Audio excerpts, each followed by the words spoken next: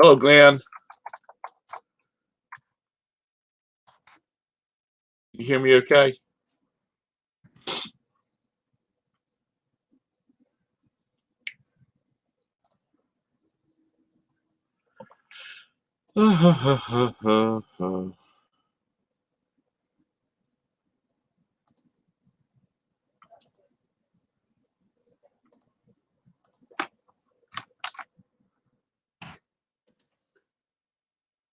Then there's a link if you want to come in.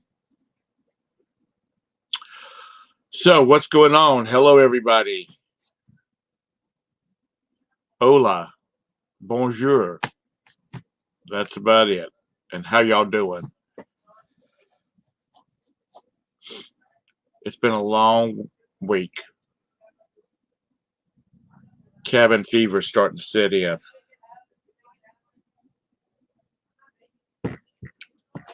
So I just thought there's a link, Glenn, Craig, right above you.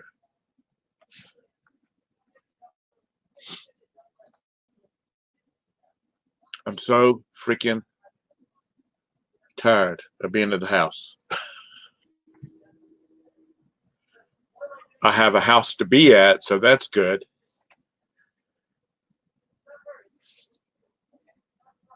Are you Ubering tonight? Oh, that's right. You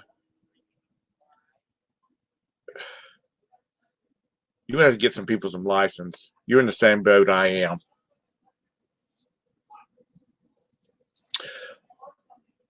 I need to go shut a door. I'll be right back.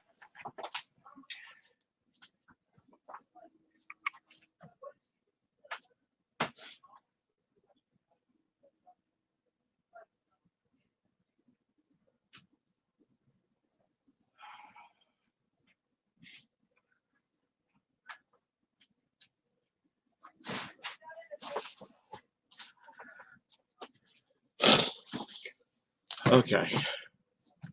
Well, it opened back up. Hey, digital swag maven. Hey, girl.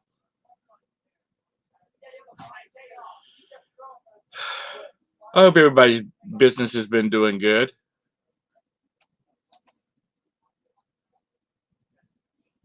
I've actually sold one item a day for the last 3 days. And it's all stuff that I just listed. Okay. You on, Tom? Can you hear me? I can hear you. Can you hear me? Hey, Valerie. Can you hear me? I can hear you, Glenn. Let me see. Make sure I don't got it mute. Okay, let me see. Now?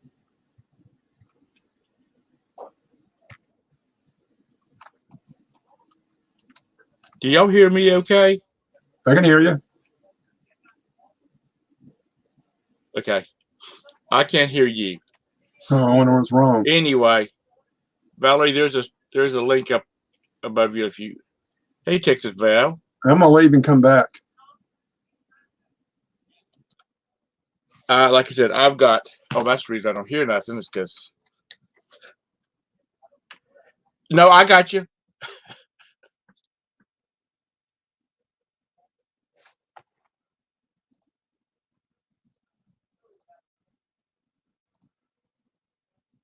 Okay. There you go. I can hear you now. I forgot I had my headphones plugged in. Okay, that's why. I'm so rusty at this now. So how much of North Carolina shut down? I think the whole state right now is on stay at home. Right. We've been like that for 2 weeks.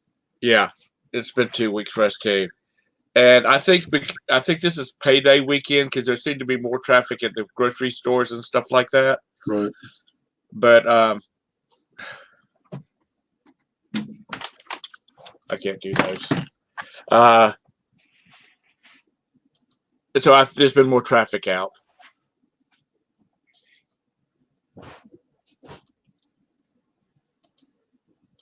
My pop-out chat pulled out so I can see what people are saying. Right. Hey, Craig. How's it going, Craig? Swag Maven, are you on your computer? I'm on my computer. I am. Well, Swag, I was asking Swag Maven. Okay. There's the link if any of you folks want to come in. Yeah, Deb, bring your own beer, your own fixing, since I shot the cow. Somebody put a list of all the different things and I found my name and said shot neighbor's cow. So I commented back and say, hey, steaks tonight, you know. It's my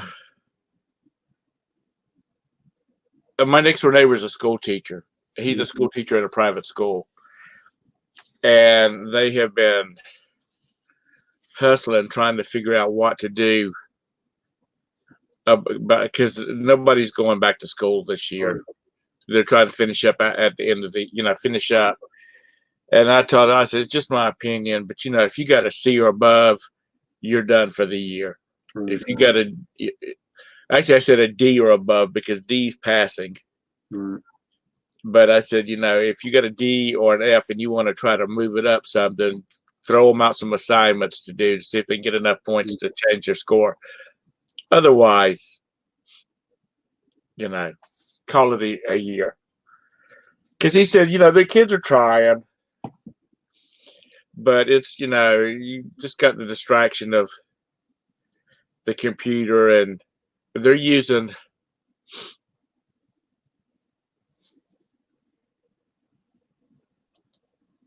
Yeah, that's what Walmart was talking about today, that they're going to only let so many people in the grocery stores at a time. I should have done that a long time ago. I hate to say it, but they should just shut everything down. I know manufacturing facilities, they just can't shut down. Right. Because they've got, they got processes going and it takes a while to crank them back up.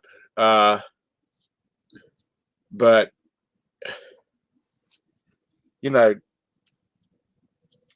Tuesday, Wednesday, if your address ends in an even number, you go Mondays and Wednesdays. If your numbers end in odd, then you go Tuesdays and Thursdays. Right.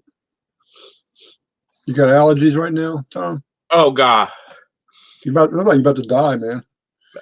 Well, my lighting's all off tonight and I'm just not in the mood to mess with it. But they my silver car's green. I think I'm gonna copyright that color. It's pollen green. Hey, bum crack picker. Hey, bum crack.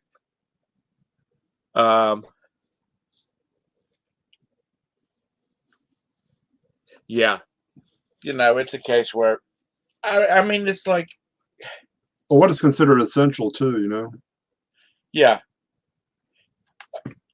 And some people should go. Lowe's is open. Right. Because there's companies that's still building or repairing. The mechanics need parts, Yeah. If I go, I can be out and just say I'm headed to the grocery store or I'm headed to a restaurant to pick up some food. See, South Carolina is not on stay at home. Some of the cities are. Well, you got somebody in a rural county, whatever, where it might be population at 200. You got one grocery store, a couple of gas stations. You're lucky if you have a McDonald's on the side of the interstate, if you're on the interstate. So, I mean, it should be different for them, actually, as long as they don't travel, Right. Hey, Jim Cooncat, thanks for stopping by. But Baton Rouge, Louisiana, I mean, that's a big damn city, Yeah. Well, we have 1 million people in the Charlotte-Mecklenburg County. Louisiana's close to that, I'm at Baton Rouge, the greater Baton Rouge area. That's kind of close to that million mark. Right. Well, the Charlotte metro area is actually a third of it is in South Carolina, which we have no jurisdiction over. Because I mean, we're literally right on the.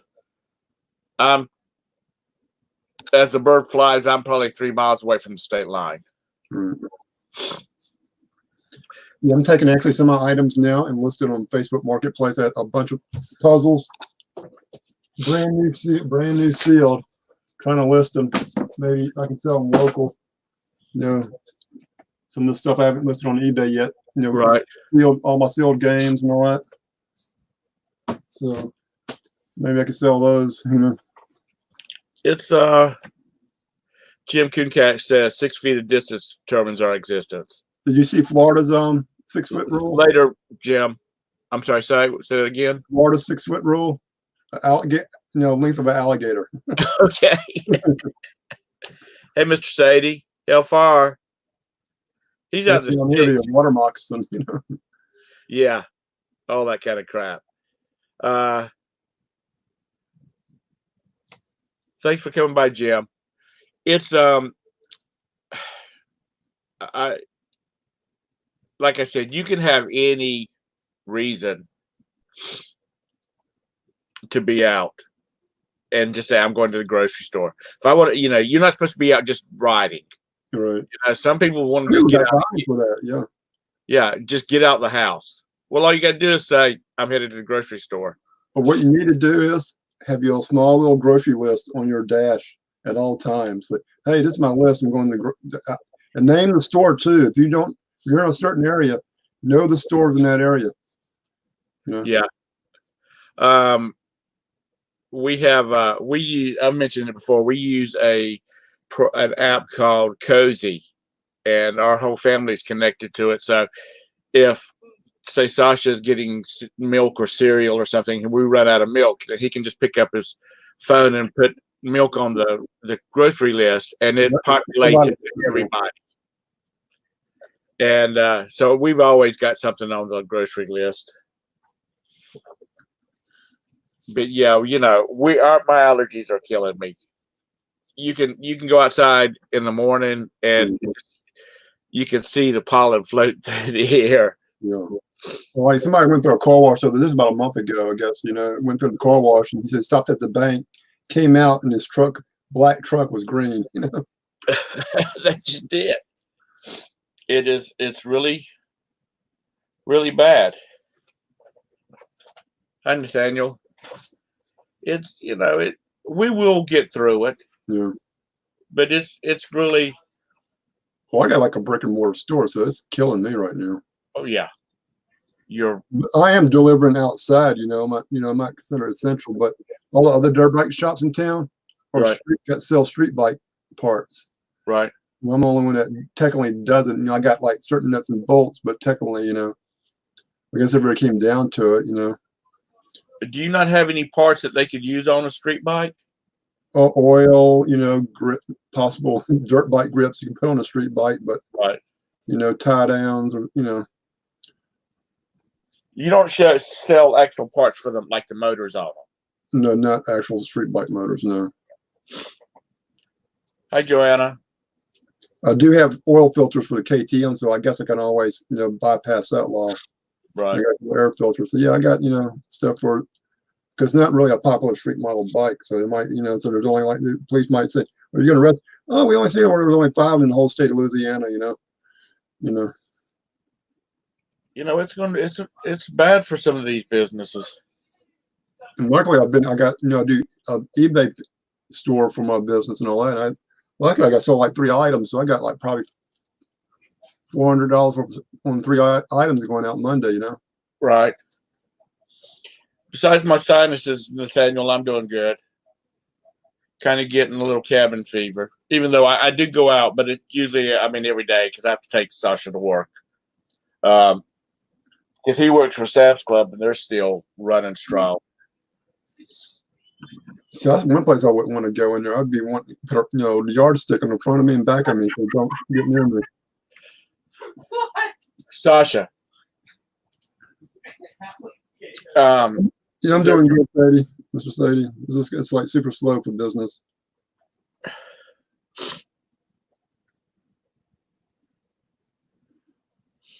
Mr. Sadie, are y'all staying busy? Hey, Anna.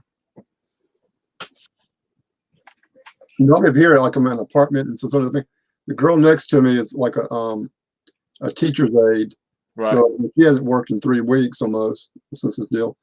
The guy across from me, he's a land surveyor. I guess whenever they hold up, they can check all the measurements. So he said, "We're working." Bless you, man. They're working. He said, I just talked to him maybe a couple hours ago. I said, "You working?" He said, "Yeah, 6 days a week."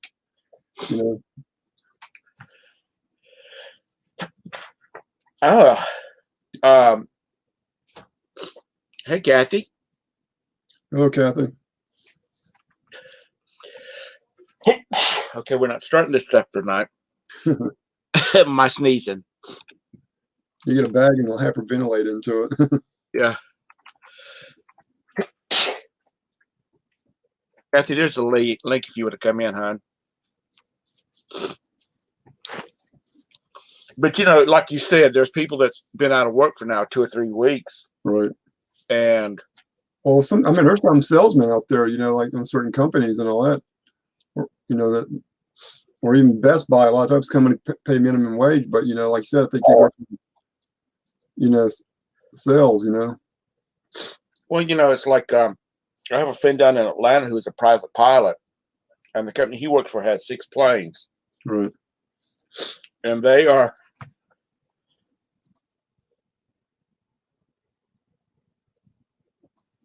pretty much all grounded. Right. Now they have a little Honda jet, and they can fly in and out of all these little tiny airports with that. Right. But nobody's in their offices, so it's like their executives and their salesmen, they're not going anywhere. Right. I'll be right back. Okay, man. So anybody want to jump in here? Hey, Tommy.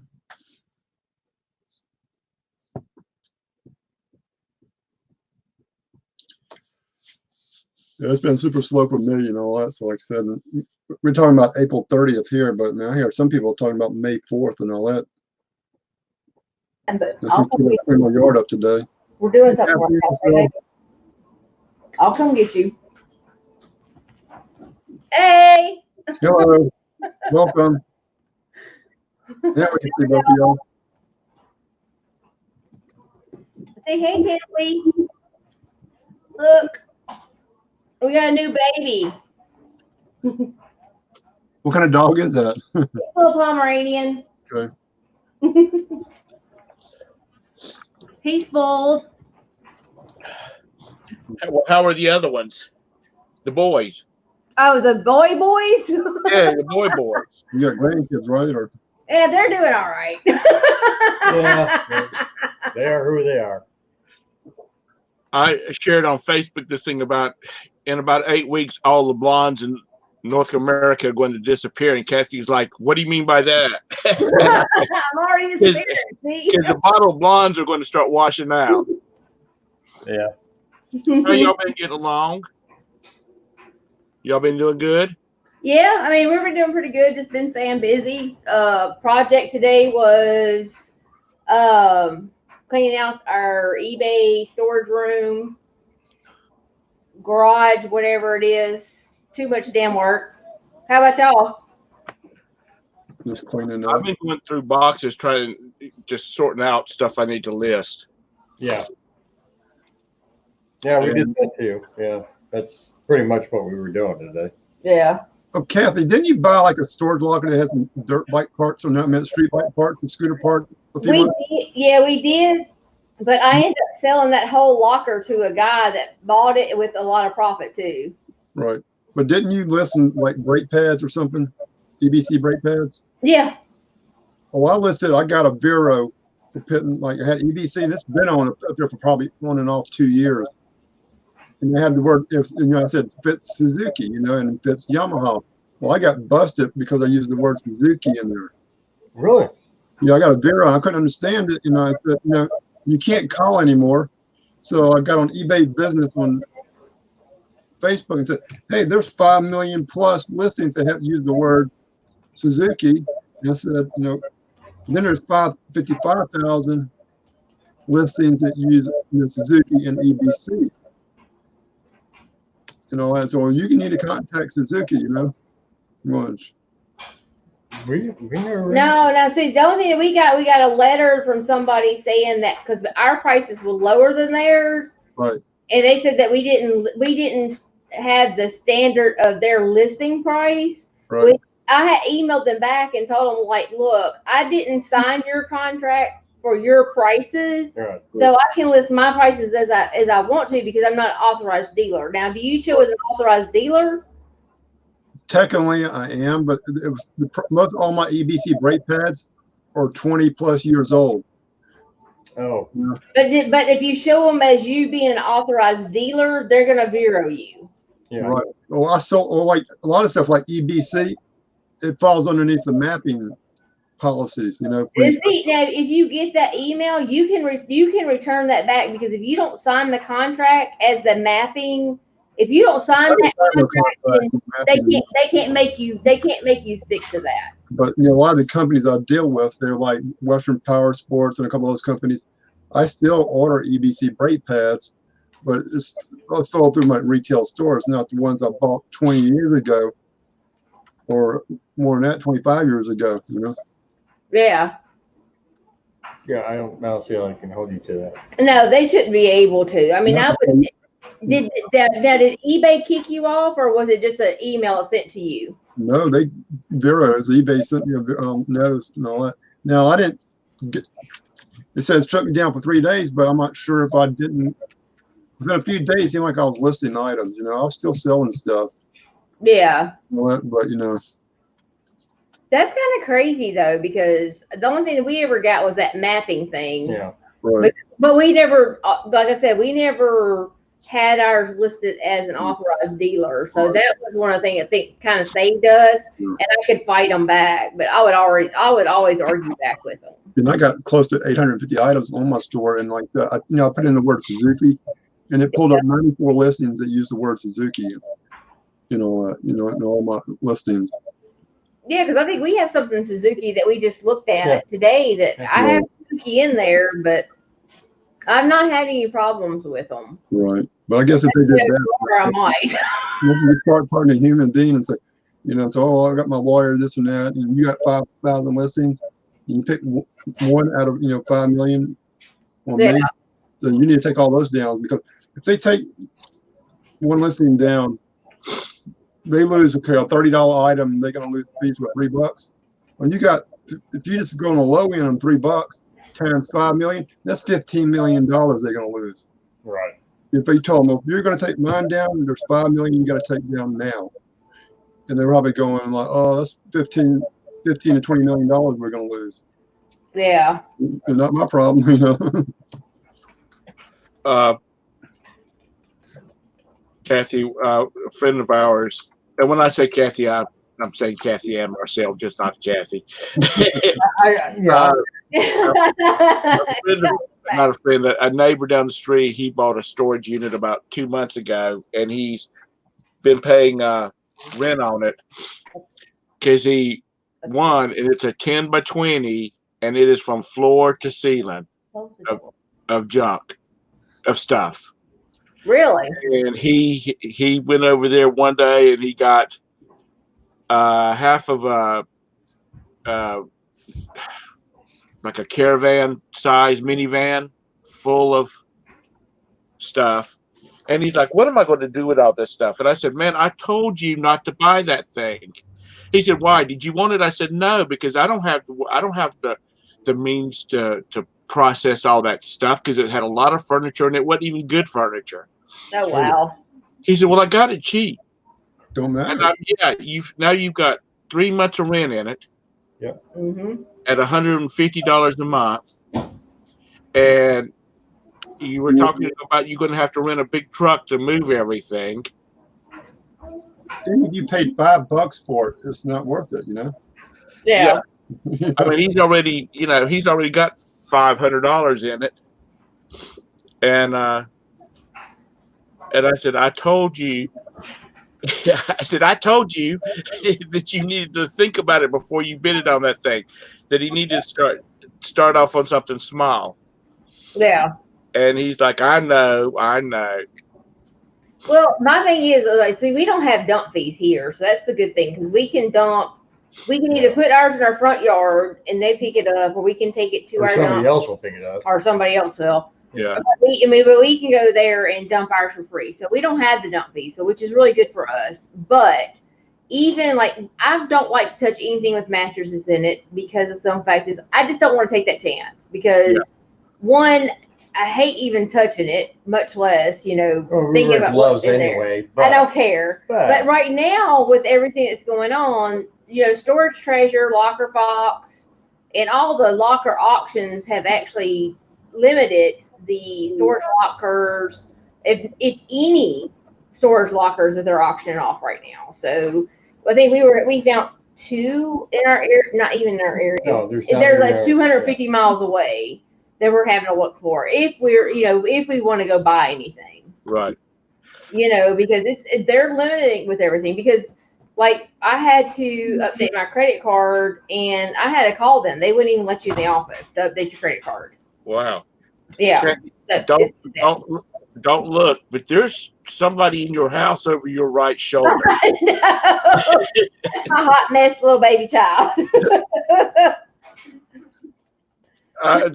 I had some bids on like 3 units, and they canceled them all. I mean, they canceled the whole auction.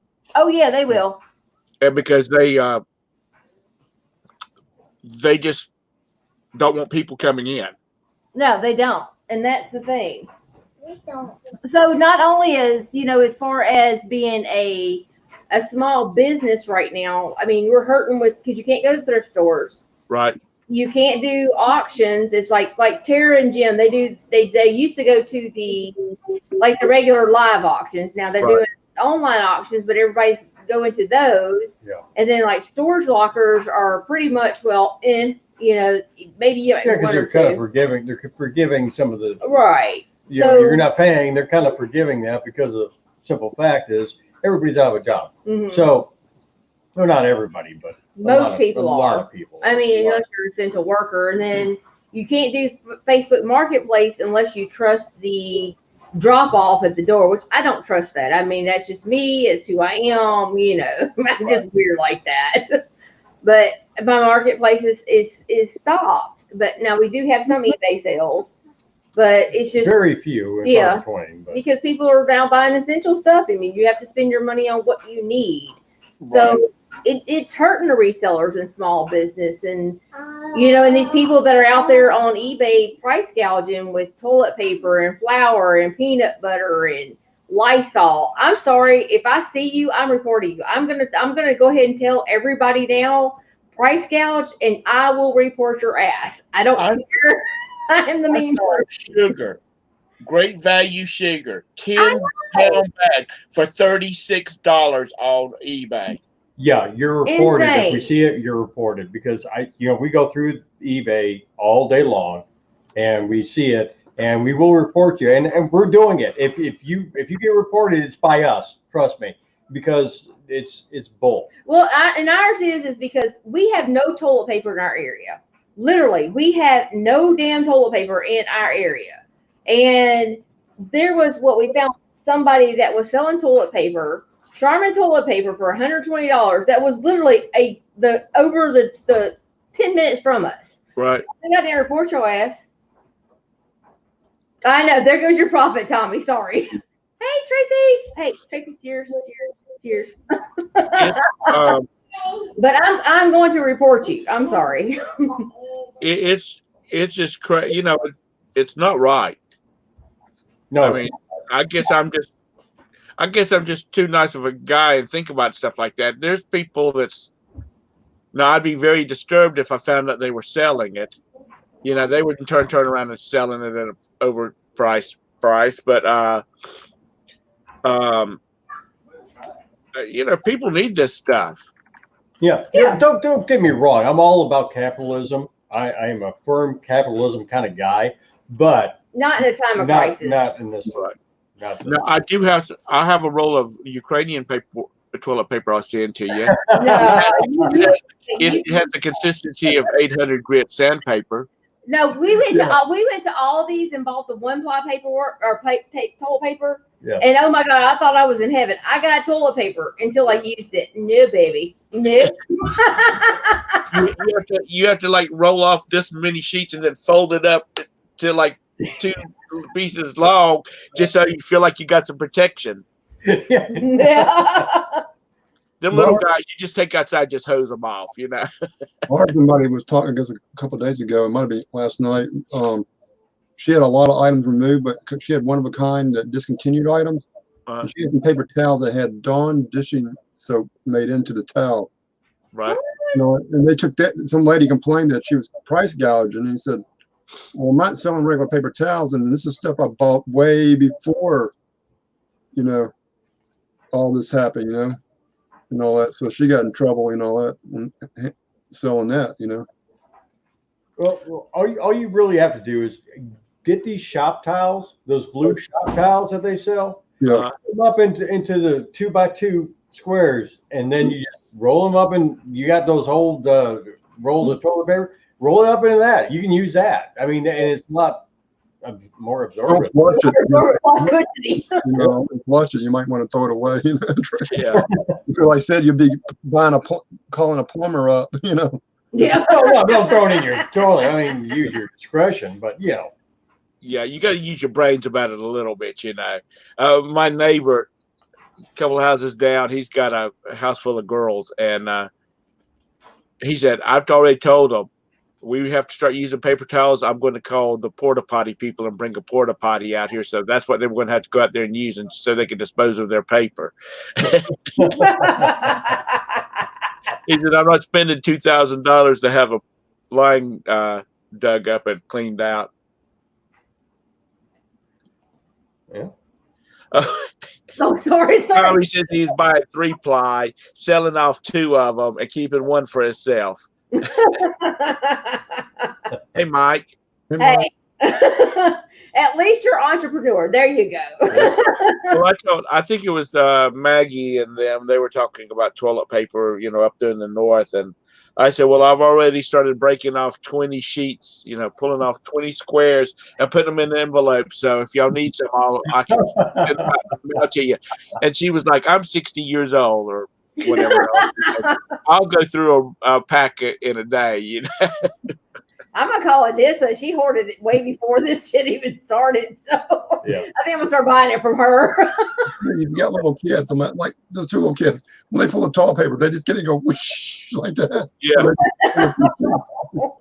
You know, I went to Sam's Club, and they didn't have any toilet paper, which I wasn't looking for toilet paper for me or for us. I was looking for toilet paper for my mother and father, and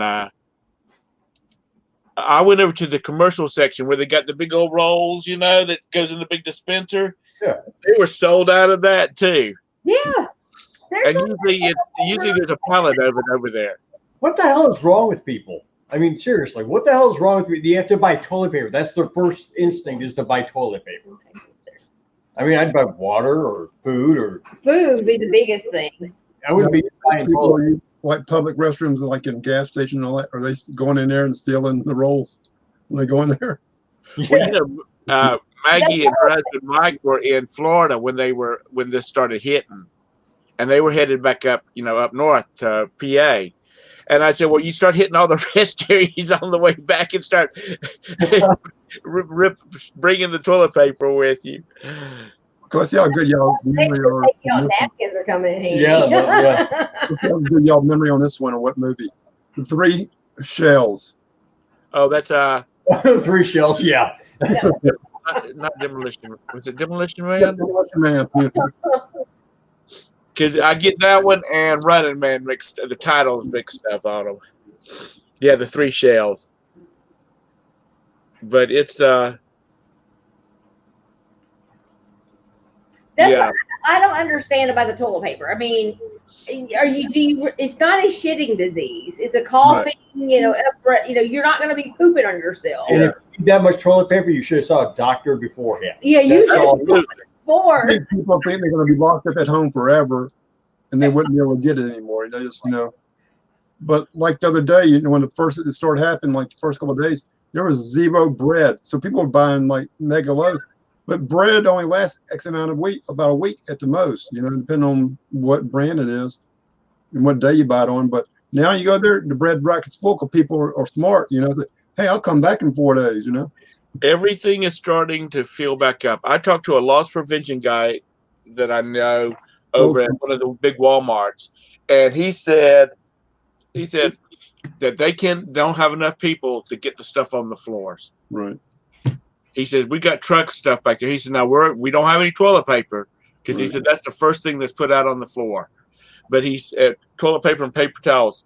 But he said that, we got it. Other stuff, we just can't get it out on the floor because we don't have people to do it. And he said there's people that's running 50 hours, 60 hours in a week because they're like, you can work as much as you can, just don't get hurt. Yeah.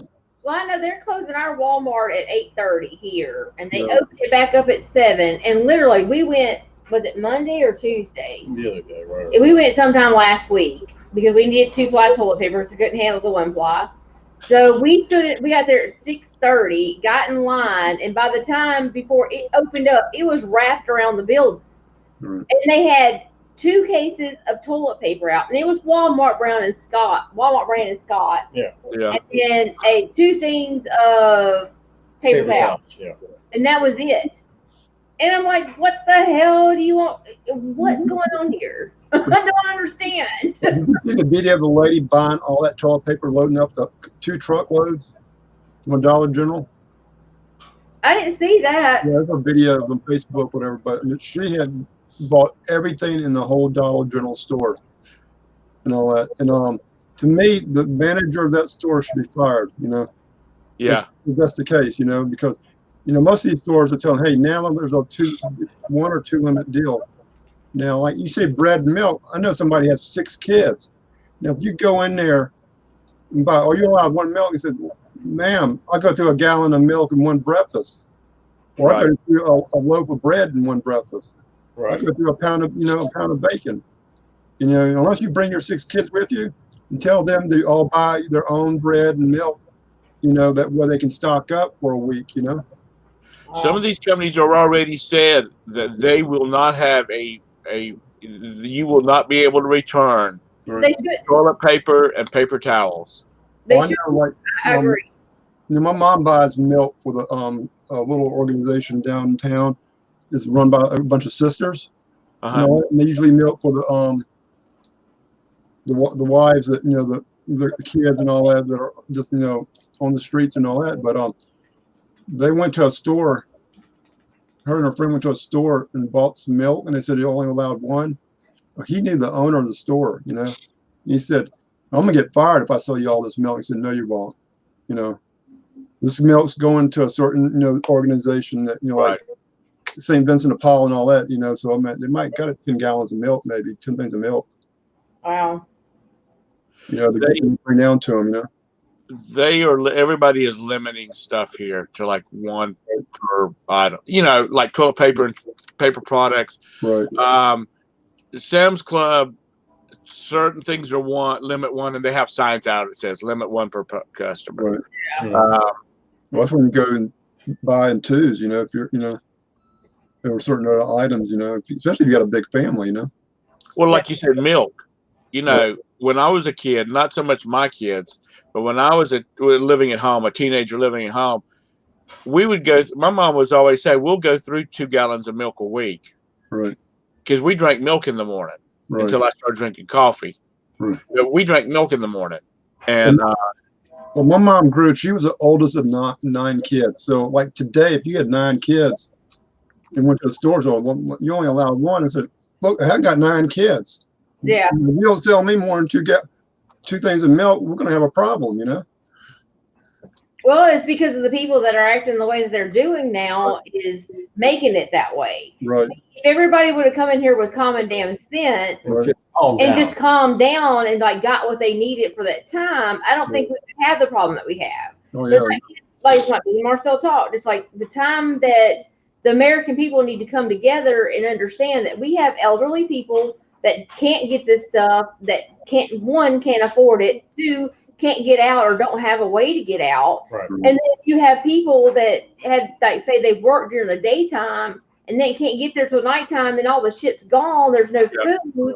You know, be common sense, be courteous. But you know what? We come into a time now that people are going to laugh at us in these other countries because of the way that we're acting. I mean, this is such greed. It's craziness to me. You know, Bumcracker, are you still in here? Excuse me, Kathy. Bumcracker, are you still in here? Yeah, he's still here. Oh, there he is. Are you having problems finding bum paper over there? They good over there. Ireland, I think. Well, He's you're in gonna the play UK somewhere. Yeah, see, our Walmart is not limiting anything. Our Aldi's limit stuff. Kroger's is limiting stuff. But Walmart, I mean, it's just a free for all, and it's just bullshit. I'm sorry. Yeah, the Kroger's has you can buy 3, but they have it on sale for $5 or $3. How's your Walmart different? I mean, you got corporate in Arkansas telling them all this, calling them up and say, "Hey, limit 1 to 2 people." You know. Yeah. You know, and you're just in the store doing it on his own. It's not like the manager's going to be fired. Probably be fired. You know. Bumcrack Baker's gonna have to get one of those little wash toilets. Yeah. Make sure Those are actually kind of cool. Yeah. One of the dads, he was also one of my Facebook friends. He had boys in Cub Scouts when my boys were in Cub Scouts, and he's an architect. And he said he's been working on several house plans that the people have called them and said, redo the master bath and put a bidet in it. Yeah. I've been looking at them at this point in time. So, you know, it's new construction and they're wanting to add a bidet. And he said that's going to cost them a lot of money because they're going to have to basically add about 4 feet onto one side of the bathroom just to allow for it. And because, you know, there's state regulations about how much room has between the toilet or the bidet and the wall and the toilet or the bidet beside it and all this kind of crap. So literally. And he said, but they're calling saying we want a bidet in. So they got the portable ones now. Yeah, you can get 3 for $40. And they have dryers too. So and they got hot and cold. Well, you know, on Facebook, there's been a lot of memes where, you know, it looks like people's got like the metal handle water hose ends, you know, stuck to their toilet seats and everything else. Get the water hose coming through the window. Yeah, I know. Yeah. Well, you know, we try to keep, like we had a big pack of Costco toilet paper, and we try to like when it gets started being used, that package is open, then I get another package. So we're always got like one going out, one coming in. And so we were really worried about the toilet paper until I walked into the grocery store and said, I mean, like it was like, hello. Gets it. There was nothing down that aisle. Back to what I was saying, I was talking to the loss prevention guy. I had some few things in my buggy, and I was headed towards electronics to look for a headset. And I was talking to the loss prevention guy. And he says, we've got car tires. We got car tires. That's what he said. We got car tires, and he says we've got sporting goods and we've got clothes of all kinds. Please check it out, because he said nobody was buying any of that stuff. They're coming in and looking at groceries, and they don't have milk or bread or toilet paper, or as they say up in the northern part, toilet paper, and they're moving on to the next store. Well, you know, if worse comes to worse, buy socks, buy underwear. Yeah. Whatever. See, that's what I'm going to start doing. I'm going to go buy all the underwear and socks out, because eventually y'all going to run out of toilet paper. You got to get yourself, and you're going to need some new underwear. But you know, I was telling my niece, I said, you know, she's got a baby, or she's got a little one that's just about potty trained, and I said, you need to there's also those things called cloth diapers. And she said, "Oh my God, I can cut up my dresses cheaper than I can go buy cloth diapers." The things are expensive. And she says, "Only, and I'm gonna quote her, quote, all the yuppies that think that the Pampers and stuff like that is, that's just not cool and that's low class and that all that kind of bull. They're the only ones that can afford, they're the only ones that buy the cloth diapers." Yeah. And so what do the retailers do? They jack it up. Yep. That's how they always do. Because, I can remember my cousin is he's just barely in his 30s. He's like my fourth brother. When my uncle and aunt lived like 3 houses up from us in Charleston when he was born, and so my mom was a stay-at-home mom, and my aunt was a nurse, and so my mom would keep him during the day or when my aunt had to work, and so he was always around us. But he wore cloth diapers and the rubber pants. It made their butts look like they were that big. By the time my boys came along, by the time my niece came along, who was the first kid that I really had that much contact with since Stacy, she wore, Pampers, the disposable diapers. But I live in Charlotte, where all the trends are, that's all the trendy people live, and not I, but where they have to have the cloth diapers. And oh, we know you live in that fancy house. Shut up, Tom. Big house. I'm gonna tell you what, I am not. My mom was talking about having to wash those things out, and y'all have company? My son, he's not company. He lives here. No, we got people that live here. Oh, he's permanent company. I don't see myself. I didn't know you had your son was living with you. Here I am. Yeah, there you are. Barely. It's been a little while since I talked to you, but your mom lives with you too, doesn't she? Yes, Marcel's mom lives with us. Marcel's mom. Yeah. You just get to be a regular. Y'all just get to be a regular old Brady Bunch there.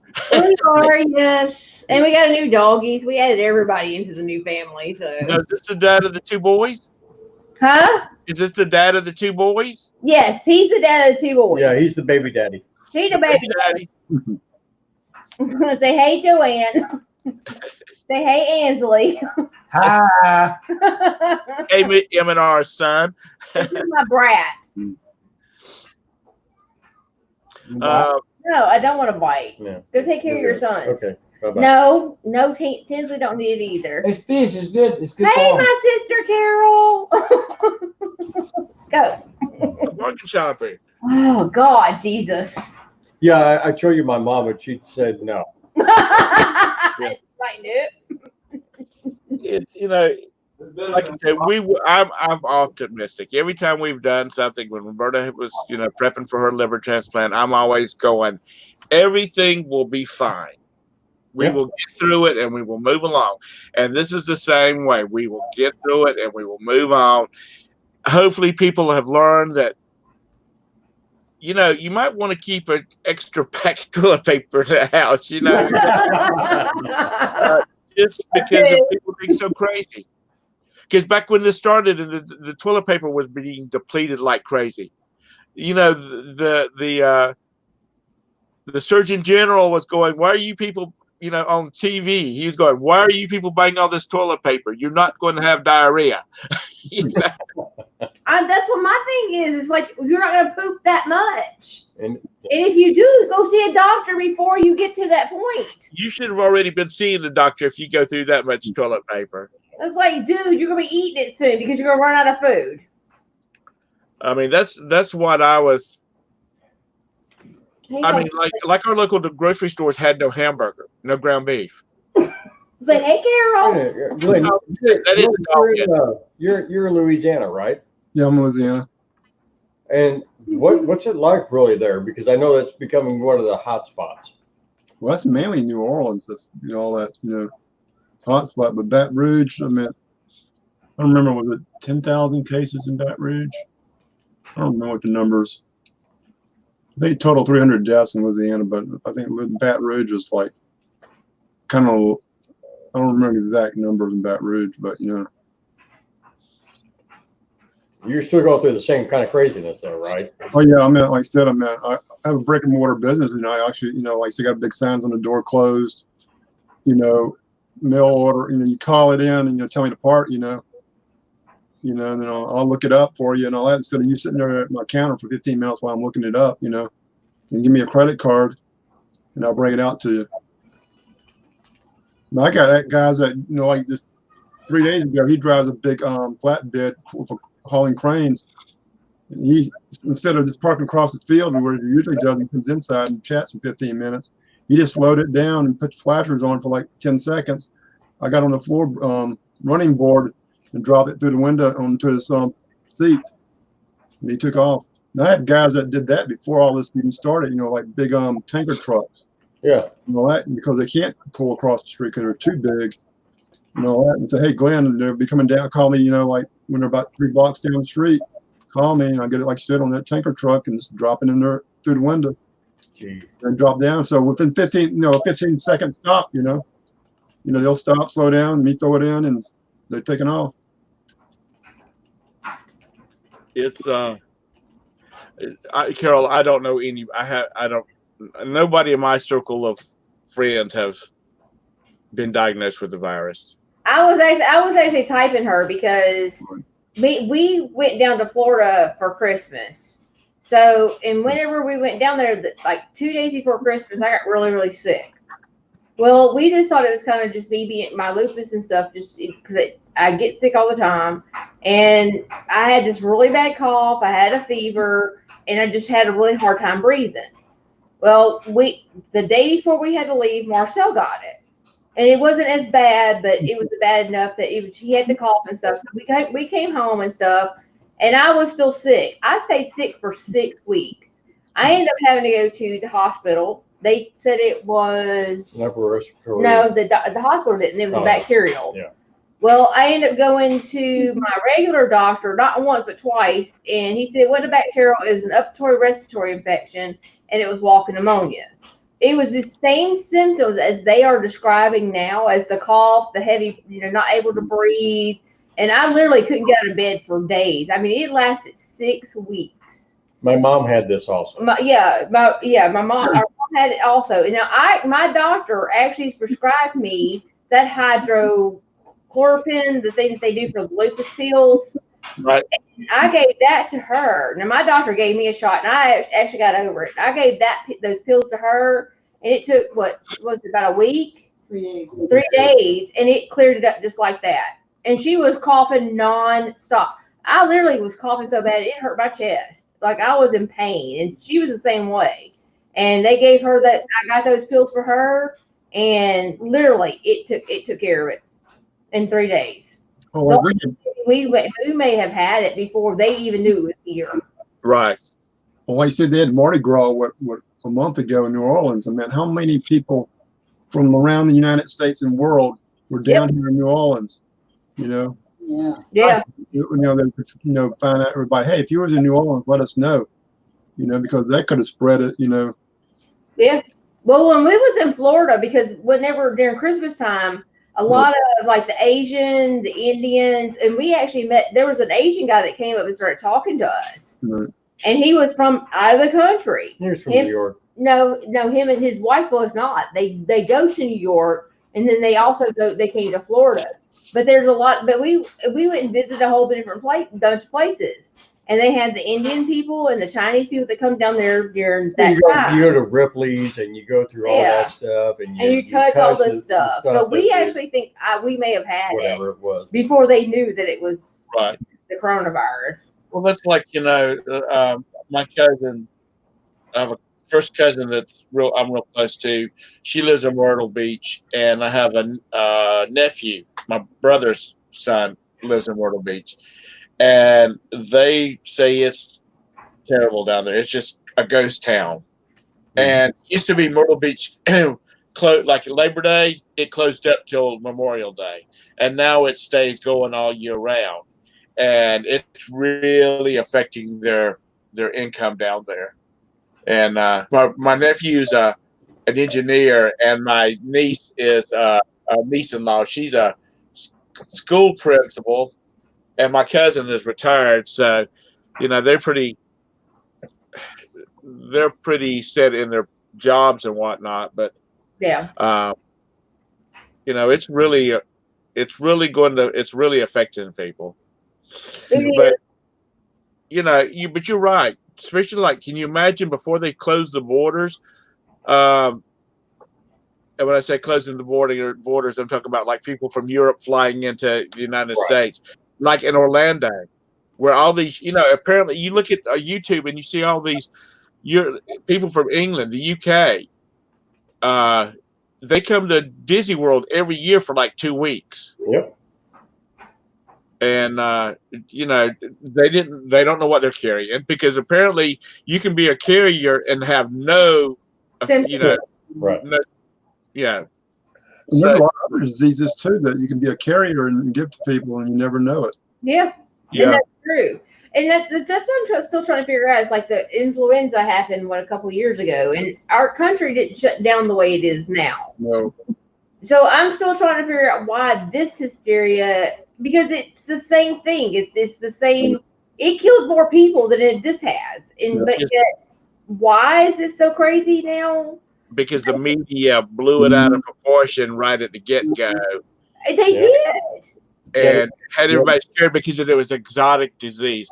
Mr. Sadie says, about 3 weeks ago, I was sick with terrible headaches and no strength, and I never get headaches. But 3 days later, I was fine. Mr. Sadie, that's because you would drink that half gallon of Missouri stump water, and that's if you drink on your stump water, then you're immune, Mr. Sadie. No, Mr. Sadie, it's just because you're Mr. Sadie. That's yeah. Reason. Hellfire. Some service haircuts, like I said, by now I would have got a haircut probably this week sometime.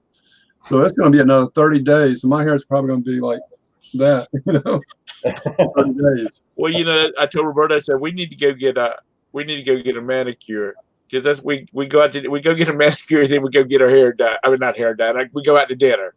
Yeah. Because it's really relaxing and whatnot, and the place we go to, they're closed until until. Anybody remember the Flobies?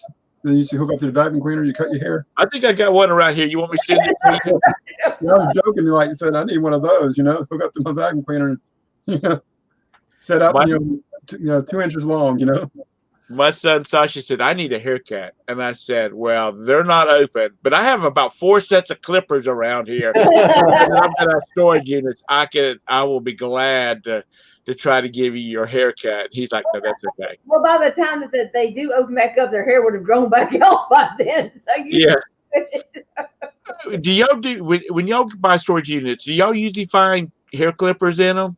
I bet 1 out of 3 I find hair clippers in them.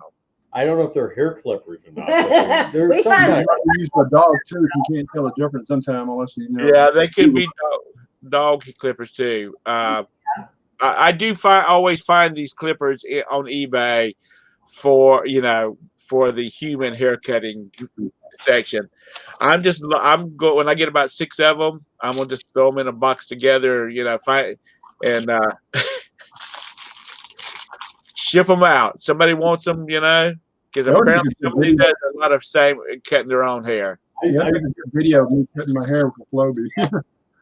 Yeah, that would be a good one. Then you can sell it to somebody else. Okay, I'm sending it off. Who wants to use it next? Well, we don't know what hair they're cutting, so we just kind of throw them out. It's like, I ain't gonna sell that. Yeah, pubic. I just stuff that I got from the girl that cuts my hair.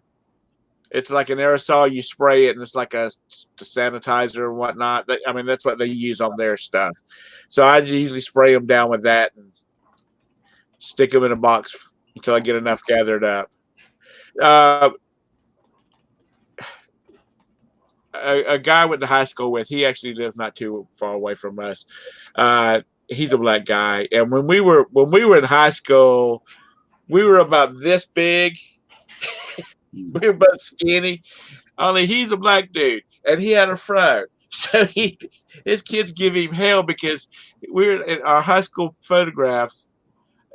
He's taking the picture and his hair is about it's flat and it's about this far out covering his shoulders, and his kids just give him hell about that.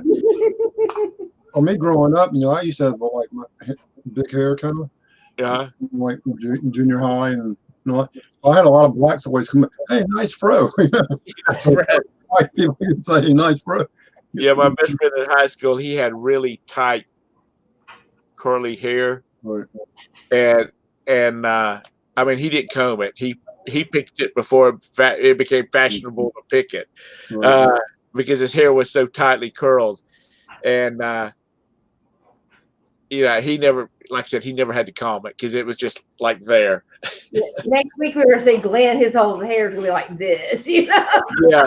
For April 30th, man, we'll find out how. I get like a ruler and say, okay, today it's only 1 inch. That's right. Take it down and measure the height of it. 3 inches. Was it a hairspray? Yeah. Hairspray. Your hair, Glenn. And there's one scene where the teacher is sticking a ruler down in this girl's hair to check the height on it to see if it was within allowed, height. But it's well,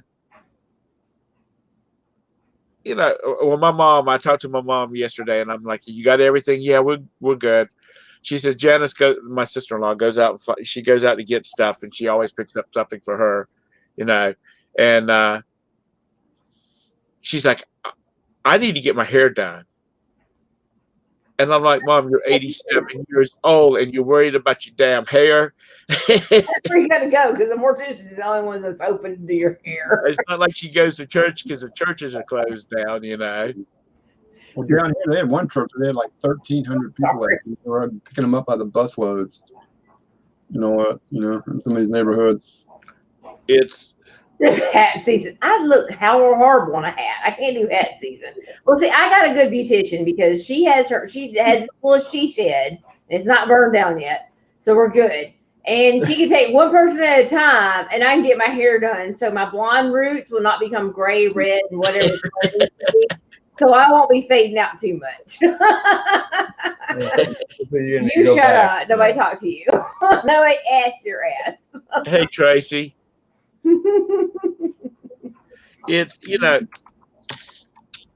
like I said, my mom is 87. My dad's 89. And she's worried about her freaking hair. See, my mom, what else we're supposed to worry about? when I was a little kid, every Friday we learned to behave ourselves really fast, because every Friday morning she went and got her hair fixed for church on Sunday, and then we went and got groceries afterwards. And I mean, my whole life, that's been her Friday routine: hair and groceries. And now she's not getting that. She's not able to get her hair done. And I said, well, I'll tell the other two boys that don't have a steady girlfriend that they need to find a beautician for a girlfriend. So situations like this, they can jump in the car. Exactly. They can run down there and do your hair for you. Get your hair did. Tracy, I thought I stuck the link up there. There's a link if you want to pop in. If you want to slap it with me tonight. Get her a glass of wine out, not coffee, or put some Baileys in that coffee. Maybe she's just waking up. No, she's not. She's been awake. Well, Tommy's done aggravated her enough. She and Tommy, they start at 11 o'clock at night and go to 3 in the morning. I don't know how the hell they do that. I don't either. I'm sorry, I'm in bed at that time. I love y'all. I can't stay up past night. So. Kathy's kids are like Kathy's. Tracy's kids are grown. Yeah. So she can sleep in. But Tommy's got a little one, doesn't he? Tommy's got a little one, doesn't he? Yeah. So that's why he's up all night. But that's probably why he's. See, I got the 2-year-old now over here. The little one's over here sleeping, so I have to get up early in the morning now. You talking about the puppy? Yeah. Okay, I was like, okay, Kathy, you. My 2-year-old. I didn't hear anything about you expanding your family. Yeah, that's the most expansion I'm ever doing in my lifetime. I fixed that shit a long time ago. We ain't having no babies. They said unless they're puppies. If we have babies, they'll be retarded. That'd be special. Because Kathy, you're in your early 40s. Yes, I am. Yeah, I am. sure. Uh-huh. Okay. Well, that's getting a little bit old to have kids. Way early 40s. All I'll say is she's older than me. So that's Okay. Oh, so she is actually your old lady. By 2.5 years. Is it 2.5? Are you sure? It's 2.5. Let's Smart ass. recalculate. My younger brother, he'll say, yeah. Just say no, friend. He'll point at his wife and say, this is my old lady. Yeah. And say, yeah, I am. By 2 months. 2.5 years. I will take that with all the credit. No, Yeah, Greg. old this You're in year. your early 40s. Uh-huh. I will be 50 years old this year, and I'm proud of it. Really? Yeah. I'll be 63 this year. Of it. Because he's a cougar. Yes, she Carol, Yes, he is a cougar. good. Hey, listen, let me tell you what. Get it if you can. That's right. Ray West has said it's relationships are mathematical. She said talking about older men and younger women. She's like she always liked younger women because 20 will go into 60 a lot more times, and then 60 will into 20.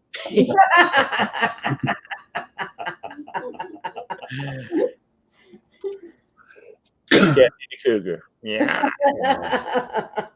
Yeah. Couldn't handle 20-year-olds, so. I'll trade her in for 2.25s. No, you're not. You know what? Let me tell you what. If something was to, God forbid, something was to happen to Roberta, there would not be another Mrs. Tom Hucks. Just be done. It's easier that way. I'd find me some arm candy and say, honey, we're going to go to the movie. We're going to have to eat. Then I'm going to drop you off and give you a kiss on the cheek and send you on your merry way. Relationships are too much work, especially in this day when, people are just crazy. Well, you ever watch that catfish movie, that catfish show, or whatever the catfish thing? We've been watching it because, times are boring. Right. Tiger King. Yeah, we done watched that before.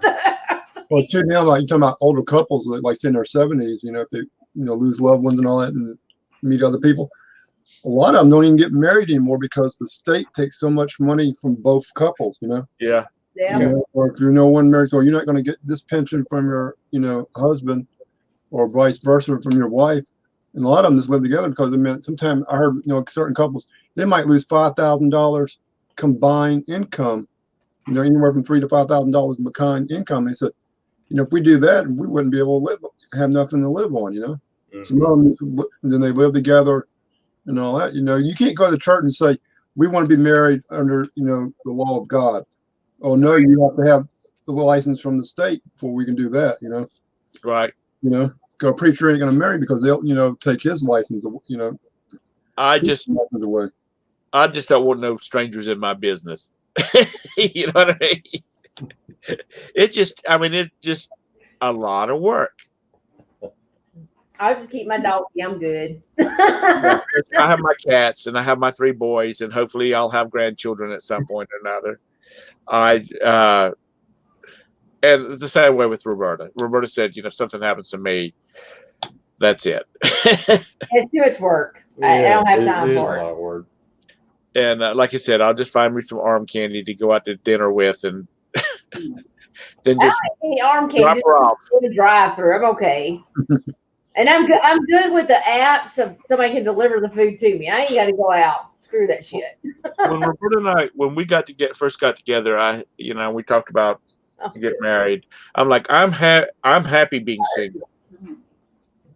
I'm happy being single. I don't have to get married. I want to get married. And if you're not of the same mindset, then we don't need to get married. But like I said, there was times I would get bummed out by, not having a wife or whatnot. But for the most part, I did what I wanted to do. I came and went like I wanted to do.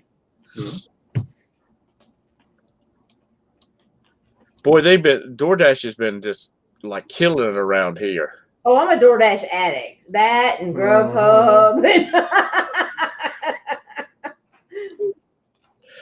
Nikki, I think Nikki's DoorDashing. Or no, she's Instacarting. Yeah, we got a waiter here. I ain't even seen the Instacart thing. I don't think we have that here. Mark's like, we don't have it here. Don't worry about it. What? Nothing. I know a guy that does Uber and Lyft. He does both of them. He said that they've been making a lot of money. Yeah. Just picking up. You call McAllister's and place your order. They just drive up and say, here's, the receipt or a copy of the receipt. They bring it out to them and stick it in the back seat and they deliver it to wherever they got to go at. And he's like, it's real quick money and it's more expensive than doing the DoorDash routine. Yeah. Well, like today I ate out, but I get in the parking lot and there's a big number on the outside the building. I'm calling that number. It's like, this is what I want. Yeah. Throw me a hands up and I'll drive up and pay for it. That's how everybody does it now. They have like 5 cars lined up outside, and they bring you the little clipboard with the credit card, and you pay cash credit card and they bring it out to you. I'm wondering, well, first of all, we've been losing some like fast food restaurants around here. I mean, like they've closed down and they're not going to be opening back up. Right. So I think this has given like some of the big franchises an opportunity to close the door on stuff because, like on Highway 51, there's 1, 2, 3, 4, 5 McDonald's. Right. Now it's a pretty good stretch of road, but still, yeah, that's a lot of daggum McDonald's and having to, you got they're all different franchises or corporate owned, so they're all fighting for customers. Well, too, I mean, as long as when you go through a drive-through now, you got 3 or 4 people elbow to elbow, and they say 6 foot apart. Someone you need one that strictly handles the cash, and one hands you the food because some of them are doing both. Right. But I think he's keeping this McDonald's around here in business because he keeps ordering the damn thing. How long's he using my fries? I don't care. Who is that? My son, he orders McDonald's every night, and he always does an extra thing of fries for me. So I heard one of the local fast food here. I mean, they had 13 cases. yeah. CV, whatever they're talking about. So I haven't heard nothing on the news, but word got out that was true. All his restaurants would be shut down for all what's going on right now. And other restaurants might shut down. Who wants to go through a drive-through when you got 4 people elbow to elbow? It's window. Yeah. Yeah, right. Well, I know our drive-through's doing where you can go through the drive-through, and like if you order a mixed drink, Right. they'll actually give you the mixed drink. Yeah. Like a bourbon and ginger ale? Yeah. Like that kind of mixed No, drink? I'm talking about a bottle of margarita. Right. Well, I'm talking about when you said mixed drink, that's what I said. Are you talking about like I can drive up and get a bourbon drink? ginger ale to go? Yeah. Good. Yeah. You can get up and get like a rum and coke to go. Well, one place down here, they can't have the bar open, but you walk in the doors and they got tables set up where you buy your drinks, and you can get it to go that way, All that kind of stuff is pretty much closed around here. Well, but Glenn in Louisiana, it's like Slidell, they all have the drive-through dickery shops. Dick shop. A couple places, not in Baton Rouge, Daiquiri shops. not in Baton Rouge, but I mean, there's some little towns that do have it. Okay. The drive-through stuff. I might have told this before, but this is an Uncle Tom story. Oh, picture this. Well, Tom, Holland, no. about 1996. We went on a cruise, and one of the port of calls, it was like we went out of Tampa, we went to Caymans, to Mexico, into New Orleans, and then back into Tampa. We go down to the Riverwalk Mall. This is the old Riverwalk Mall because it's no longer existing, because that's the one that the barge that broke loose and blew up half of the waterfront or whatnot. It's the one that they lost. Anyway, in the middle of the daggum mall is a kiosk, and on one side they've got a full bar, bourbon and ginger ales, rum and cokes. On the flip side is nothing but this frozen drinks. 42 flavors, like Baskin Robbins. Does it have alcohol? Yeah, baby, alcohol. The frozen, like the Slurpee type. So my best friend and I, we said, okay, well, while the girls are going to go shopping, we'll sit here and we'll get a drink. So we both got. I got a Hurricane. I don't remember what he got. Anyway, and they were the yard dogs, the big, tall plastic things. We sat there and drank on that thing, and our girls came back and said, y'all need to hurry up and finish, and let's go. And I'm like, you might as well sit down. There's no big hurry, because we got 3 hours to be back to the ship, and I'm not leaving all this drinking this thing. And the girl behind the counter said, just take them with you. Yeah, New Orleans, you walking up. They'll make you throw them away before you get to the ship, but just take them with you. And we're like, we got to walk down the street. And she's like, and I said, in Myrtle Beach, they will throw you in jail for having alcohol on the streets. Tom, you can never go on a cruise together then, because you got to learn how to drink better. She said, well, this is not Myrtle Beach, and it's okay here. That's right. We go walking down the streets, and the girls wouldn't even walk with us because they were in front of us, and because they were embarrassed to be seen with us, because we were just whatever. Everything made us fun. Was funny. It made us fun. And by the time we got back to the ship, we had emptied those yard dogs and took the glasses back on the ship with us, and now we've dropped change into it.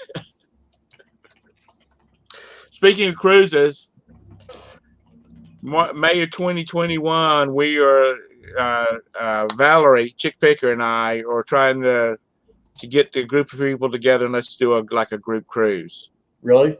At this point? Out of Galveston, Texas.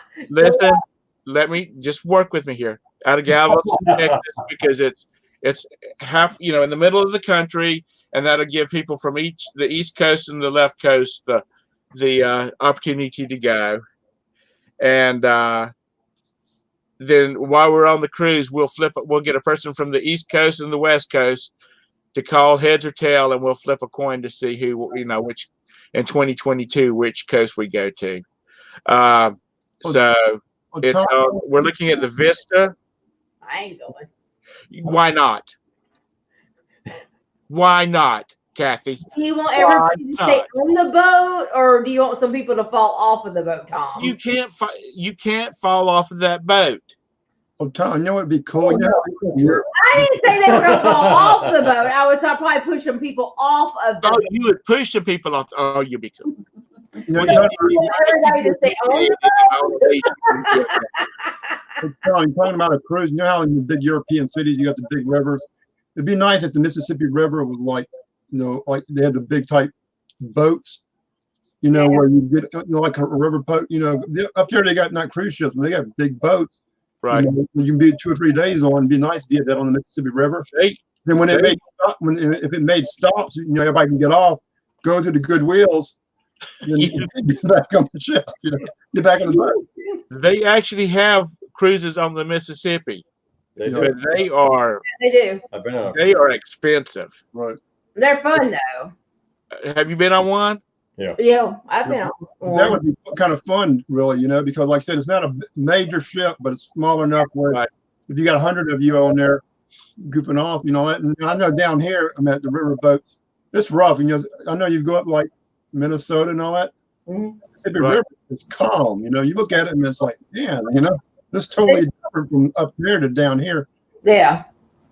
And my Mississippi River is pretty much like what y'all got in Mississippi. It's like, very rare to see a paddle boat. Right. Hey, Brandon, Resale King. It's but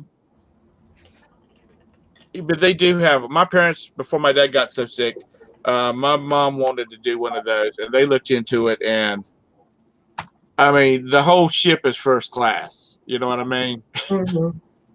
And so you pay for the experience, and they I think they make a couple of stops at some of the plantations that have docks Right. on the Mississippi, so Yeah. you actually pull up to the dock at the property. They still have the plantations out there, honey. They're like historical museum areas that they show.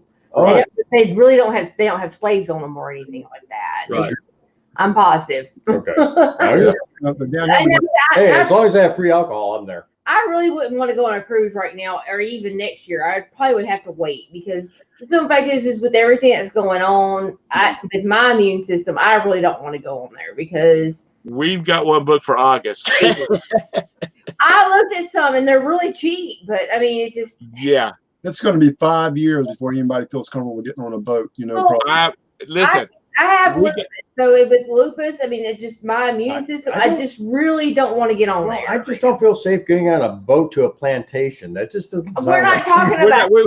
We moved on, Marcel. We have moved on. We're We're back talking out about, in the, now if I'm going to do a cruise, I'm going to do the Royal Caribbean because they have the free credit for the alcohol bar. well, they have those on the Carnival too. Might have been cruiser be in Alaska, but then it costs so much money to get to Yeah. Washington State or fly to Alaska or fly to Washington State, whatever, to get on a cruise. Or Fly to Seattle, get on in Seattle, and go up. here I go to New Orleans, or I can go to Galveston, Texas. Yeah. We talked about an Alaskan cruise. First of all, they're really expensive, Right. They are. and we would have to book for 2025 because Right. they're pretty. They get booked up real fast. Oh, yeah, it's also pretty awesome cruise too. I mean, Unless y'all want to, if we want to get like eight, I'm gonna say 8 couples, but 8 cabins, and then they want to throw in 10 grand a piece, and then we can just rent a yacht, one of these big 142-foot yachts, and Hey, that's not do a our bad own idea. thing. There. Huh? That's not a bad idea. So it's a little bit more intimate, and the captain to go wherever you want to. Yeah. Now, Deb, if we do the Royal Caribbean, you can do the free friend you can bring along. How's the new house coming? Was that Glenn? No, there is no. House coming. There's no third class on the cruise ships. Joanne says, I'm not going to be one of those poor families on the Titanic. Yeah. There's no third class. Okay. Hey, Brandon. Hello. I don't think I know you. I've never met you before. Brendan hangs out with. Wow. Yeah, well, I've been kind of on and off. I just got a warehouse that's where I'm in right now, and so I've been trying to get this place in order. Oh, wow. The first time I saw him, I said, he had this pretty little girl running around doing stuff, and I'm like, is that his little sister? Yeah. And he says, it's Lisa. Couple of pictures. She says, no, that's his girlfriend. Yeah. I said, he looks like he's about 17, and she looks like she's about 12. No, he has every pet in the world. He has a dog, a cat, a snake. You know, I'm missing one. Yeah. A turtle. You need a ferret. Well, I used to before I was doing reselling a lot. I was into exotic animals. Are you the Joe Exotic of the Yeah. version? Oh my God. He keeps our A-15s flying in the air. That's what he. I did. When did you get your warehouse? Well, I'm gonna be going live at 11. That's why I jumped on and 1 second, hold on. Sorry, there was like something going off in one of the pallets I got, but Where'd you buy? It's the vibrators. Don't worry about it. yeah, that's what it is. in unison, they were all kind of like, doing their own little song. Yeah, I was about to do live, but then I saw you were on, and I pushed it back a little bit. Yeah, I was just gonna go do a little tour through the warehouse, but I just got this. It's been like 2 weeks ago. Got a really good deal on it. I knew the guy that lived here. You were full time in the military, aren't you? Yes. Because you're in my state. You're just over by the coast. I'm in North Carolina. I'm in between Raleigh and Jacksonville. Okay. Goldsboro, if you've ever been through there. Oh yeah, my dad used to work for a company that was based out of Goldsboro. So you buy pallets? Is that what you buy? No, actually, well, I just did. Everything that was in this warehouse, whenever I went to go get it, he was going to move it out, but he didn't really have a lot of room, so he gave me a really good deal. I only paid $400 for everything that's in here. I don't even have any of my stuff over here yet. Wow. And it's all estate sale clean out pallets. Like there's, I don't know, probably like 10 pallets worth of stuff left. And then there's like 3 big tables that have all nothing but glassware on them. Oh, wow. You don't have time to do a YouTube show. You got too much stuff to sort and list. Yeah. I just figured I'd do it because I've been on other people's lives showing it and whatnot, but I haven't done one for my viewers. So okay. Well, then I was just joking about the fact about you doing the live, because you do have a lot of stuff you need to list. Yeah, no, I know. Now, what size storage place do you have? Your warehouse. Say again? What size storage place do you have? Your warehouse? 4,700 square feet. Wow. Oh, okay, cool. Wow. And you bought it from someone else, or you're leasing it? I'm doing a rent to own. I got an extremely good deal on this. Mhm.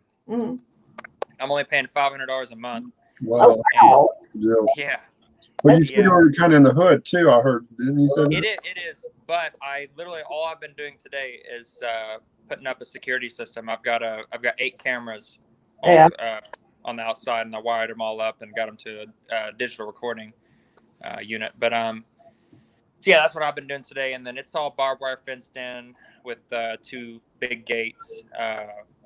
4 Rottweilers. No. I was thinking about getting some pretty cool. mutts out here.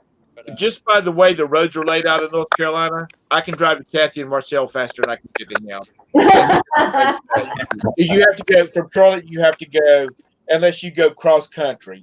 right. If you want to do the interstate, you either got to go to Columbia and up I-95 up that, or up 20 to 95 up, or you have to go through Greensboro, Raleigh, that way.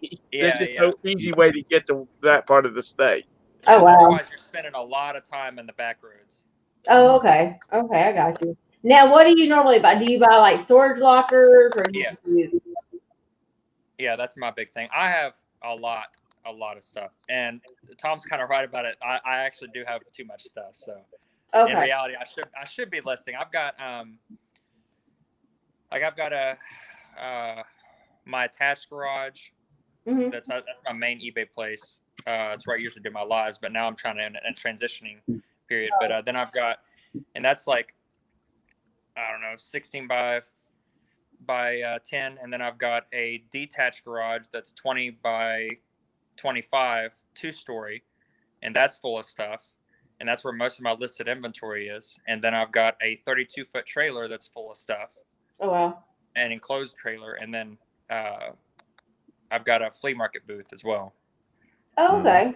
Okay, cool. That is now shut down. He's like 27, Kathy and Marcel and Glenn. He's like 27. He's got all of that energy. What's he going to do? It's either he's listing and buying crap to sell, or he's going to go out and get in trouble. You know? I know. I was trying to move our stuff around today, and my damn back about gave out on me. I can't do this shit no more. No, when I was in Japan, I got in enough trouble and went to I went to Thailand and places, and I had my fair share of fun. So it's time to, be an adult. Now, then when you buy your storage lockers, do you buy them around? Do you buy them around your area, or do you go out further? Well, I just got a 17-foot trailer so that I can go anywhere and just have one load. So Okay.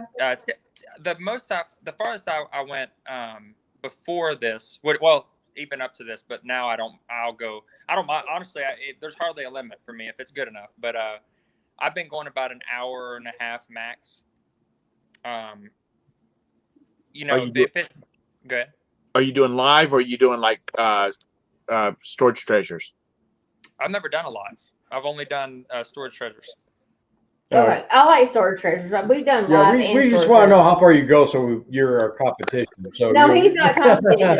No, Lord have mercy. Plan. Marcel, he's way over here and you're way over here. That's what Where I'm you are?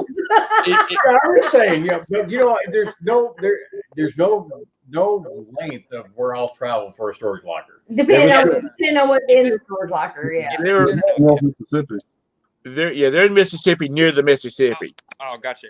So Yeah, they're on the We're other Mississippi, side. Tennessee line.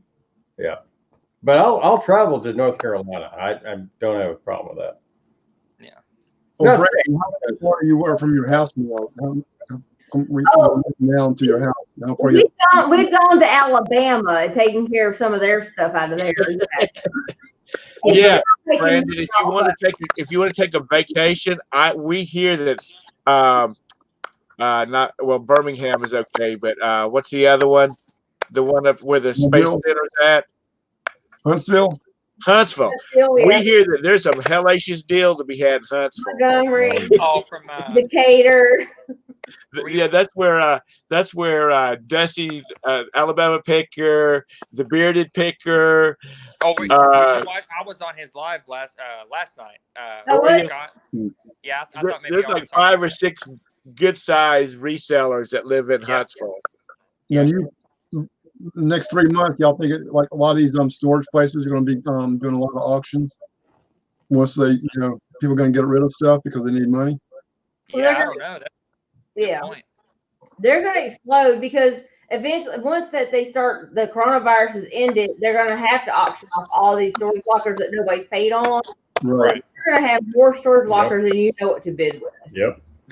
The bad thing about it for me, me being in the military, we cannot go anywhere outside of our normal like commute to work, because I only work 3 days a week, but I can only go literally like right in this town.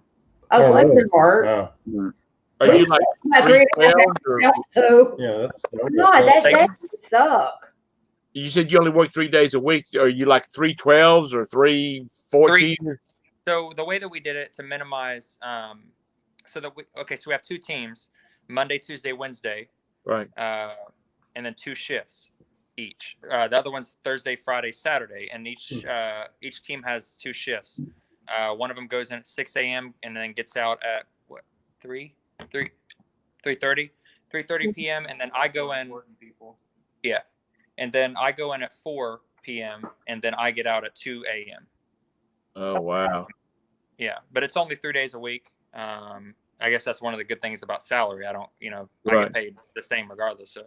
But Yeah. you are still in the military. Yeah. I'm probably going to stay in. I'd considered getting out. Like when I did that live with a lot of Josh, I was kind of considering getting out, but I'll probably be re-enlisting pretty soon. And I really want to do the 20 years and start pulling my retirement at 39. So I can't really complain about that. But compared to what Josh did and you did, I mean, it's totally different because he was more into the. Yeah, him being an You're officer. working in a room by yourself for the next 20 years, Yeah, well, him being an officer in the Army, that's a little bit different. He had so much responsibility. Right. There was no like consistency with his job. My job it's literally I work avionics systems for F-15 fighter jets. I go 6 places in the world. If I want to stay here, I will stay here because this is the most least desirable place for people to go. Because I was stationed in Okinawa, Japan for 3 years, and everyone wants to go there. Yeah. You can go to the UK, or Idaho, Texas, South Dakota. Yeah, and so this is the most least desirable I think place it's to work. probably be worse because it gets Listen, it's the least desirable part of North Carolina for North Carolinians. Yeah, it is. Well, about that, Glenn, I actually went to that base. I was actually driving through whenever I came back from Japan. I actually drove from Seattle all the way to here, right. and I went through. I went to the base where that is Ellsworth, South Dakota, and it's actually not bad. It's right near Mount Rushmore, and so it's like there's mountains there. There's a bigger city in that area, and it's not too bad. North Dakota, no one wants to get stationed. Okay. Yeah, a lot of places get cold and get no snow, or just it's an average winter on that a lot of time. Yeah. And the snow's what you got to worry about more so than the cold. You know, cold's easy to live. You got 10-foot snow drifts and you can't go nowhere. Yeah, that would be the worst thing. But I mean, my thing is we have to do thank you for your service for our country and doing everything that you were doing and everybody else is in your crew. That first and foremost. Well, thank you for paying your taxes. Yeah, we're out there for. Hey, who say we're paying our taxes? I know we do. Oh, Shut up. Hey, I haven't paid mine yet. I got that extension. I'm good to go. I know, right? Just saying. But my thing is like, do you have other people that work with you as far as like with your company? Do you have like other people? Oh, do I have? No, I got my buddy. He helps me out here and there. But he just is kind of. He was learning for a while he has his own eBay, but he's kind of slacking on it. But then my girlfriend, she quit her job to do it. She has her own eBay, and she's now up to about 110 or 120 listings. Well, get it, girl. Good. Yeah, no, she's doing good. So I've been teaching her that. Now we got the warehouse. Now things are going to get a little bit more. We're gonna have to pay for a little bit more overhead. Yeah. Well, it sounds like if nothing else, you got plenty of room to put a couple of cots up in there. Hey, yeah. I told Josie that I was like, if I was single, I'd probably just live in one of these because there's office space. Like I'd probably just live here and rent the house out, and there you go. Yeah, be fine. Yeah, that's true. Well, we'll have to, if you have your YouTube channel, we'll definitely have to follow you and see how, and keep an eye on how you're doing your stuff. But we do storage units too. That's why I asked, because that's one thing is our biggest We lost them. finds is storage units, and we find a lot of different storage units. So He's got to drop a couple of more quarters into that internet machine over there. I'll have to find him though. That's because he's new. I've never seen him before. So that was kind of cool. Yeah. Do you follow a couple of pickers? I don't know. Robin Lisa. Marcel sees a bunch of different people, so. A couple of pickers. They're out of Tampa. That's where I started seeing him at. Okay. Yeah, sorry about that. My I got a notification. I'm on my phone right now. My buddy's getting my laptop, but yeah, it kicked me off. What was you asked me something? I can't remember what it was. Oh, I think you answered everything. I think we're actually going to just kind of follow y'all because, like I said, we do the storage lockers and stuff. So I don't know if it's me, but that audio I can't. I can't really hear the. I guess your mic is kind of low. Is ours low? I can't reach the thing, so.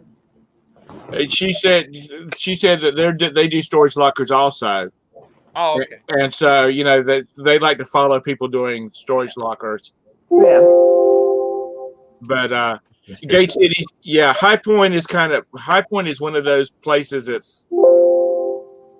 Yeah, it's like one of the. So you have Goldsboro and here that are like neck and neck with like the worst crime rates, things like that. Is that where they make High Point firearms? I have no idea. I've been through there, but that's about it. We went. It's been 2016. We did a beach vacation, and for spring break when my son was still at NC State, and we left Myrtle Beach and went up 95 and across to Raleigh where NC State's at, and for as many people that travel I-95 going from New York to Florida, it is just long stretches of nothing out there. Yeah, no. Yeah. I'm not in the city. Like, well, this is in the city, but my house is like not too far from here, but it's in the county and it's like out in the, you know, we got our neighborhood has like cornfields all around it, and so it's crime rate isn't that bad in our specific area, but It's living in the worst areas of North Carolina is better than living up where they just got 8 inches of snow. yeah, Like 2 days ago. yeah. One thing I like about North Carolina is it's so like temperate. It's so in the middle. Right. It gets hot, it gets humid, but it doesn't get like crazy. The humidity isn't as much as it is like even in South Carolina, Georgia to Florida. Yeah, you drive down to Charleston in the summer, to Charleston, South Carolina during the summer, the humidity will almost take your breath if you're not used to it.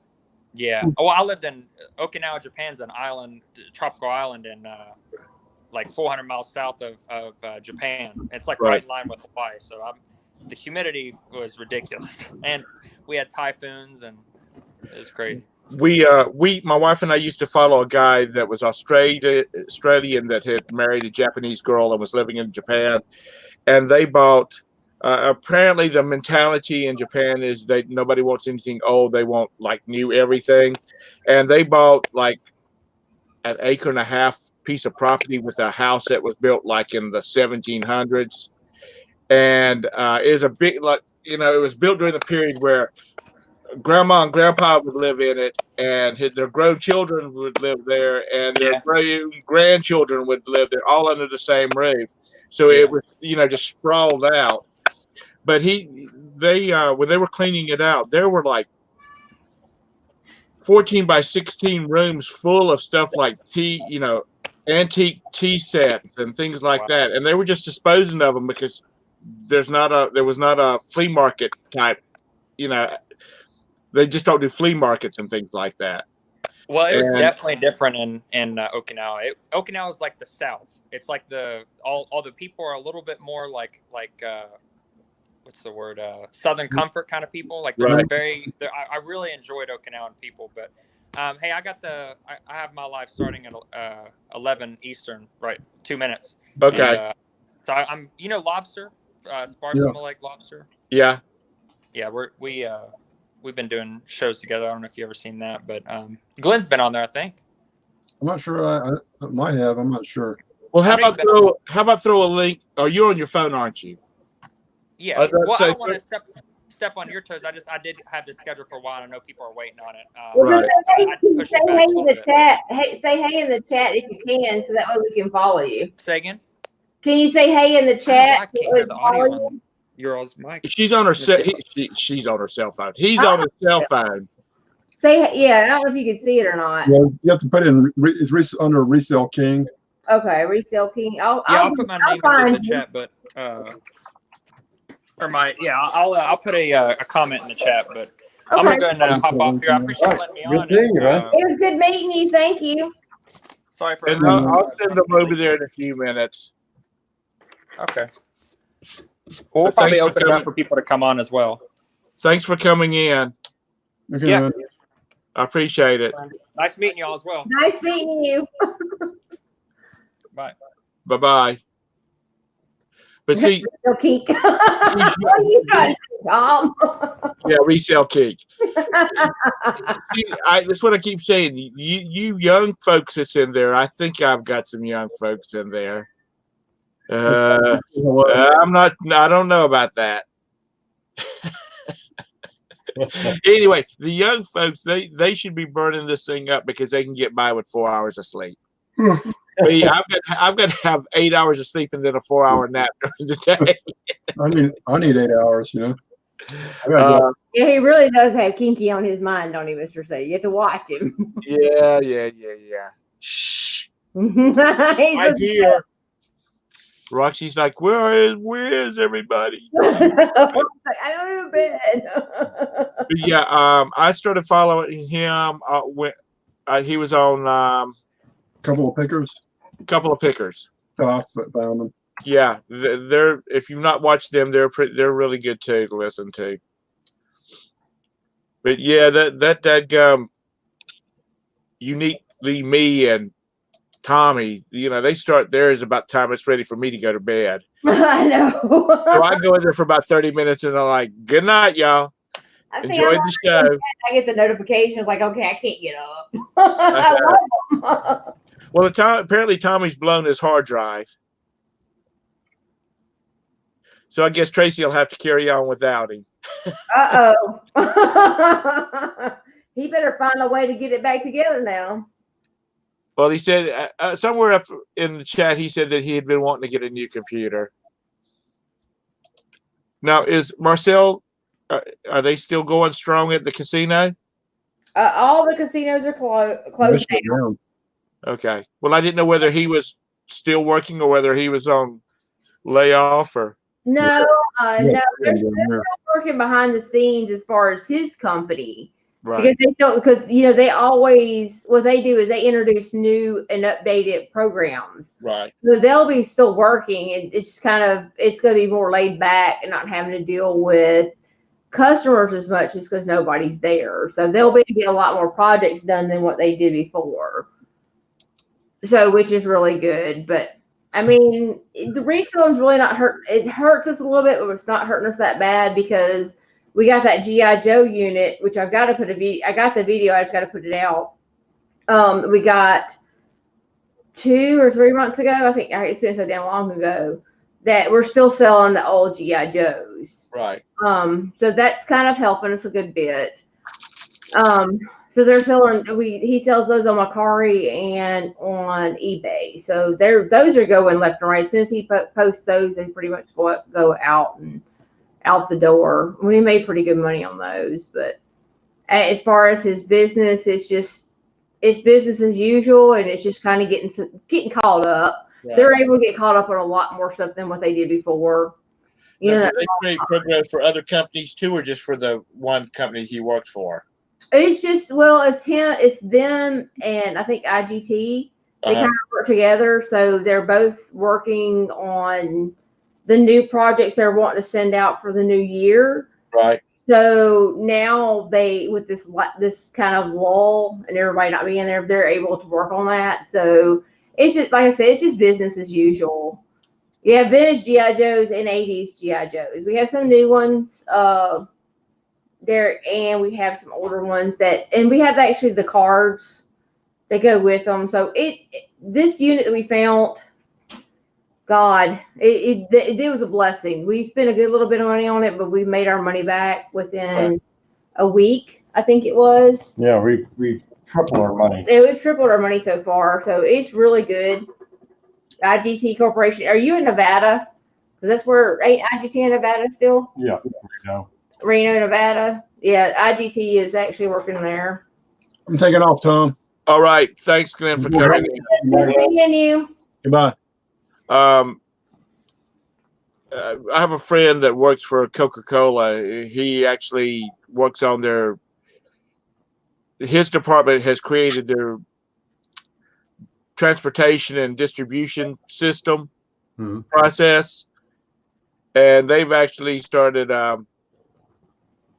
they've been rebranding it and selling it to other soda distributors, beer distributors. I mean, he's like, their department is making almost as much as the dadgum soda part of it is, just by just because that system is so good and so efficient and whatnot. Hey, Tara, where the heck have you been? I've been waiting on you. Yeah. There's the link of Tara if you want to pop in, and anybody else that wants to.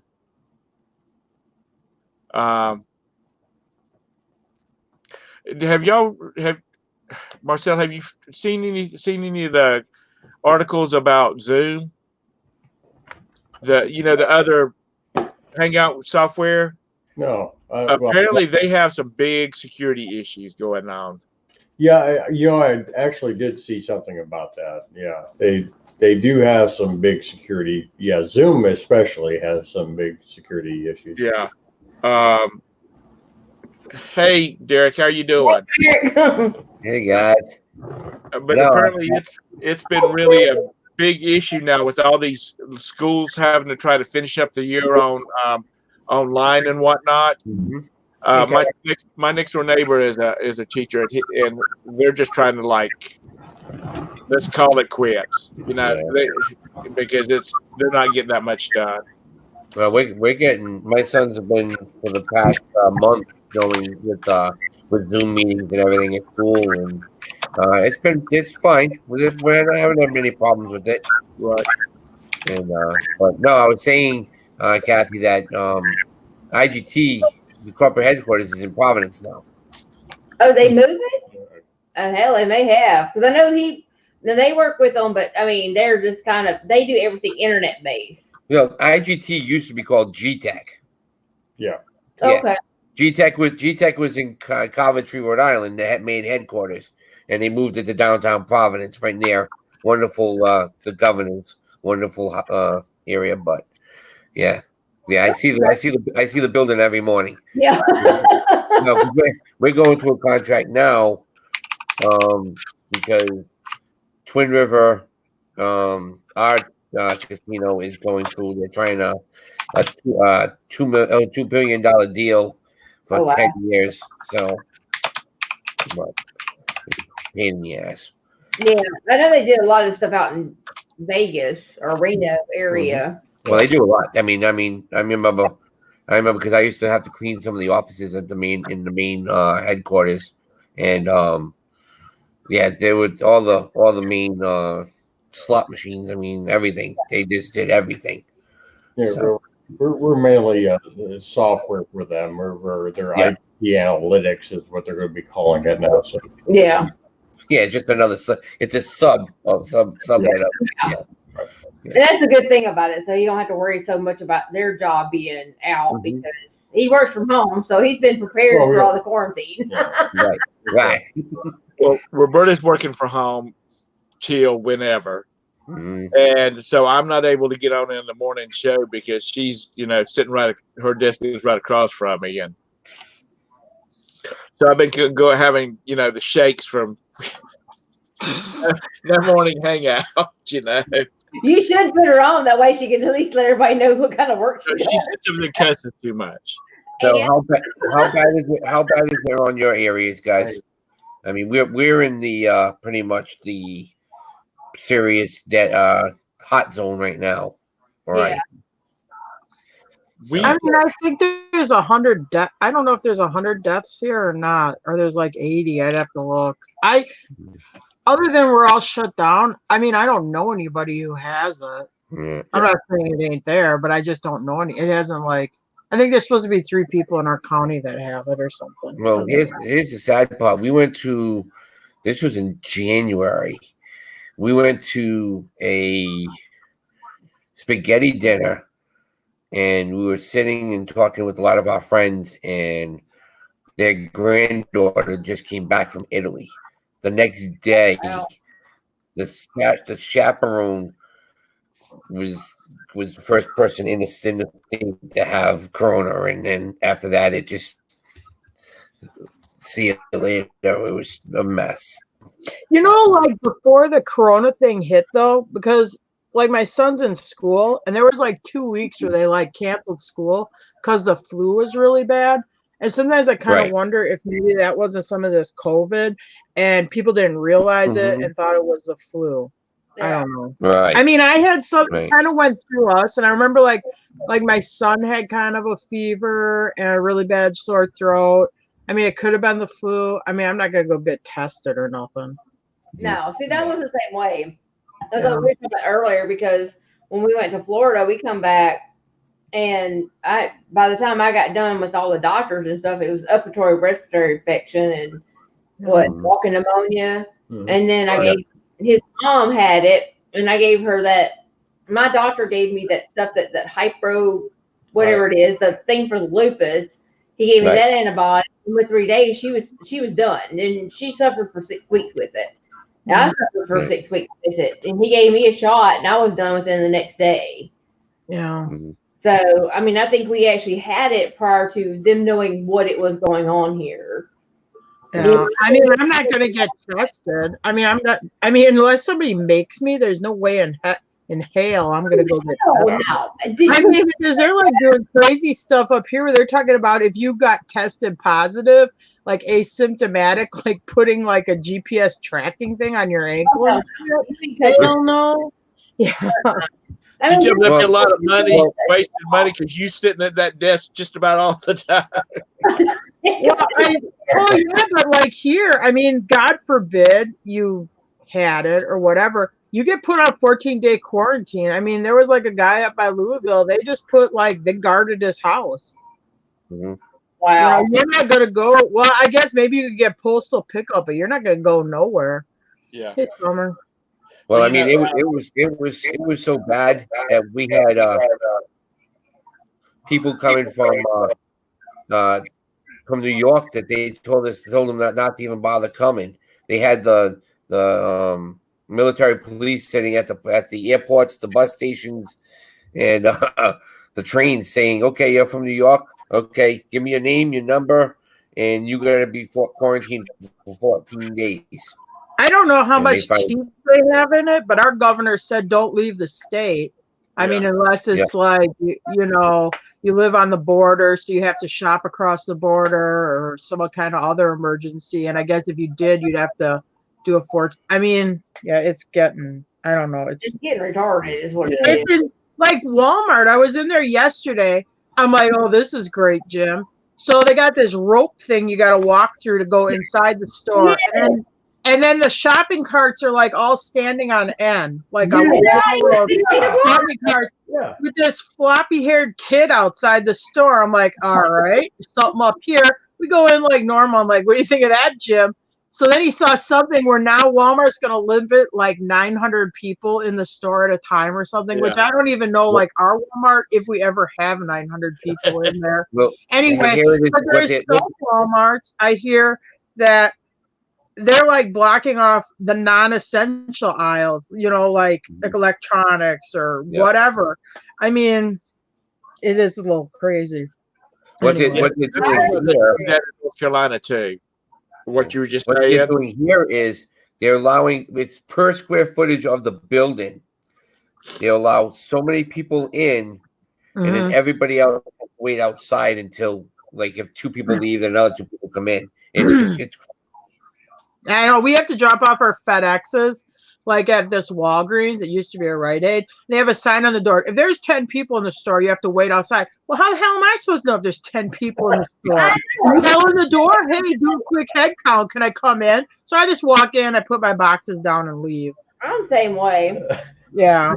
But you So know what? somebody like says something, I mean, I don't know. I go to the grocery store. I don't stand beside people.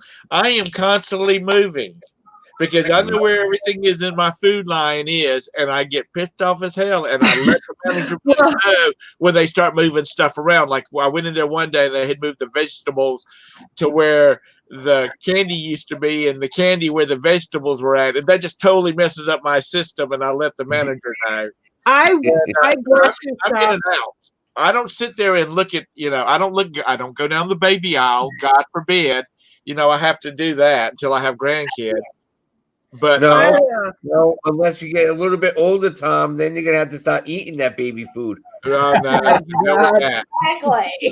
As long as I got some grits and bolt sausage, I'll be good to go. Some Baby wipes, because the 2-ply toilet paper is out. Damn it, here. All right. That's right. After what I saw on Facebook the other day, where people put in and now they have these water tape, but nobody listens to it. So my Jim will be with me like, oh, you gotta go the other way. That's a one-way aisle. But there's nobody else doing it. So there's always this congregation of people still going both ways. And they're paying a lady at our Walmart that walks around with this sign. It's like this big that says "Stay 6 feet away." It's like she's got this picket sign, "Stay 6 feet away." I mean, it is. I don't want to be like I'm brushing it off, but some of it is like this is damn insane. First of all, people should not be out unless you have to. Right. just Yeah, on the it safe must side. Shouldn't be out at all. And Rodney, if I hear another version of, if anybody has seen Tiger King, I'm getting tired of it. I love Tiger King. Carol Bassett. I love that documentary. Reminds me of Tom with those big cats. I mean, I could see Tom totally having a bunch of. Did you watch it, Tom? Oh, you should, because the one guy is like from North Carolina, isn't he? Did you watch it, Kathy? He's from North Carolina. He's from one of the Carolinas, and he calls himself Doc. And they like, what are you a doctor in? And it's something like mystical arts or something. And he's got like 5 girlfriends, you know, because he's like, they're not like married, but he's, you know, a free spirit who spreads it all around. Yeah. I liked it. I thought it The was sad funny. thing is we watched it prior to the coronavirus epidemic, so I don't even know what to say about us anymore. I know, it's like, We're sad. We're We're sad sad people. individuals. We have no life. South Carolina has common law marriage, by the way. If y'all ever want to, Can you common law marriage with 5 other people though, Tom? Not supposed to be. That's the law in North Carolina. I mean, the South Carolina. That's If you have Netflix, Tom, watch it. You'd like it. Yeah, you'd love it. Yeah. No, I got stuck into watching Revenge again, and it's like when I'm sitting down, that's what I watch. You know. Oh my. the only thing I watch on Netflix is The Toys That Made Us. Oh, I love that show. Yeah. Yep. What is it? The Toys That Made Us. Oh yeah, that's a good one. Yeah, it is. You know, Maybe that puts me to sleep. if my brother and I still had all of the GI Joes, the original '60s GI Joes that we had as kids, if we had all, We're talking about GI Joe. it'd probably be worth But millions. Tiger- about Just G.I. buy it Joe. from Kathy. Just buy it from Kathy, Tom. We had everything. We had, you know, when they got away from military and they started doing like the scuba exploration and the Egyptian stuff. Adventure Team. We had all of that stuff. I mean, because Santa Claus brought us More. truckloads of that. And I have an aunt that sewed, and so she made it. I mean, our GI Joes had tuxedos and stuff like that. She had these little teeny buttons that she God only knows where she got, and she would sew them on. Oh, When G.I. Joe wasn't off fighting war, he could go to like the prom or something. he would put Tom had the Ken version of G.I. Joe. No, we didn't. They wore their tuxedos with black military boots. You know, the ones It's down here. I bought 3 flats of this old Barbie stuff. I bought all 3. I paid $5 a flat, so I paid $15. And they had the old cases. They were like from 65 or 68 in there. And I divided them up into lots because they were, you know, dirty, clothes stained, whatever. And when I got said and done, I sold that stuff for $1,500. Yeah, good money. Yeah. Like I said, like you guys should be making some good money on that stuff. Because I have so much G.I. Joe stuff myself. It's crazy. Yeah. We had some Spanish ones that we made a couple $100 just on the one. It's like a Spanish one. And I mean, like I said, we've made about 3 or 4 times on that storage locker already. I am so tired of changing O-rings. Oh, O-rings and I love doing that. Absolutely. I've done about 200 of them already, and I got more coming in. So I love that stuff. Oh wow! I love selling it. I just. I know. Eventually, you're just tired of it. I got so many accessories for it. It's like trying to patch everything up with everything. It's like you got to keep looking for. Okay, what does this guy have? What gun? We've got butts for sale, legs for sale, arms for sale. All the parts and stuff. I mean, but this is the guy that was in the military, and we have actually brand new military stuff too. But he collected GI Joes and he sold them like little pieces at a time. But we got we have like the planes, and we had this really big. What the hell was that big old thing we had in that box? Don't say you had the USS Flag. No, I have pieces of it. I Oh, have pieces of it because I brought it out a couple of weekends ago to see if I had the whole thing. It's Yeah. only pieces. We But- gotta sell it in pieces. I mean, it's, but Tom, you know about the USS flag, right? Yeah. I don't. oh my It's God. 6 feet. It's 6 feet long. It's the biggest playset ever. And if you have one complete, it's $1,500. Yeah. Yeah. Wow. It's money. Yeah. Yeah, this Joe, it is no joke whatsoever. I mean, just to go through all the stuff and realize what you have. We Mhm. paid $900 for this locker, and we've done made that within the first 2 weeks. Yeah. Right. And now we're going on about 3, maybe 4 And that's months. just selling the figures. That's not Right. selling This anything is else. Yeah. I know. I have vehicles. I have all kinds of stuff. I'm on seven GI Joe groups on my Facebook. Plus Really? I'm on Joe, and I mean these guys. We just sell like water. Oh yeah. I mean, it is. You list it, it's gone. You list it, it's gone. Macari, they love him. He has I people know. follow him. That I put up. When I went to a yard sale in the summer, I bought a bin of GI Joe stuff. It was all figures. They were all messed up. I put everything together. I put the O-rings, and Right. I started putting pieces up and everything. I put up 31 pieces. I had 11 sold within 15 minutes. Oh yeah. Yeah. They're quick. And as soon as you list them, they go. They go. Yep. Now, you It's want- amazing. Every time you say O-ring, it makes me think of that line from Austin Powers, the first Austin Powers movie. Yeah, baby. Trying to choke him, and he's in there going like and the guy's in the next bathroom stall. It's like, go easy, man. You're about to blow an O-ring. I probably could. Yeah. But Yeah, they're good though. Oh, yeah. I'm they're- gonna they're put a video out. We got a video of it. Of all the stuff that I'll have to look at it because Still I'm Brigade. constantly looking at Joe stuff. Steel Brigade is like really something really hot. Obviously. The Steel I'm not a fan. Brigade character or the figure itself, because I sold 2 of those and they're like hundreds of dollars. We have that one what is he? I forgot what he was, but he's like 200 something bucks or $400. Yeah, it's the Aqua dude or whatever he is. site. Snake Eyes? Is he Snake Eyes? No, it wasn't Snake Eyes. I sold a couple of those, and I had the one from 82, 83, that era. Straight arm. Yeah. But there was a Psychosis or something. It was like he's from where the hell is it from? Latin.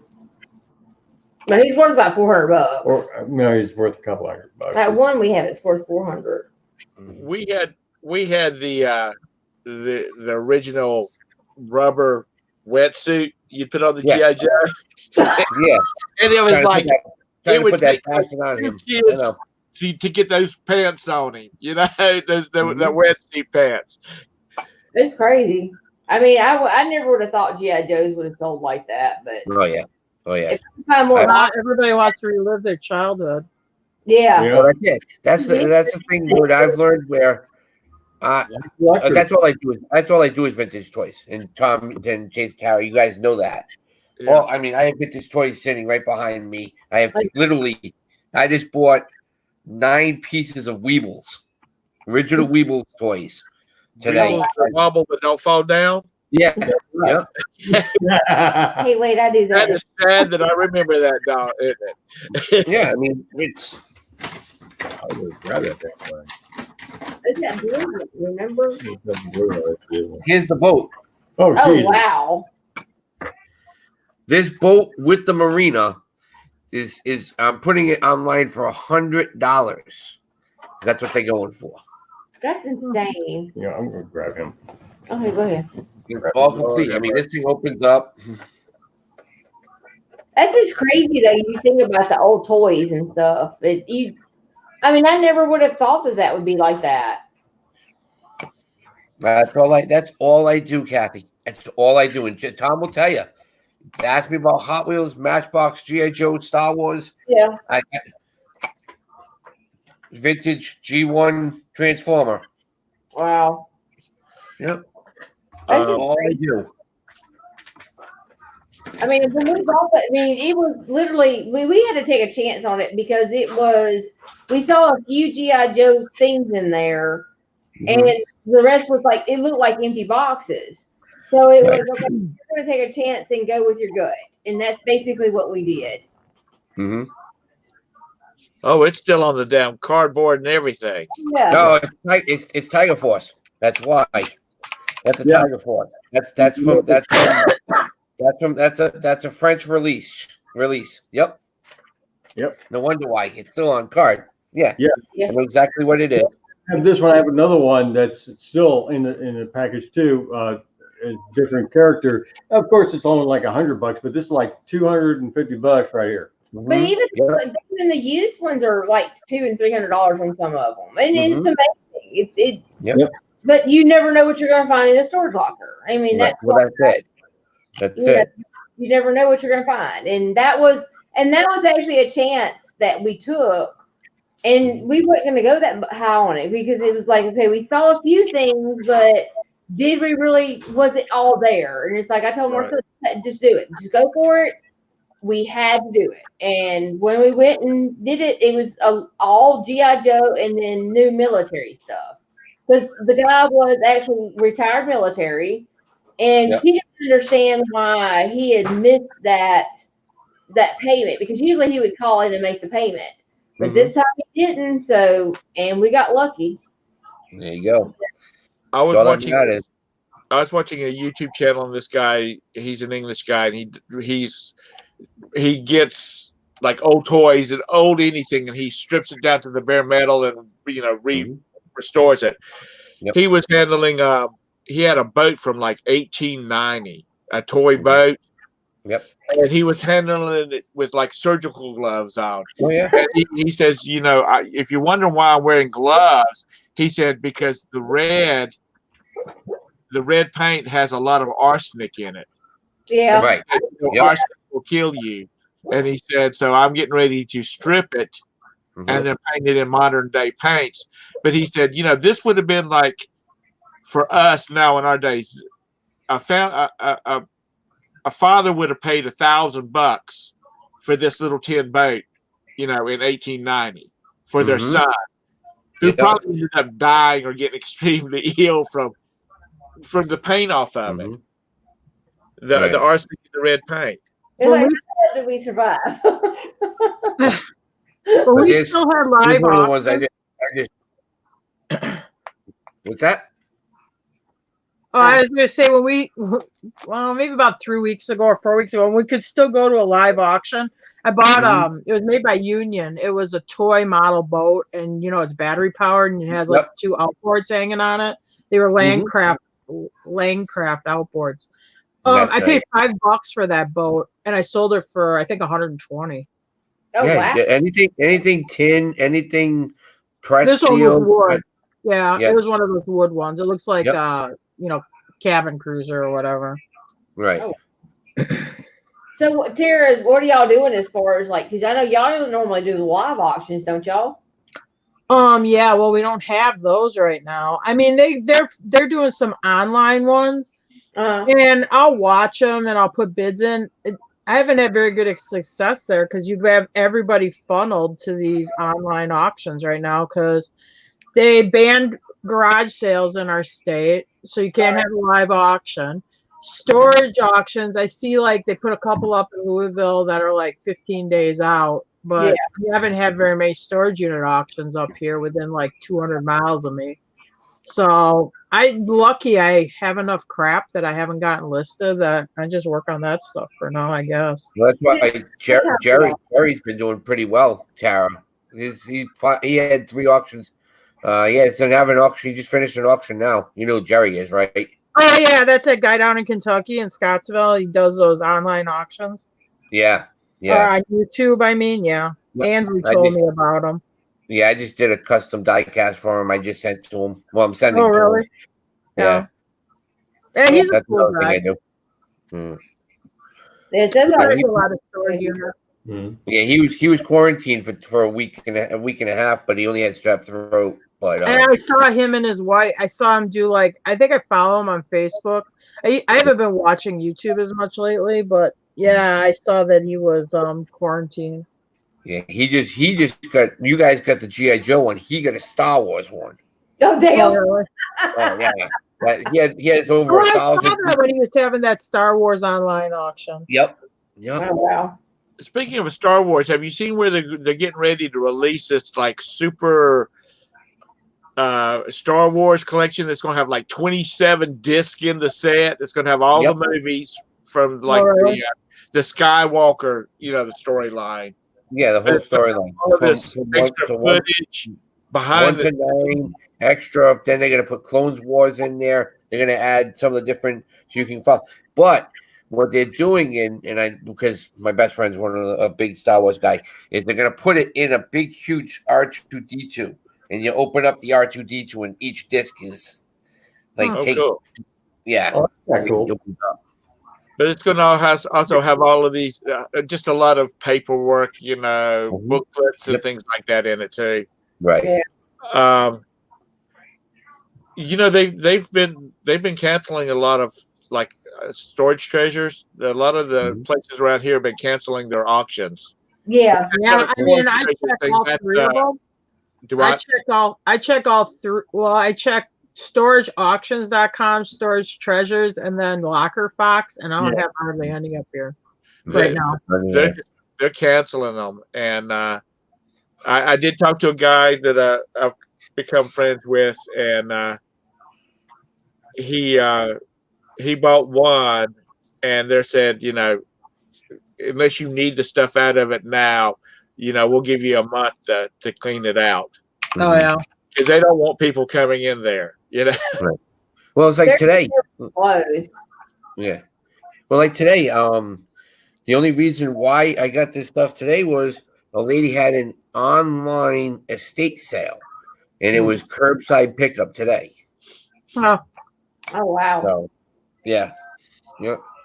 So. Our estate sales companies around here just seems like they're just losing their damn mind. It's stuff which I've talked to a couple of other resellers that live here in town, and they have like antique auction, antique store type deals.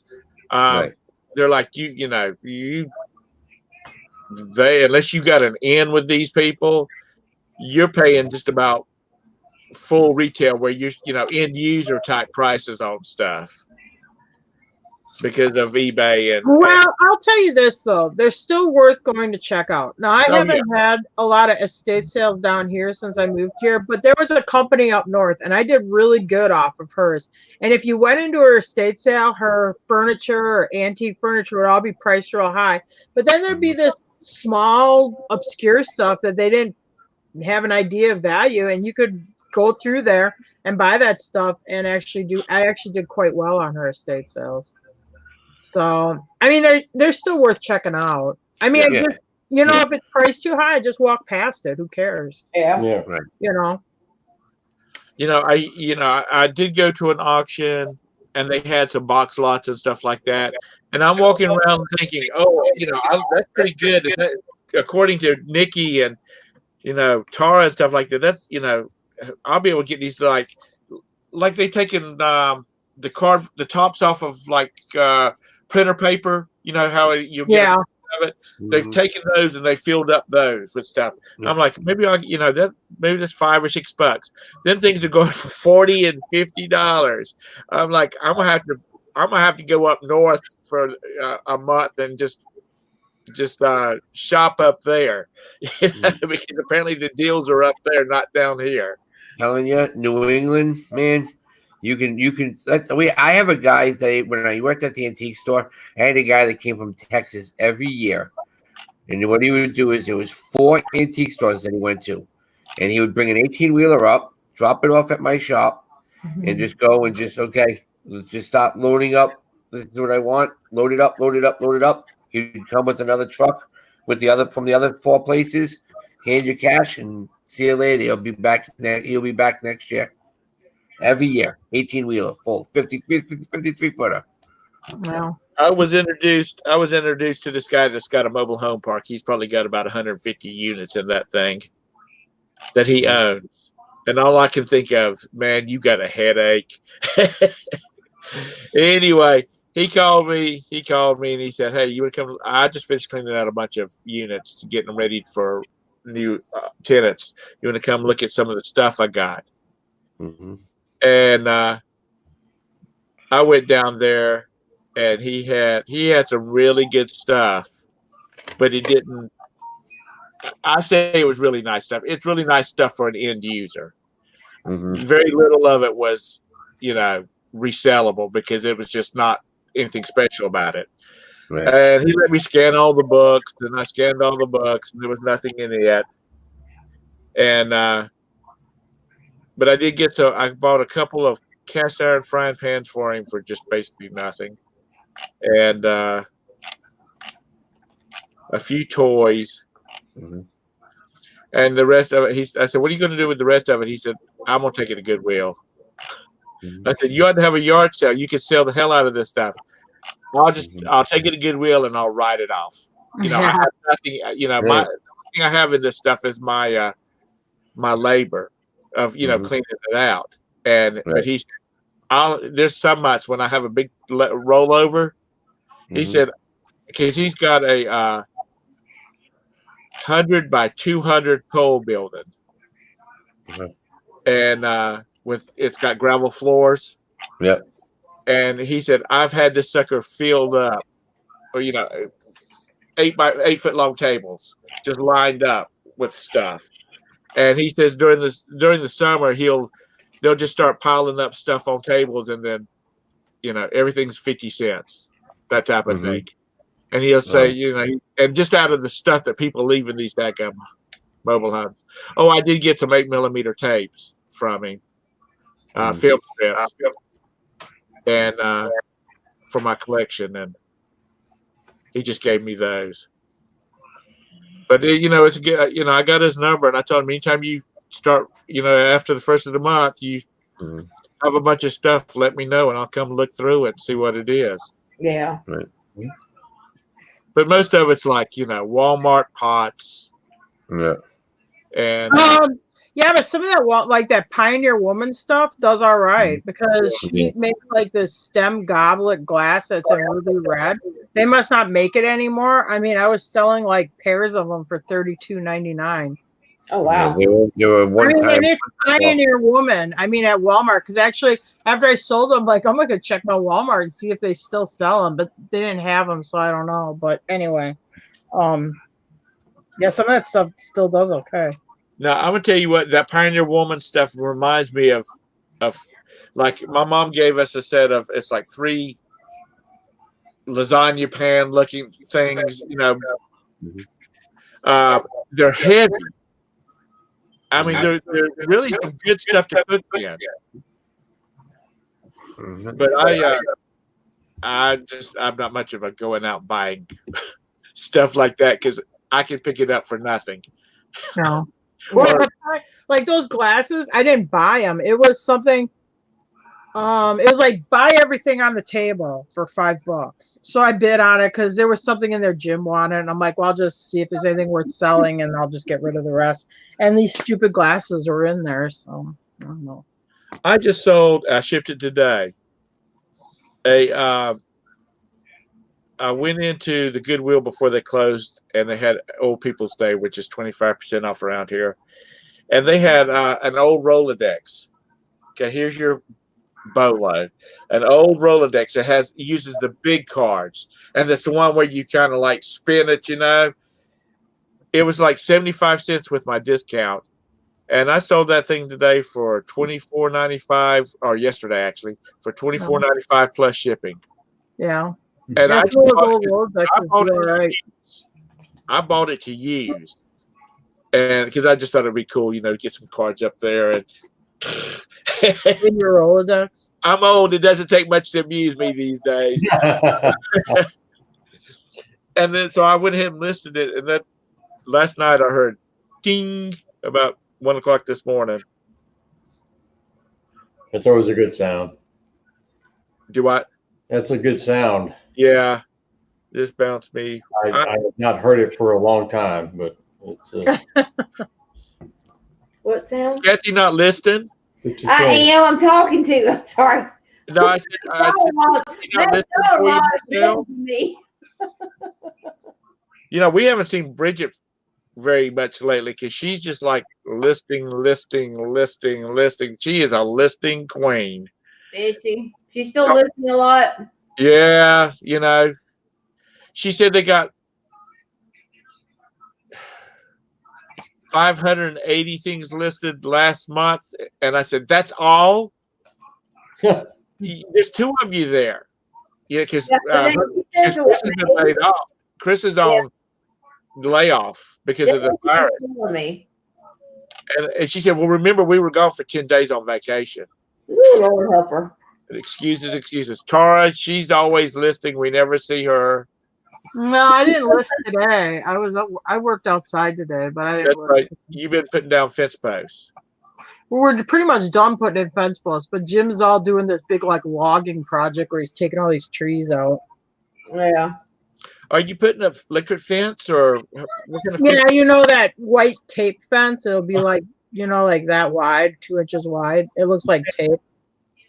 It's an electric fence. Yeah, but it's electric. Oh, okay, cool. It's just white tape stands out so you can see Right. it good. Is that just for the kid or? No, that's for the horses, but it works good for the dogs too.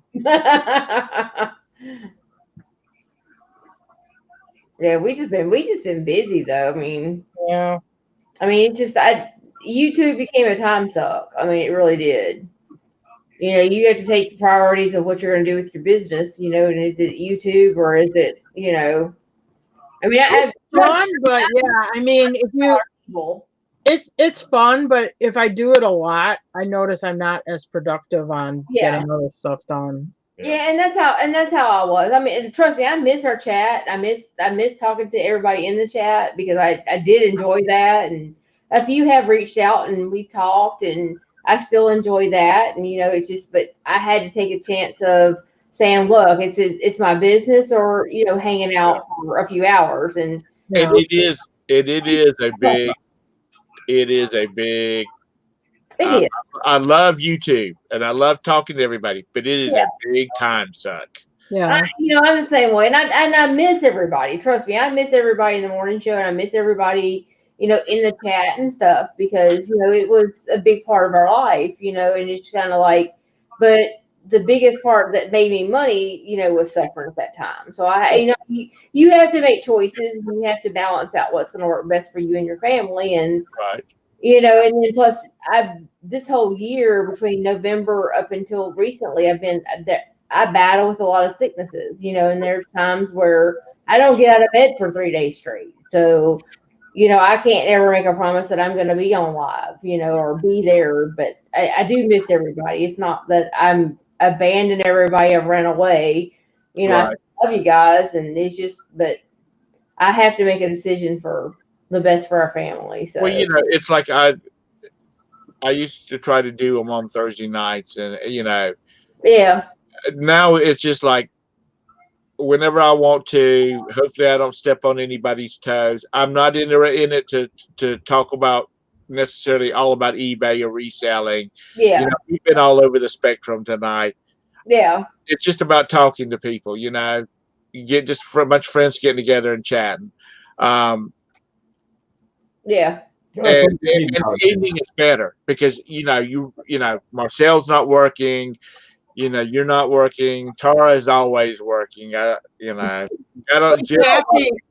Hey, Kathy, did you guys get you're getting switched to managed payment email? Yes. Yeah, me too. Yeah. I ain't happy about that. Bastards. Yeah, it is. What are you gonna do? They're gonna force you to do it. I mean, I know we've known to do it, but you know what made me mad? It didn't make me mad. It's eBay. They send that email, but in the header, when they open it up, that first paragraph, it's like, because of these times with COVID-19 and how trying they are, we want to keep you and your business. Like, don't tie that stuff to this coronavirus.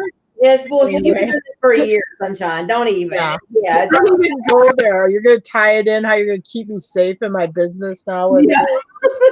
I thought that was really kind of tacky. But, You're gonna keep me safe by holding my money for a period of time, so I but you can get daily disbursements. It will take. I think it will take like when you first get on it, it might take 5 days, but they do say you can get daily disbursements. It's just once you get on a system, then you'll probably get it daily because the money you're getting that day is probably from like 3 days earlier or something. Right. Yeah. 3 weeks ago. And Yeah. then it depends on how long your bank takes to process it. You Yeah. know, because that's a big thing right there. They're like, you're supposed to get instant, as soon as it hits the bank, you're supposed to get access to it. No, that's not the way Wells Fargo works. No. I can swipe my card and pay for something, and they have to do a refund, and it'll take 24 hours, 48 hours for it to go back. Don't know why, but that's just the way it works. And there's nothing. It's always easy to get it out of it, but when it's coming back to you, Yeah, it takes forever. Yeah. It'll be an adjustment. I mean, because like if I go to an auction, let's say Friday night, I mean, I like to just go take the cash out with my PayPal and dump it in my bank, Right. Yeah. It is. Like you said, it's just going to be an adjustment and learning the whole new system and getting everything. Here's the thing: if you have enough money in PayPal, if you're shipping things out, make sure you go through Pirate Ship or some other thing that you don't go through eBay. That way, you can pay through your PayPal, and you don't have to worry about it. If you have the bad thing will be, if you can leave the money sit in PayPal. I mean, I'll probably just use a credit card because now there will be nothing getting put into PayPal unless you put it in. And I think it still takes 2 to 3 days then for you to, like, if you transfer the money from your bank to PayPal or something. if you have the money in there, leave it in there. Yeah. I mean, especially at this point in time, until you can get adjusted to the new system. Yeah, and I'm the same way with Karen too. I don't want to volunteer until they make me do it. I mean, it's just one of those. Oh yeah, I'm making the end of July that they put you on it. Yeah. And we got the email because I'm like taking pictures and Jim's like, oh, now they're putting us on managed payments. I'm like, you gotta be shitting me, like right now, because it's all crazy and hectic. So I asked some people in the morning show chat. I think Bridget got put on it. I don't know if somebody else did too. And I know Dusty got put on it, and those guys, they all got the email too. Yeah, we should be getting on it soon. But it's like, but our PayPal, we always keep our PayPal up enough that if we have returns or shipping, we'll never have to worry about not having the money in there. Yeah. We always keep that extra fund in there. I mean, it's just business sense as far as for us because we don't have to use that. Right. To pay bills. And some people do have to pay bills out of that. Yeah. And that's understandable and you can't keep that in there all the time. Well, mine's looking lean because I'm just coming off of paying my eBay fees. Yeah. I mean, it's just, and I think it's just going to be an adjustment until we get used to it again. But my thing is when they transfer over to this management payment and to make everybody switch, how bad is it going to screw up eBay to where we have more problems like we normally do? People are already having problems with everything turning into free shipping. Yeah. If every time they do an adjustment or any type of they call it an upgrade, it's always a bullshit thing for us, and it's always going to screw something up for us. Well, they've had other people on it as guinea pigs, so maybe they worked through some of the bumps with them. Yeah, because there were people like last year that got on that thing. Yeah. I work for a software company, and it's never as simple as. It's never a cookie cutter. It's never as simple as okay, we got these people going through this, and okay, we're going to try it out on you, and okay, it's working. It doesn't work that way. Because it never worked for eBay anyway, because they have all these people they put through this beta test, and by the time they turn it out and turn it to everybody else, it's still a big screw up. Mm-hmm. It's always something. I don't think they I honest to God don't think that their programmers really know what the hell what they're doing, what the end game is supposed to be. Like Marcel, when he's coding, when Roberta's coding, they know what they are wanting to get to. You're I having don't think new they out of have. school people, kids out of high school that are doing this programming shit, Yeah, and they have no clue. because Roberta runs a lot. She writes a lot of scripts for That's how he is too. pulling data out of all these big huge ass databases they have, and she'll get messages from people that should know better. I can't get it to work. I've gone through it line by line, and it's just not working. It's not pulling any data, and so she has to stop what she's doing, because it's always something that somebody's got to have now. She's got to stop, and she's got to go through that thing line by line.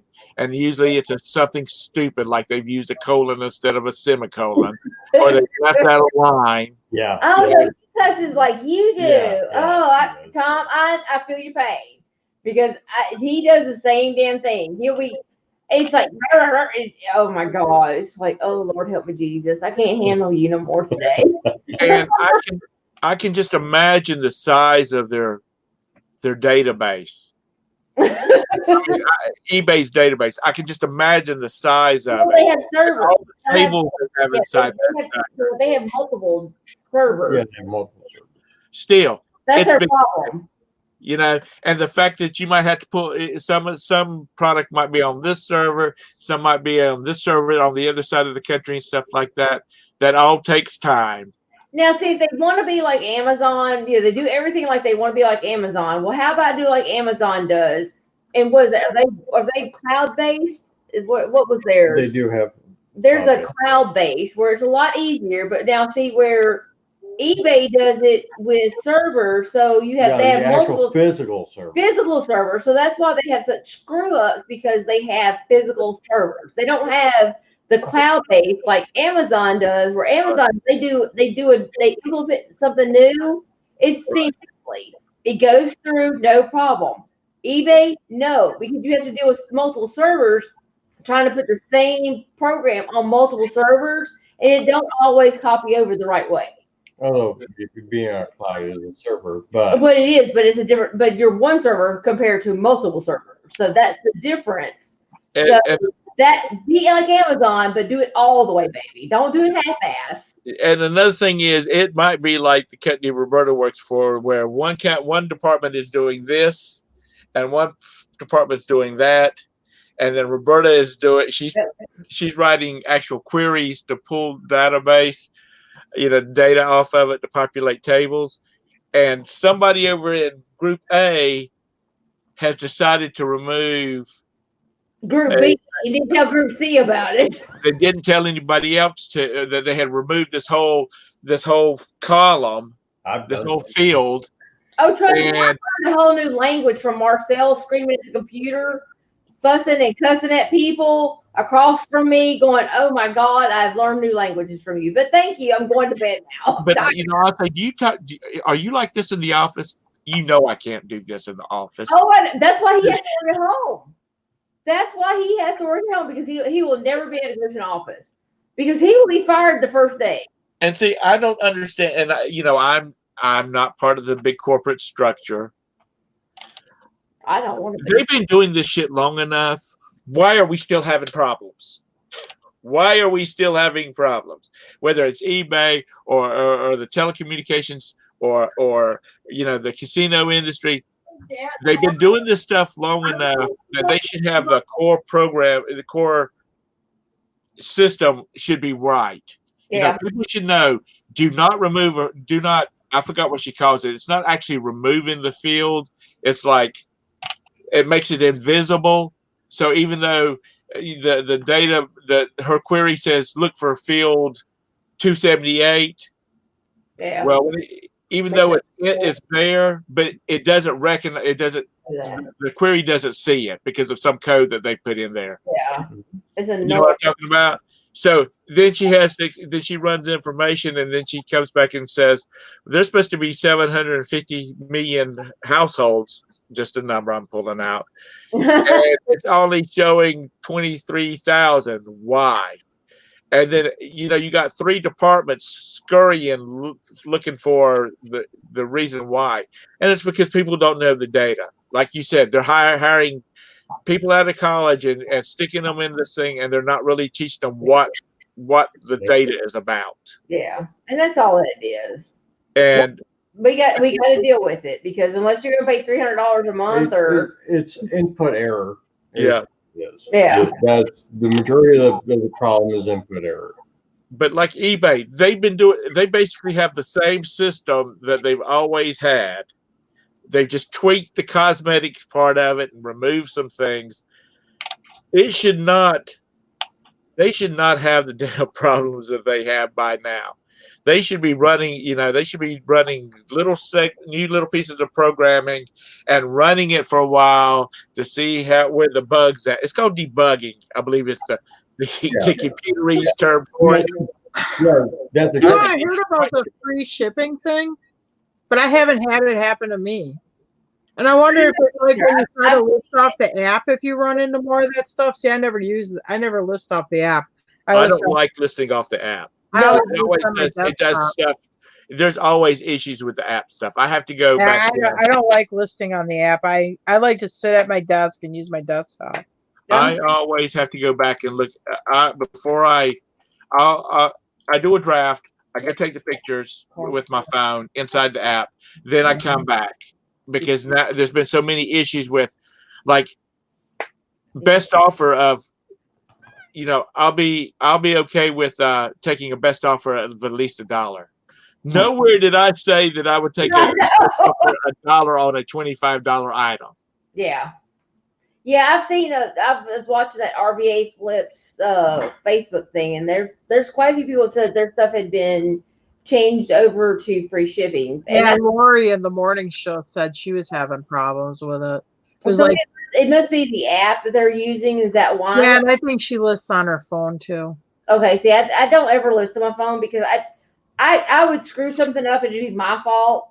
Yeah, I'm too clumsy with my phone. I like to sit with a keyboard. Me too. I'm old fashioned, and I will always stay that way. I mean, I just can't do it that way. I'll pick like 30 things. I take a picture with my, what the heck is this thing? My Lumix thing. Take the card out of it, put it in my computer, and then I sit and do my listings. Yeah. Now I'll use my phone for the pictures, but I don't even use my phone for the pictures. I'll go. But you have to be careful, because, like I said, I will. I'll do a draft on my computer, so all I need to add is my photos. Yeah. And then I'll go take my photos, but I take the photos inside the app, so it actually automatically puts it in place. But then I caught where I saw where one time I went back and was looking at something, and it said that I would accept an offer of $1. So now I always have to go back and check. Well, you know how you can stop that, Tom? Don't put best offer on your listings. There you go. Yes, ma'am. You're right. You're right. I don't put best offer on my listings. You want to know the real big, and I get offers all the time, because with best offer, I can have them set for my buy it nows or immediate payment. Yeah. Or you can't have immediate payment on with the best offer on your thing. Hey, Tara, do you see these yet that we posted online?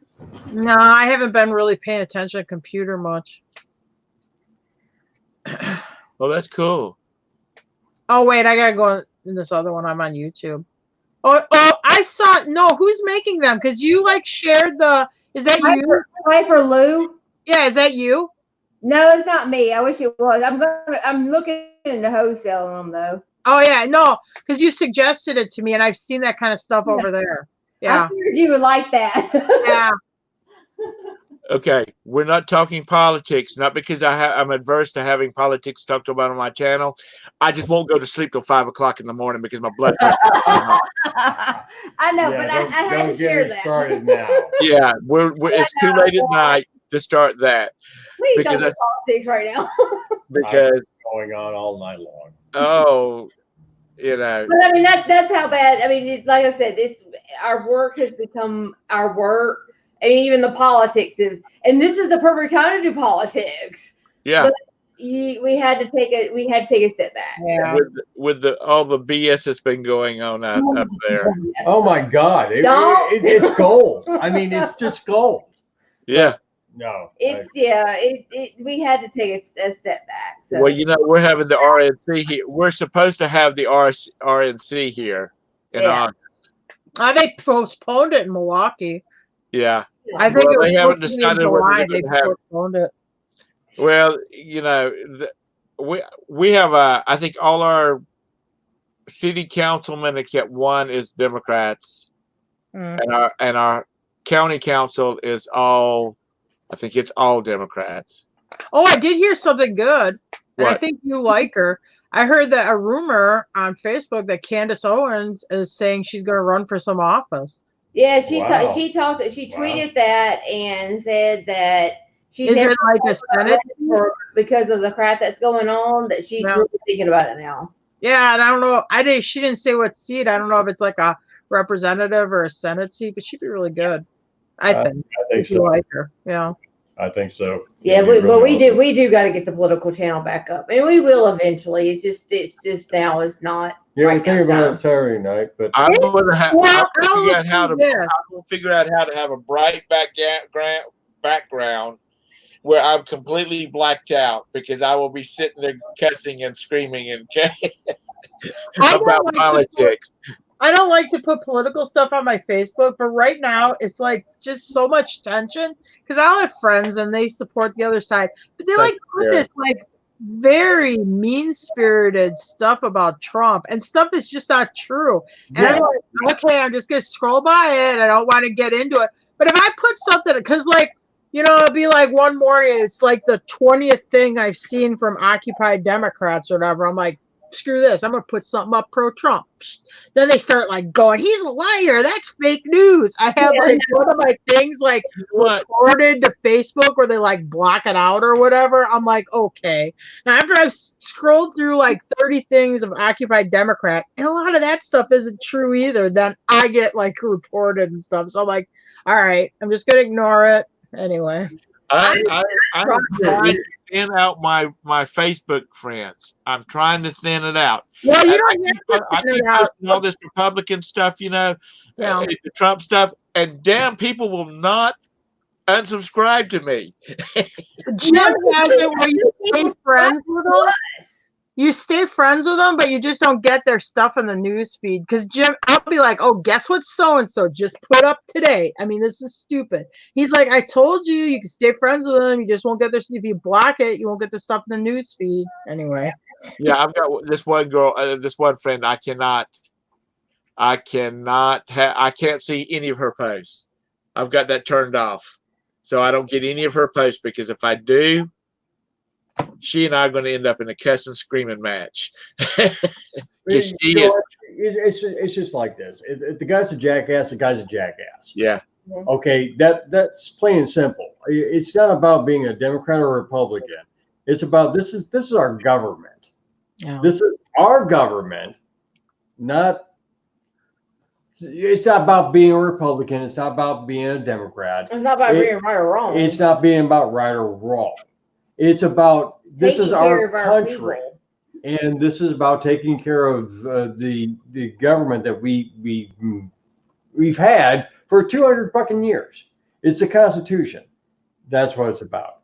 That's it. And my thing is because, and I had my ex-brother-in-law, and he's a prime example. He's a California person, and he posted about the stimulus check. If you take a stimulus check, does that make you a socialist? Asking for a friend. So my quote was back to him: if you are not a Trump supporter and you take the stimulus check, does that make you a Trump supporter? Well, he wanted to call me out on bullshit. So I called him out. You know what he tells me? You do know this is my Facebook page. Yeah. You don't have to post there. I said, well, if you don't want people to disagree with you and what you have to say, then don't post it on your Facebook. First of all, I'm getting my money back because it's taxpayer money. So I'm getting my money back. So it doesn't make me a socialist. It just makes me getting my money back. But the only thing about it is they're going to have to get that $2 trillion from somewhere, and it's probably going to be China. Yeah. Exactly. Oh yeah, I mean we're going to be paying for this for a decade, maybe more. I mean this is a huge. This is the one thing I'll say about it.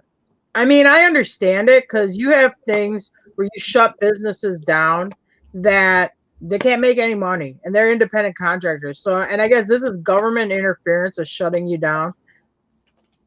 This is going to sound shitty, and I don't mean it this way, but like Jim's mother, who's fixed income Social Security. Her income's the same today as it was 2 months ago before this all happened. It didn't change her income.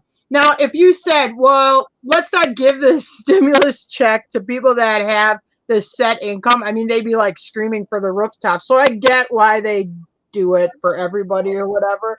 But I mean, part of me is like, your income didn't change.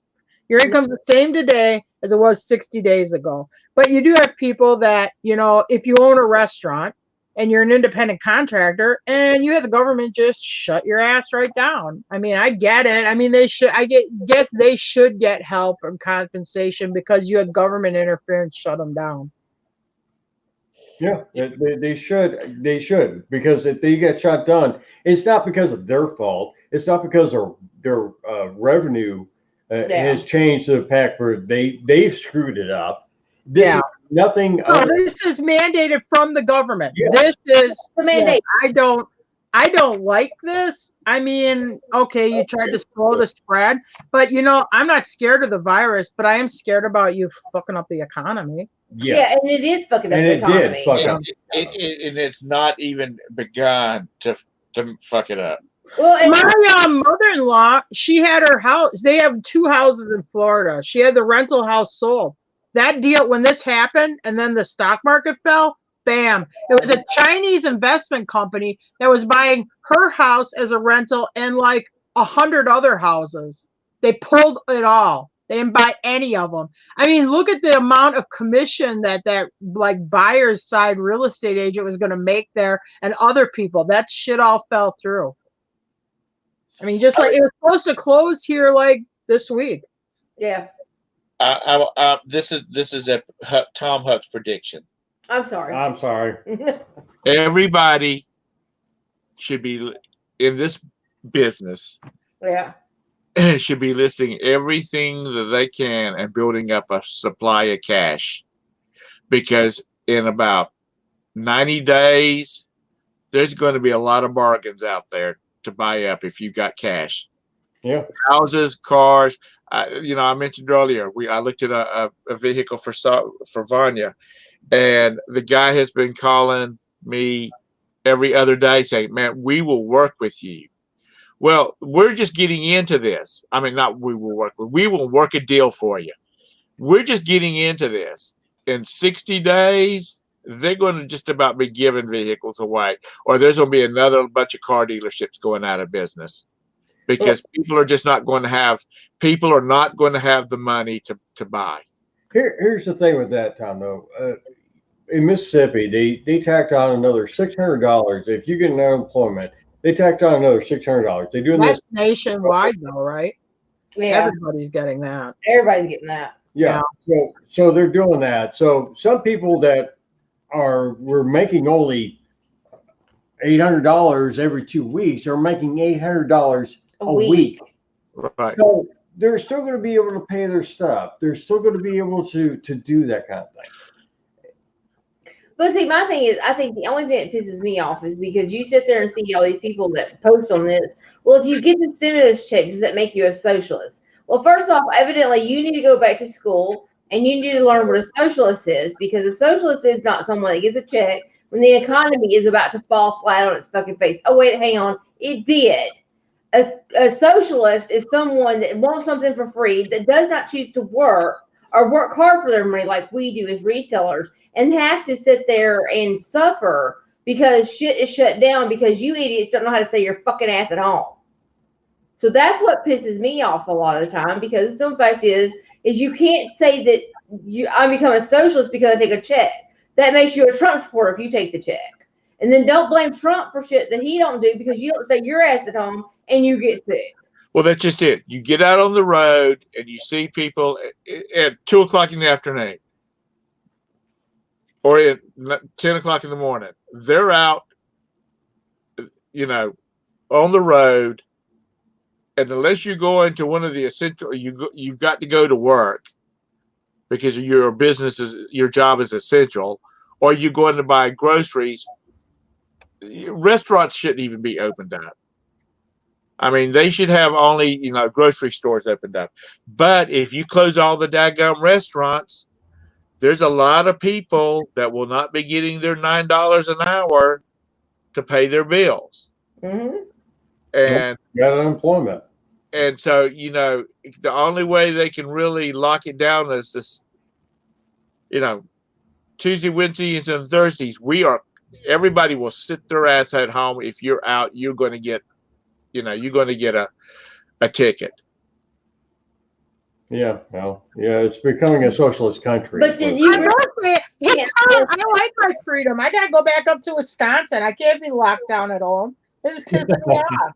I'm just saying, I'm just talking about because, you know, that's what they keep saying. People are not staying at home, and it's spreading and spreading and spreading and spreading. You know what I First want? of all, we got a million I people in think Metro let it County. wash over. Let it go through. Wash over. And then we'll be done with it. Because at least maybe it's like pulling a Band-Aid off. You can pull it off fast, or you can just pull it off one hair at a time. Exactly, yeah. I don't know. I mean, and I feel for, you know, if you're elderly or you have pre-existing conditions and stuff like that, yes, you should take extra precautions. I mean, I'm like, you just can't shut it all down like this. This is very tough on a society. I don't want to stand in line at Walmart and be told you can buy one loaf of bread and 1 gallon of water. And I mean, I feel like I'm in the potato lines in the USSR. Yeah. It's If I want to go in there and buy a big screen TV, damn it, I'm in America. I should be able to do that. When we went to Russia, when we got Sergey, we went to a store. And you literally walked up to a counter and you told the person, I want this and that. And then they put it in a basket. And you basically went in a counterclockwise motion, you know, around the store. And as you picked out stuff, they put it in the basket until you got to the end, and then you paid for it. You never were allowed to touch it until you paid for it. Oh. I mean, that's what it's getting to. You know, we've got a hell of a situation here. People are supposed to be figuring out how to handle this stuff. We're supposed to have about 800 of the smartest people in America up in Washington, and they're like a bunch of monkeys fucking humping a. Well, does anybody know anybody that has corona? No. Just out of curiosity. No. Well, I think we did, but Okay, but I mean, like, just like a friend. That's okay. Yup, we know they have corona people. Us here. Yeah, just us personally. We think we may have. Yeah. But I don't know anybody else besides us. Yeah. Well, I'm not being nuts here. I'm just curious on like how and I guess all three of us maybe live in an area that's not being impacted by it really bad, but it's weird. I'm sorry, Karen. I can't remember where you're at. She says that her plague is rampant in my town. Hospital and health workers are taking. Aren't you in New York? Are overrun. Yeah, New York. She's New York. New York. Well. Oh yeah, she said her neighbor's on a ventilator. Yeah. And New York has got it really bad. They got a bad hot spot. Yeah, they are. They live like cockroaches. They're like right there next to each other. Yeah. I was watching a video. Not saying this that guy was showing his 250 square foot apartment, and it was $27.50 a month. Let me tell you what. For $27.50 a month, you can live in a house the size of the freaking White House down here. Yeah. People need to get the hell out of town is what they need to do. When you're paying because they see the license plate, they don't let them in their state. Nobody's letting you out of your town. Oh, I know that. I'm talking about once this blows over, people need to get out of town. She was talking about they live on top of each other. They do. Yeah, yeah, they do. And honestly, Charlotte is getting as bad because people they're buying 2 old lots, tearing the houses down, and building 4 new houses on those 2 lots. They're just making the lots smaller and smaller and smaller. Well, from what I understand, is like some of the New York people, they're like, they had to literally close down the parks because people are going to the parks to congregate. And this had made a post about Lowe's. And literally Lowe's and Home Depot had to put signs out on their doors stating, if you are coming to get an item, get it and get out. We are not a browsing area or someplace for you to congregate because nothing else is open. Right. You know, and I give you, this is old projects that you need to do, you need caught up on. Buddy, you should have thought of that a long time ago. Because if I have to go fix my toilet and I have to go out to Lowe's and you're there to buy fucking paint because you didn't do your honey-do it list last year, shame on you. Because I have lupus, and if I have to suffer because of you, I have a problem with that. You know, Hey, I like to walk around the garden center when I'm at Lowe's. Well, you can't, Tara. but You're on do it lockdown. now, though. You know, because you Hey. know better. Jim's Yeah, got- I just did it this week. Jim had to go get something. I'm like, okay, I'm gonna go check out the garden center. They're setting out the plants. Okay, here's our cousin liberal. I gotta go see. I'm looking for some trees. I'm gonna go check out the garden center. But I mean it's bad that Lowe's and Home Depot are having to put up signs stating, you know, just because the museums are closed doesn't mean that we are a museum. Yes, Go right. your ass home, stay your ass home, and stop loitering. You know, I mean that's a sad situation, but that's And just it's crazy. And if you do go to Walmart or someplace like that, you see families with their kids and everything else. They're supposed to be home. You Yeah. know? They're supposed to be at home. One person from the family should be getting in, getting their stuff, and getting out. You know what I wanted to do back when this first started? I wanted to get some of that fake blood makeup and have like I had blood dripping out of my eyes or something, and then walk around in the stores. But now with people getting arrested, I don't think I do that. If you've been here for a while tonight, you know my allergies were driving me crazy earlier. Sure, that there are allergies. Yeah. I went into Lowe's to pick up. Bring me that other Coke, please. Yeah, I'm about to thirst to death out here. What did I go to Lowe's for? I went to Lowe's to get, You went to the garden center, didn't you? no, I didn't go to the garden center. But I went into Lowe's and I came and while I was standing and waiting to check out, I sneezed and coughed. Oh God. And everybody turned and looked at me and I said, "Okay, it's allergies." Yeah. See, this is the allergy because you never Go outside. You won't see unless somebody just came from the car wash. There's not a car that's not green out in the parking lot. It don't even matter if it was a black car. It's green right now. I know. Yeah. I'm afraid to cough in public because I'm afraid somebody's going to stab me in the head. Well, you only shop at the Quick Trip, so. So how is it up in Wisconsin? You got the safer at home thing, I know, right? Yeah, we got the stay at home order. But people aren't, I don't, excuse me, I'm out in it every day because I do Instacart. But it seems like there's just almost as many cars though. I mean, I see a little bit of difference, but not as much. No, I would say the same thing here too. But Walmart said that they were going to start doing only like 40 people in at a time or whatever here yeah, they're going to do something here like that because they had that thing set up with this floppy-haired kid who didn't look like you could rub 2 sticks together watching the people go in and out of the door. Yeah, but that's going to suck because a place like Walmart, people just walk around and shop, you know. It's not like the grocery store where people get in and get out, you know. Tommy said Tom was hoping the cashier would just tell him to leave and don't bother paying. You know, I believe if I had instead of saying allergies, if I'd have said, man, that was a long trip back from China, they really threw my ass out the door. And Jim's oldest son is a Milwaukee County Sheriff in Wisconsin, and he can't leave the state. Yeah.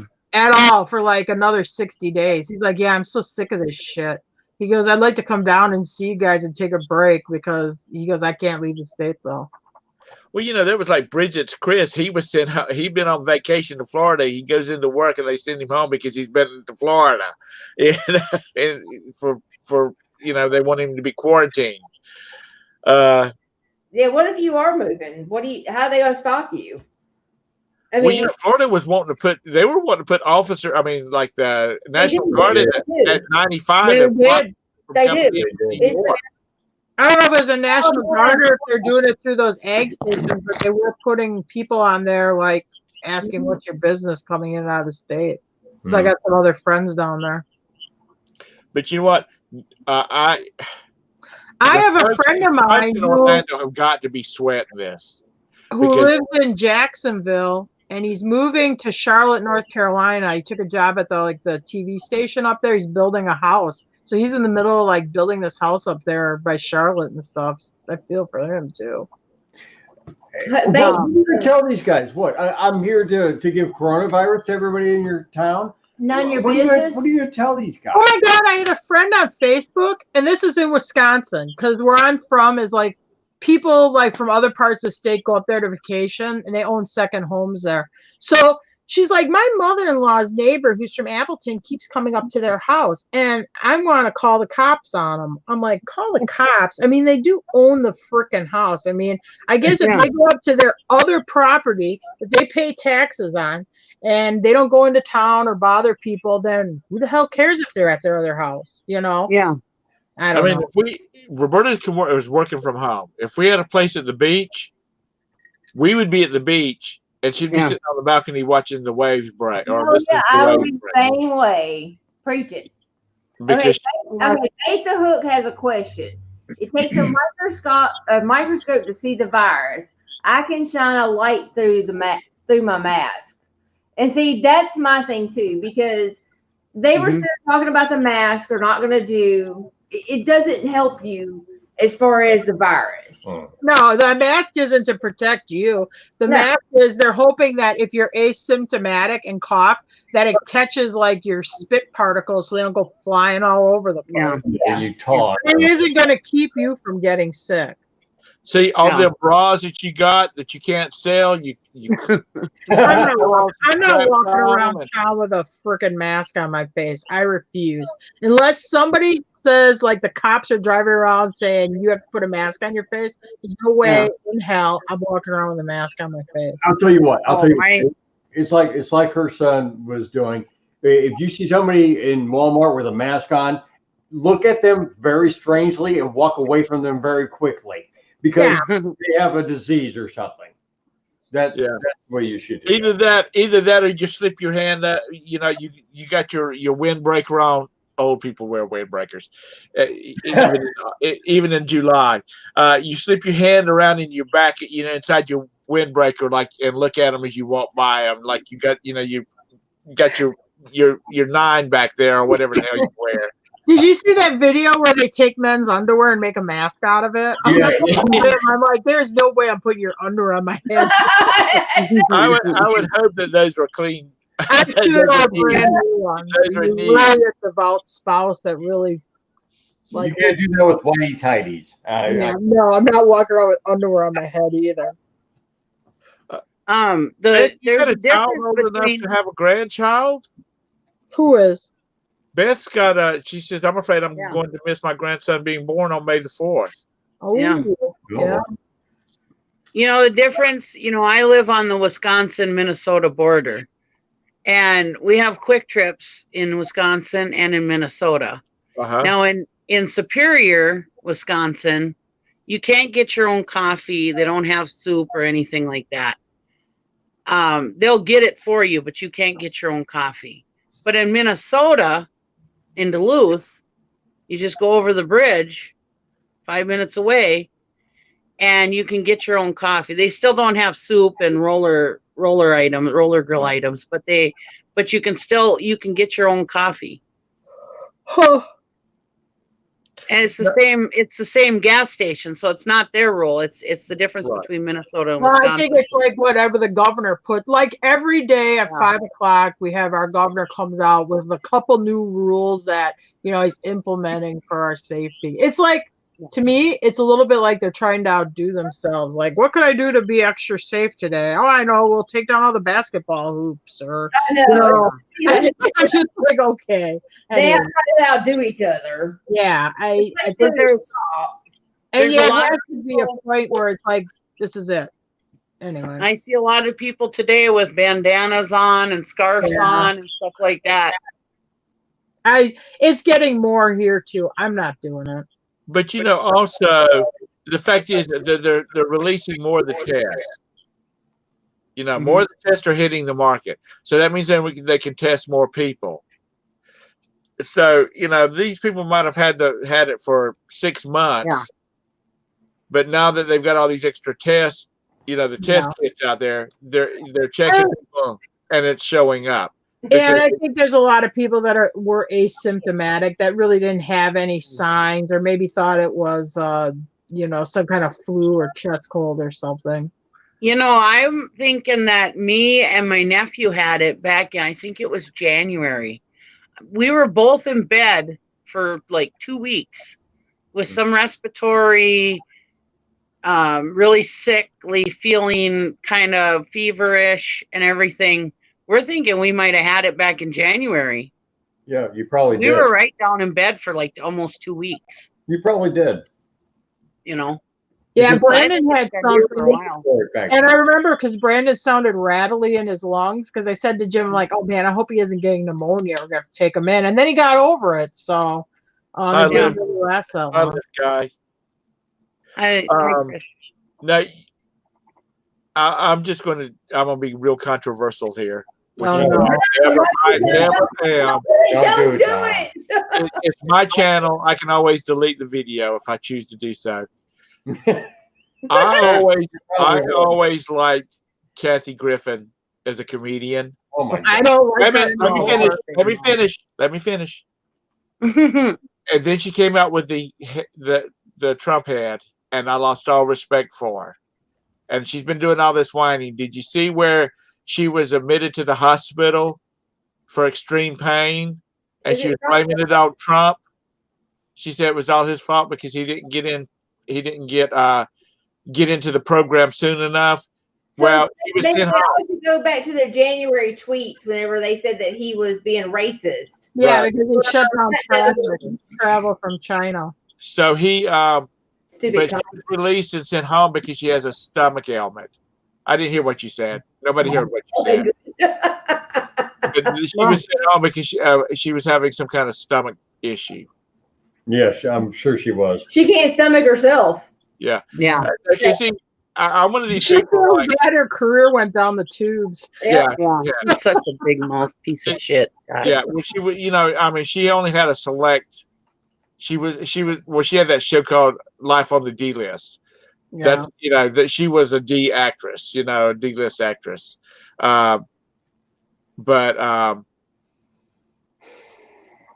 these people need to. That just made her look more like a fool, Mm-hmm. It always does. Just keep your mouth shut. I'm glad that you're making a bunch of money, doing what makes you happy, being an actress or a comedian or whatever. Listen. But just shut up and keep it out. You know what? Okay, you guys know how I feel about Trump. He makes me want.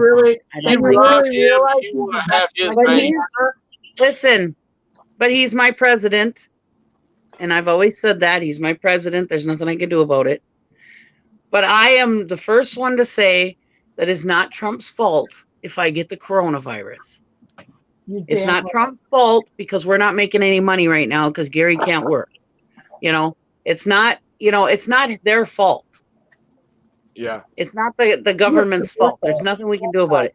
Now, a lot of people have said that they thought that it was China that made this virus because they were pissed off about the whatever Trump did to cut off the whatever. Anyways, I don't know about that. I don't have any conspiracy thing, but Yeah, I respect the office. I mean, yeah, he's my president. I have to accept it. There's nothing I can do about it, you know. But I'm you're still gonna not vote blaming for him. right?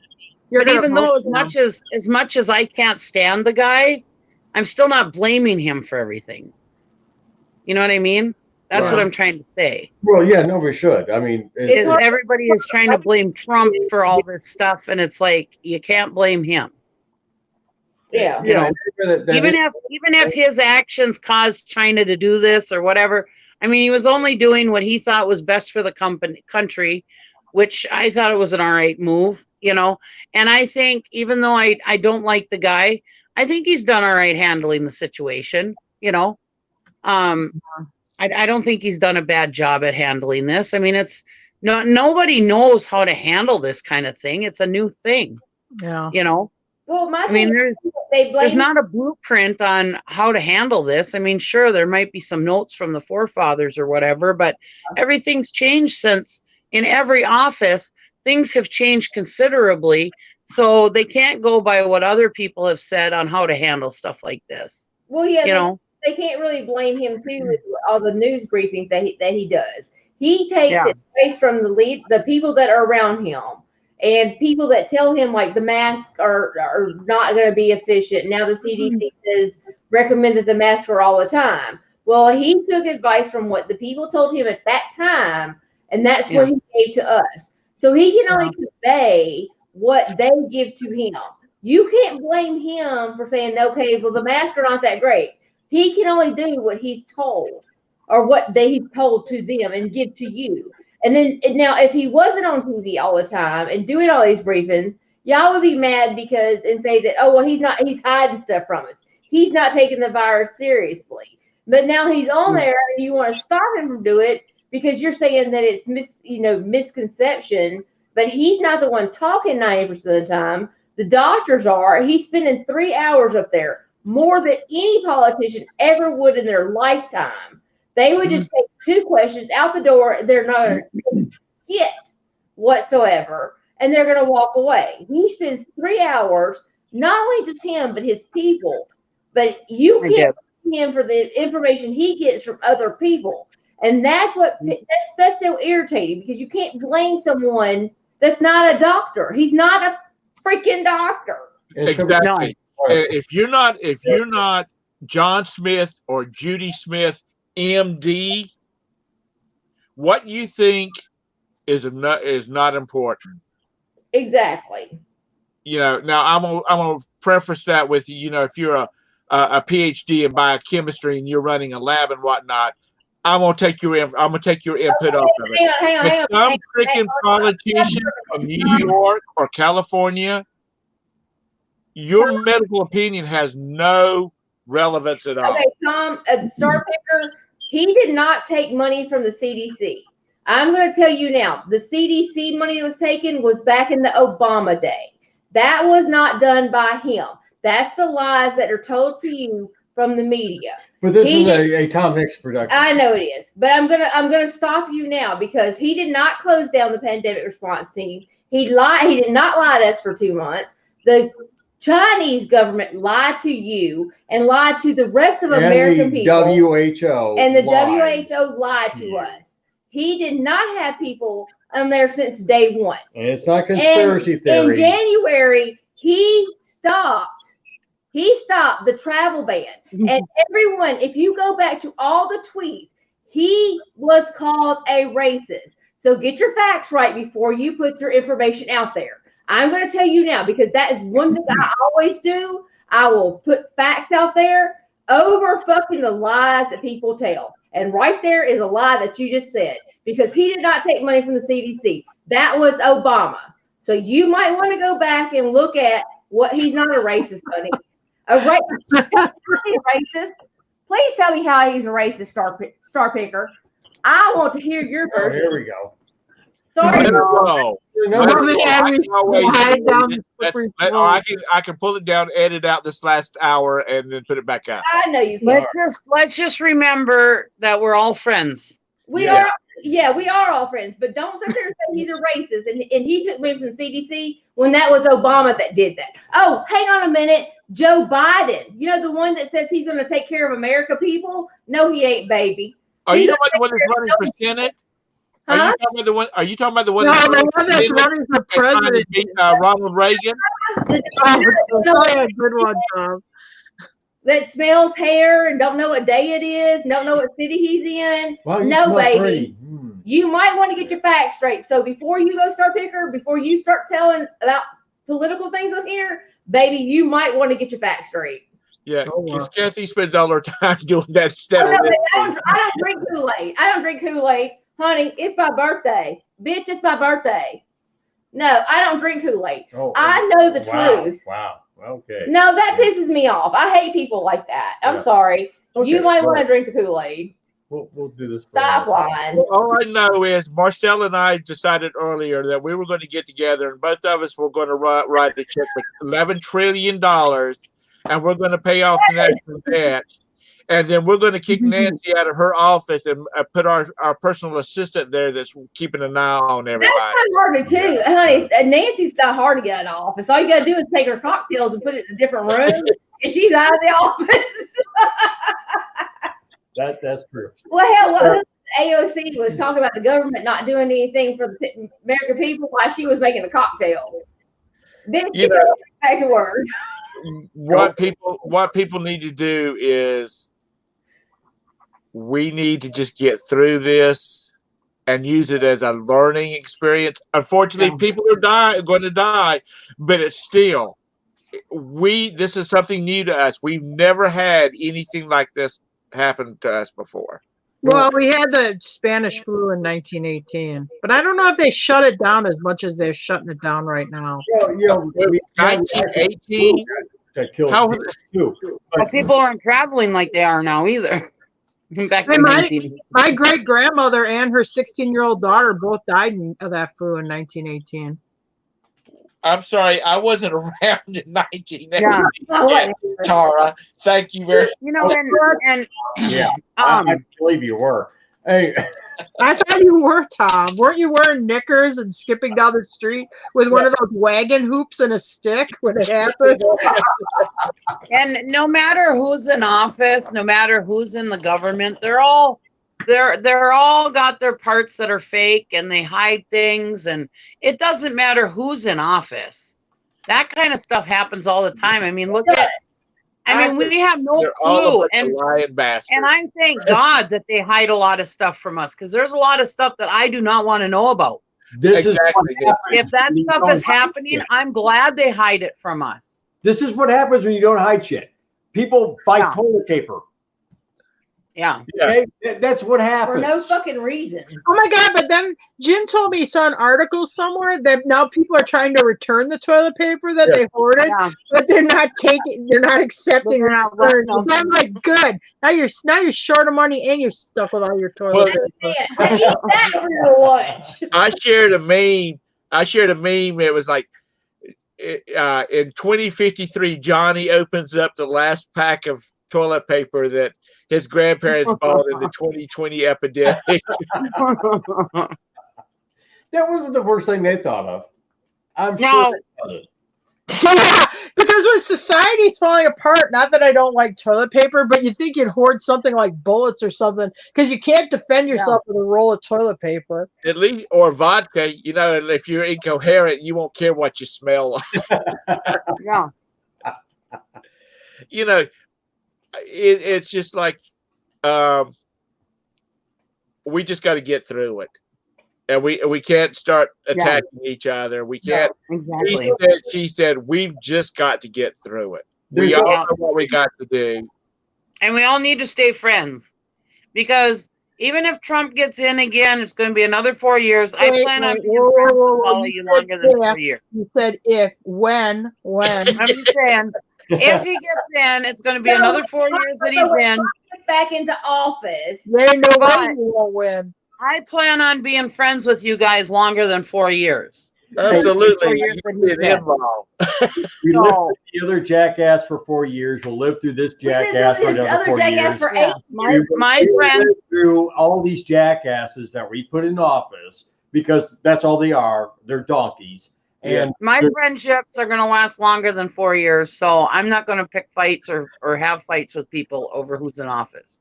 doesn't matter if it's Republican or Democrat, they're still donkeys. They're all still going to screw things up. You can't, and see these people on both sides of the aisle are just like just like these people do not do any wrong. I wouldn't trust them. The only reason they get money from me is through taxes, and I have to by law. I wouldn't trust these people with $50. Oh, hell no. Mm-mm. I mean, any of them, because everybody. You see, if we had a real newspaper out there who would start just like hire some dogs to start looking into all of these politicians' backgrounds and what they've done and all this kind of stuff, there would be some damn good movies out of the shit that goes on up there. Well, how can you trust somebody that becomes a millionaire when all they ever did was work for the government? Makes you suspicious. Exactly. Never had Yeah. How do you become a multimillionaire and all you did was really work for the government? Mm-hmm. Yeah, well, do you sell taxes or you sell your stocks when you get a briefing? Yeah. Something's going to happen. It's like Tommy says. There's a reason we won't have a third party, and that's because they would be a silver of truth at some point for somebody. Yep. Well, Tommy, and then I think that's what pisses everybody off about Trump, because he is that silver of truth, and he's that person that sits there and says, because I can sit here all day and scream at my TV at these politicians that I know are lying to me, Democrat or Republican, but I got Trump in office, which is neither of, because he was never a politician. He knew nothing about politics, and that's what pissed these politicians off. But you know what? He said everything about Americans wanted to say. Fuck you dumbasses that are in that damn office, wasting our taxpayers' money. You're going to have to bleep out a lot of this, Tom. I'm sorry. But you asked this on, so it's your fault. But I mean, he's saying what American people are saying every day when they're screaming at this TV. Because I can sit there and scream at Nancy Pelosi, whatever Schumer and Nadler and all those little weenie ass fucking people, but all I can do is scream at the TV. But he can fight them for me as an American person because he takes America first. And anybody can sit there and say he knew about this prior to. No, he didn't. You know, when he knew about it is when China told us about it. And that's all he can go off of. You can't do no more than that, than what they give you. If they lie to you, what are you supposed to do? If a spouse is cheating on you and they lie to you, what can you go off of? Except for what they tell you. You have to think of it in layman's terms, and that's where you have to come off of. And the people that think outside over here, the left side, oh, he knew this, he's lying to us. What do you think the left side's doing to you, baby? Because they are sitting there putting $35 million into the what, Kennedy Center? Yeah, they got it down to 25, but yeah. And then they fired everybody. Yeah, they laid everybody off. They won't have their health benefits. Like, what is wrong with you people? And we are working on a third party. It's going to call the Common Sense Party, is what it's going to be called. Star Crazy, Star City. I'm not sitting around waiting on my welfare. I'm waiting on my Rolls Royce to clear customs so I can go. But it's coming from China, so you got to wait a long time. That's right. Yeah, and I agree with Tommy. Every newspaper reporter's giving talking points because they all have the same talking points. They all have the same. And it's all, and if you listen to them, it's always repetitive. And if you have that repetitive, guess where the Kool-Aid goes, baby? Back to that. Trump needs to hire Kathy. In summer, I've checked my blood pressure and I'm good. Of course not. No, I'm not. The blood pressure is out the fucking roof. Because you know what? Trump has now done what he's wanted to do. He's always wanted to be president. Well, he's been president. And now when he leaves, he's going to a bigger, nicer house and a nicer community, to a nicer plane. He's still going to have a Secret Service. He's gonna have a security. Hey, Yeah. He's still going to have a security detail, and he's still going to have his billions of dollars. Yeah. You know, I mean, he's not out anything. So he's not like Obama, who is like the pariah. Is that the right word? Pariah right now, where people really don't want him involved in anything because they feel like it's going to be a downturn on their political careers. But oh no, it's political pocket, not career pocket. okay, that means their political pocket is not getting full no more. I just it makes my blood boil. But you gotta, I mean, people that use their brain, and I'm not saying that about anybody in the chat. I'm just saying people that use their brains. No, the media puts a spin on it the way they want to, because if they don't, they're not going to sell any papers, or they're not going to watch the news. Well, why do you think CNN and all them are wanting to stop broadcasting Trump's daily briefings? It's not because the inconsistency and they don't think he's telling the truth. It's not. He's not the one that they're always talking. They just, and you know what gets me there? His narrative. Yeah. They just broadband. He lies. This shouldn't be broadcast because he lies. Point out the lies. They never can say, well, here's a fact check where I showed he lied. No, they just like throw it out. He lies. See, that's just it. I would like to say he lies or he's racist. Then tell me how he is racist, Sunshine. Because if you can tell me how he's racist, any different from, oh wait, hang on, Joe Biden, whenever he was in office and he said that black people deserve to be where they are today. Oh wait, and hang on, that senator, where's he at? Is he in New Jersey or somewhere? And they covered that shit up in blackface, and he's still a senator right now today. Tell me racist. You gonna tell me racist? You better point it out on both sides, baby. Well, like I've always said, and Roberta says, no, I'm not, but I will if I ever come into the money. I would like to have the money to create a newspaper, an online newspaper that have real reporters, and I would sit down at my big conference table with all my reporters and say, your opinion doesn't make any difference. I want the truth, and if the truth pisses people off, too bad. But if we piss off enough people, who are they going to be clicking on? They're going to be clicking on, Tom's newspaper, and you will make a lot of money, and you will get some Pulitzers out of it, because the truth will make enough people mad on one side or the other to do what CNN and MSNBC and Fox is, by sticking to one side. They're losing so much revenue just by preaching to their one little side. Oh yeah, Star Picker, it's not your job to change my opinion, and I don't care about changing yours, but if you're going to throw out racism and all these ugly words and bigotry, you better have something to back it up, baby. Just say nothing he says surprises me, because remember, I come from the state that voted Jesse Ventura in for governor. Yeah. So we don't really care. Nothing surprises me. He's the one that went on national TV, and he's the one who went on national TV, and they asked him, if you could come back as something, what would you come back as? And he said, a woman's triple D or double D bra. Did he do a very good job as governor or not really? I don't know. I never really paid too much attention. He did all right. He didn't do anything really bad, I don't think. Oh, okay. Yeah. I think he was all right. I love these gas prices. It's like $1.52 for gas. Yeah, I know. You go to Sam's Club, it's like $1.43.9 right now. Yeah, I think it might be $1.49. I know. I want to go to Wisconsin while the gas is cheap, and they got me shut down. Yeah, see, all the gas prices are low. You can't go anywhere. Yeah. Let's don't be mean to each other now. Yeah, let's not be mean. We're all friends.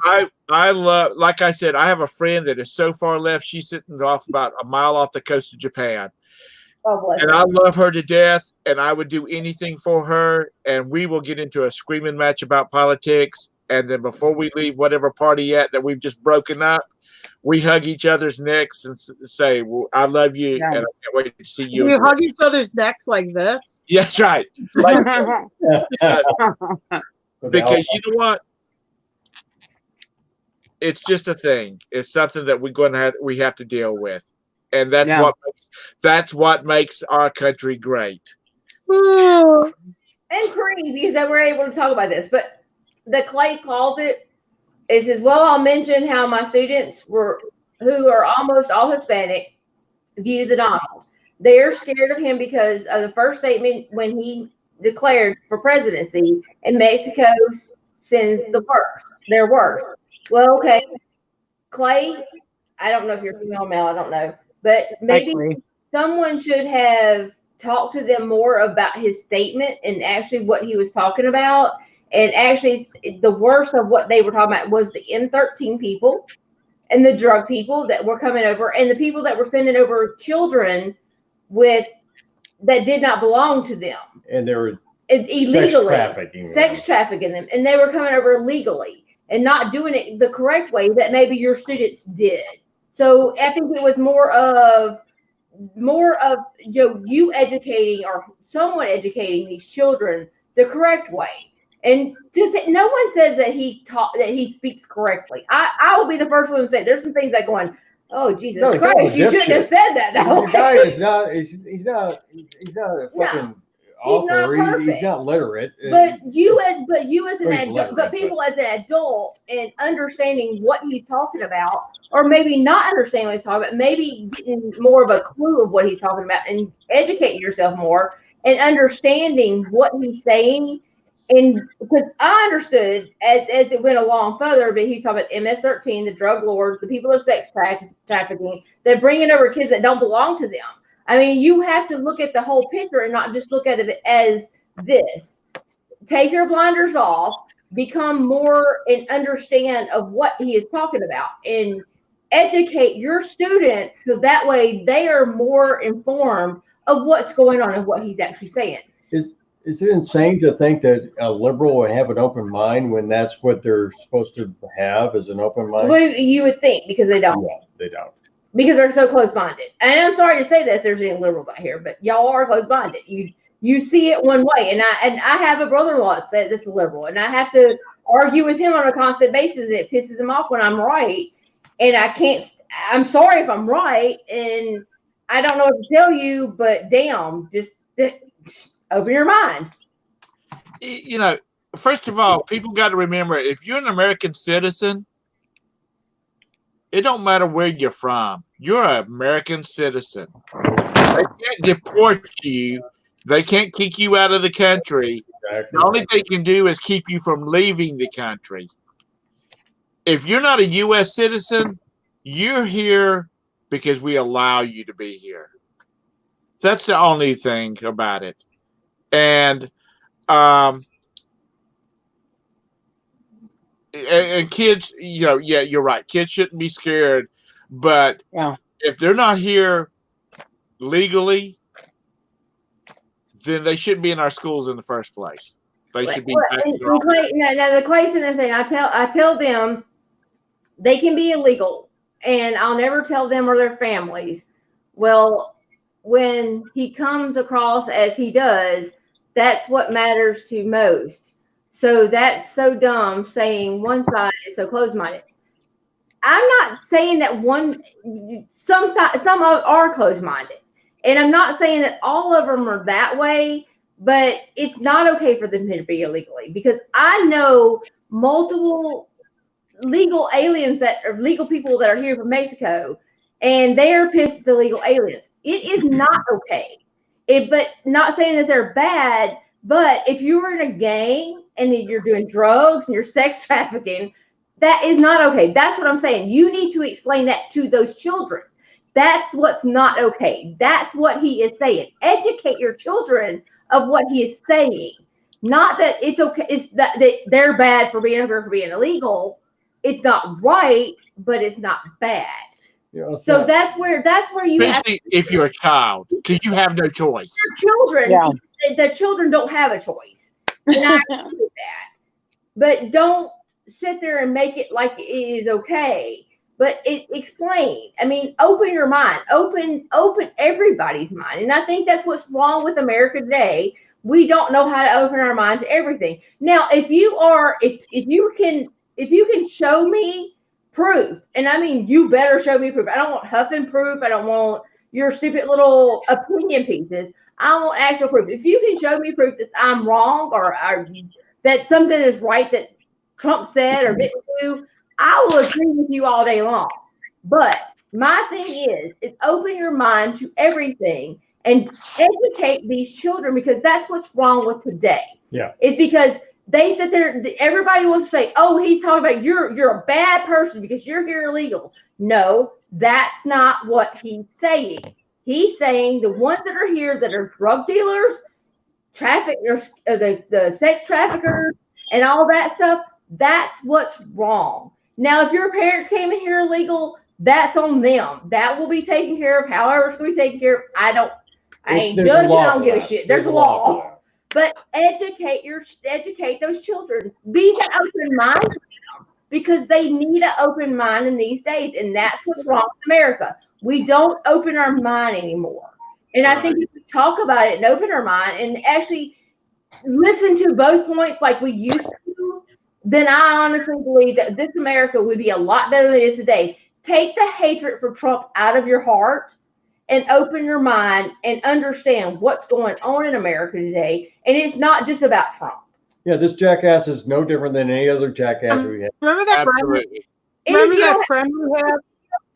That Clay, if you don't have time to explain him, then maybe you really shouldn't be talking to kids.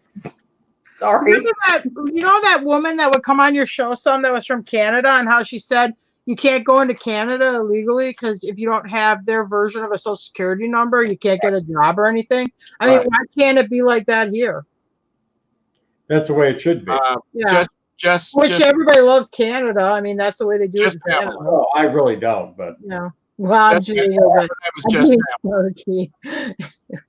she was actually on my last. She wasn't on the show, but she was in the chat. Yeah, and she said if you can't get a job, you can't get anything over there until you have that social security number. Well, whatever they call social security. Yeah, and if you don't have, you have all your paperwork. 5 years? Yeah, or a year? Yeah, in some countries you can't even purchase anything unless you bring something to the community. Which means you have to bring a lot of money. But for us to ask that is what, racist? Why should your country allow to ask that, but we're not? Why wouldn't we want something from you for society? Because if you don't bring nothing to the table, then why are you here? To take from me? That's not right. And then see, you can shake your head, star picker all day long, baby, because I got you balls to right. I don't care what you say.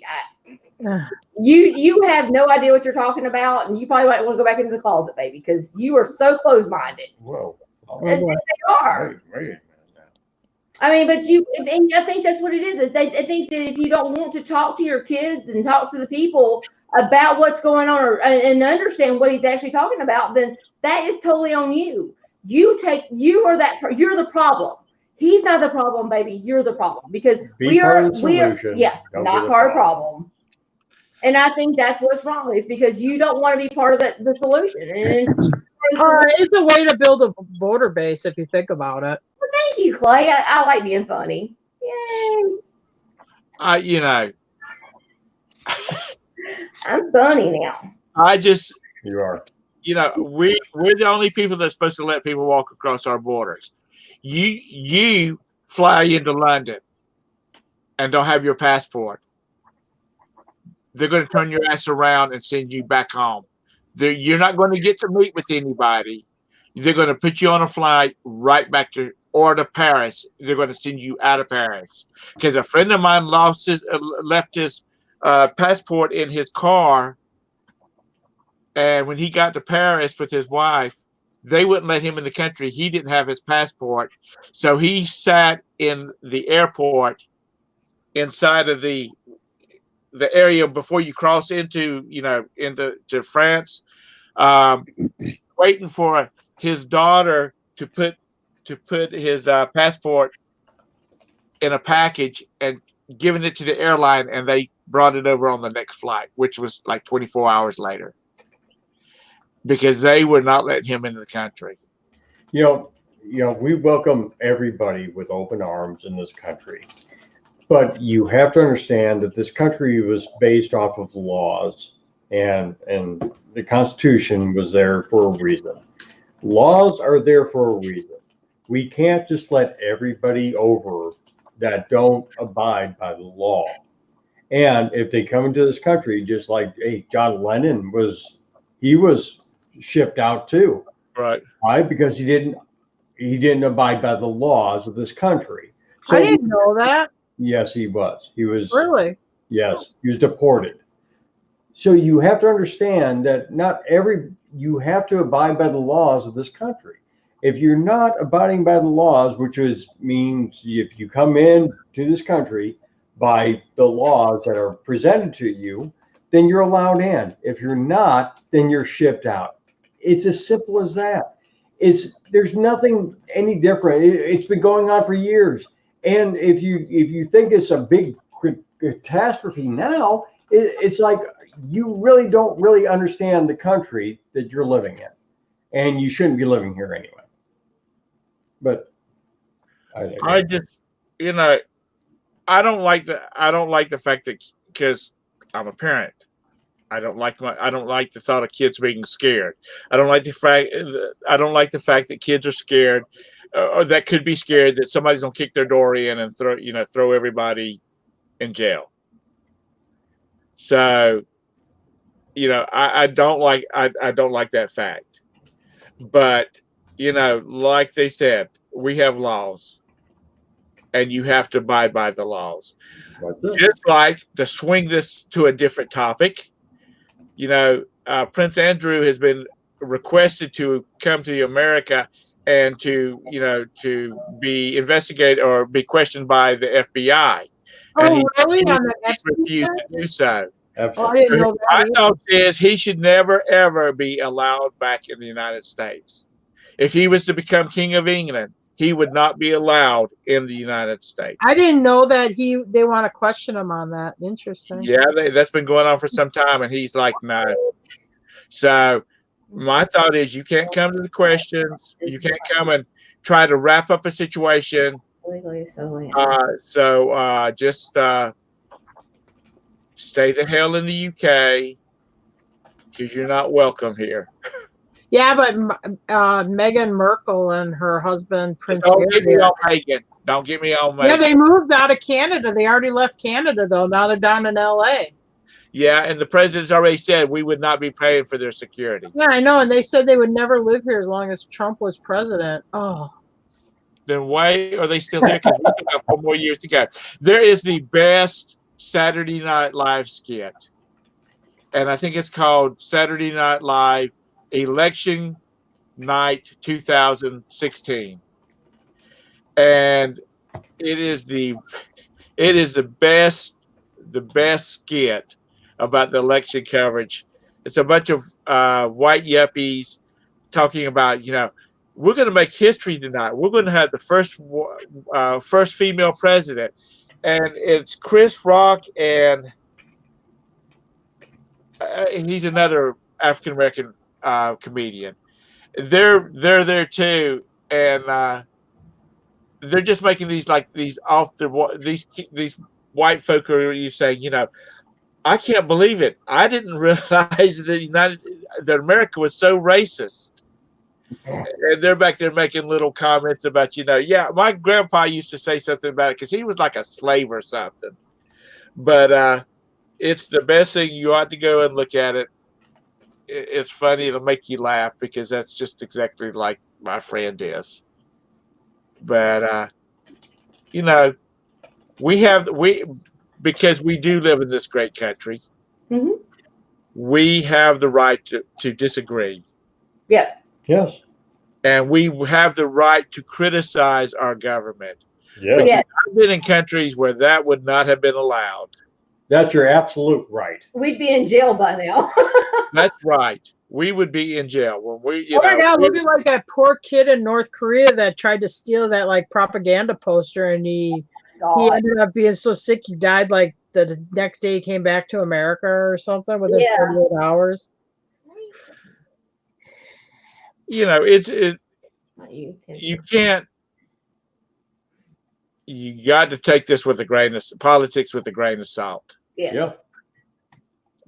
I mean, I have my way. I have my way of thinking, and I believe I'm right. I never believe I'm right. I want you to be wrong. I'm always right, Kathy. I'm always right. I tried that, Tom. It doesn't always work. Clay thinks, Clay believes he's right, and he is. As far as that's his beliefs, he's right. Yeah. Everybody is right in their beliefs unless they're actually breaking a law. But I don't want people to be mad. I don't want people to get all upset. If it was white people coming here illegally, I'd say the same thing, honestly. If you had a bunch of Canadians like coming across the border and just staying here, I would probably say the same thing. I would say the same thing. Because all I know is I will buy some land down in Dominican and get me a Dominican passport. I don't like the people use, so like the thing with when Bernie becomes president and he just takes everybody to damn death. Could somebody come slap you? Can I virtually slap you? Now, and Clay, the communities are threatened because of the simple fact because they do have the illegals there in that area. And see, that's another open-minded thing what I'm talking about. They do have some MS gangs that are there, and it's the area that they live in. And I think that's where a lot of the miscommunication happens is because of the simple fact is the areas that are threatened a lot are the poor areas, the areas that have more blacks and Hispanics in. And a lot of the Hispanics are taking over a lot of these areas. And it's a lot of the bad ones as far as the MS-13. I'm not saying that. Because that's what they can afford to live. Because that's what they can afford to live. Exactly. I mean, say it as it is the truth because of the poverty level and where we are in our today in society. And that's why they're threatened.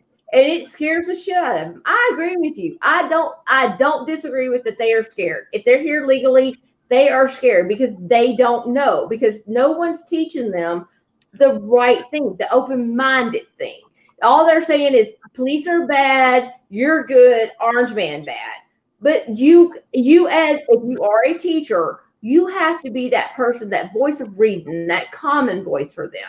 And that's that common voice as far as telling them, look, not everybody's going to be shit back home. Everybody's not going to lose their parents.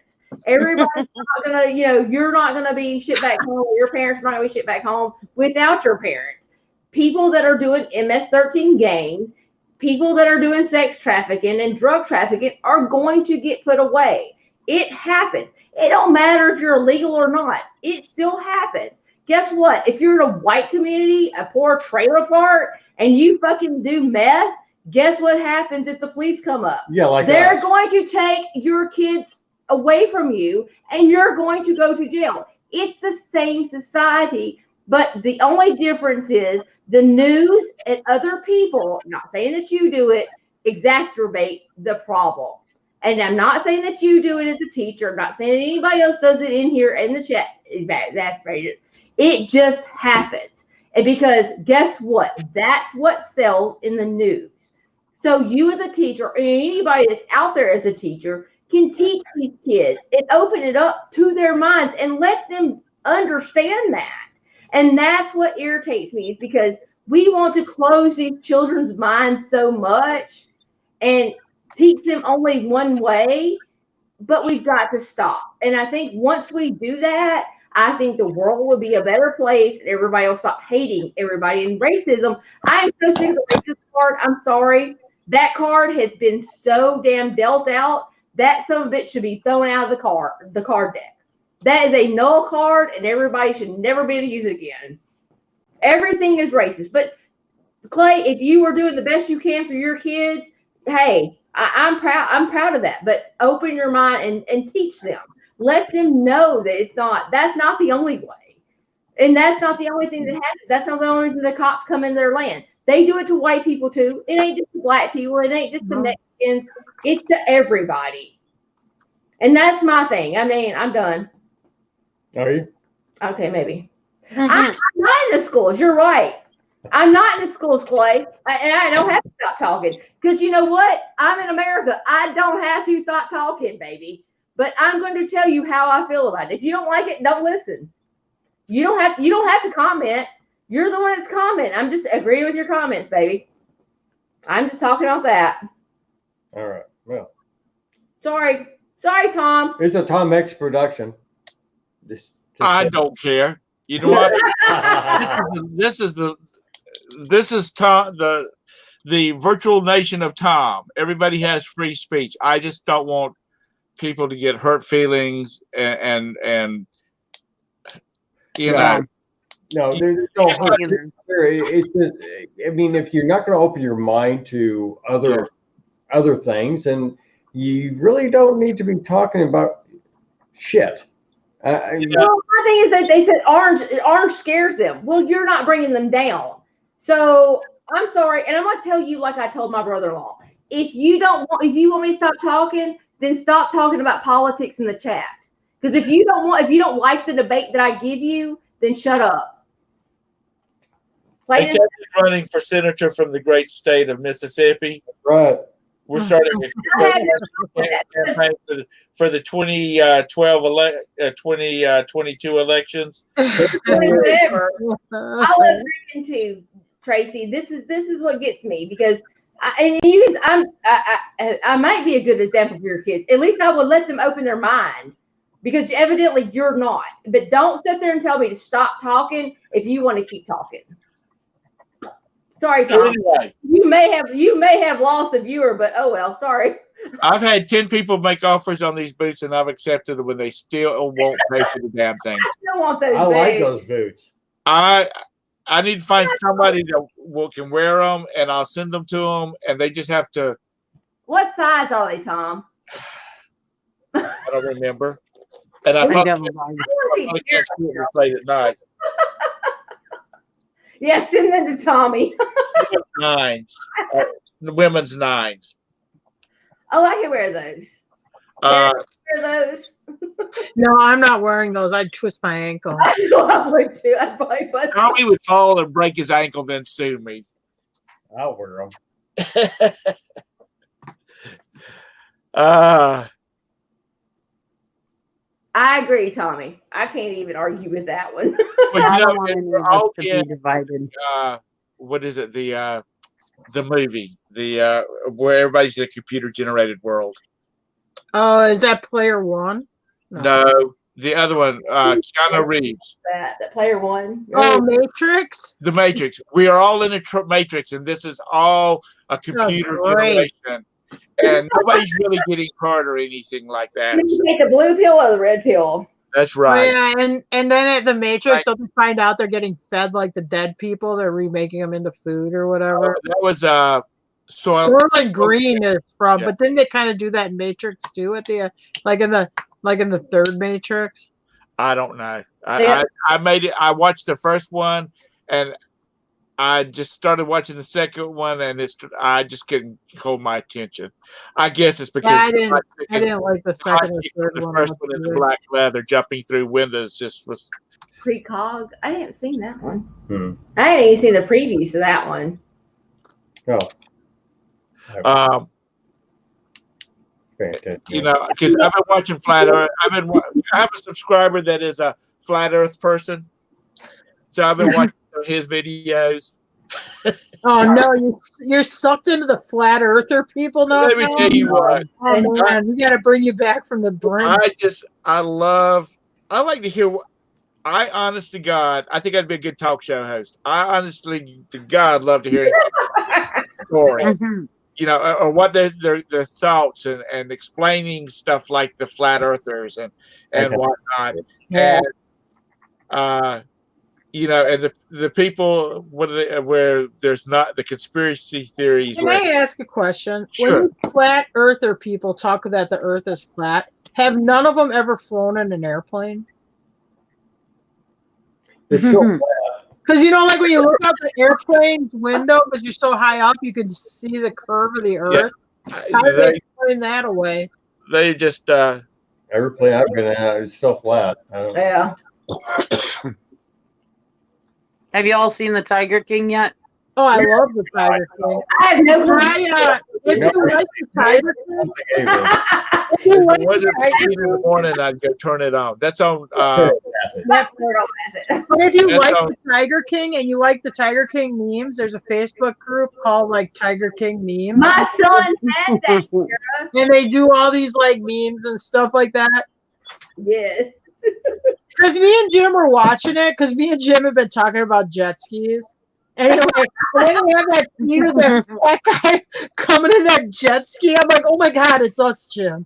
I know she posted it too. That was so funny. Yeah, I'm like, oh my God, it's us. And it was just funny because we were looking at jet skis for sale that day, and then we were watching Tiger King, and here's that goofy guy in that jet ski.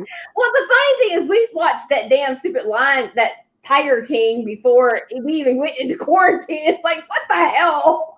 I watched it in quarantine. I just watched it like last weekend because everybody was talking about it, and then I watched the first one, and then I was hooked. I finished it like in 2 days. Yeah, we finished it within a 2 day. days. Yeah. Oh my God, those big cat people! I mean, they are totally crazy. They Oh, are. God.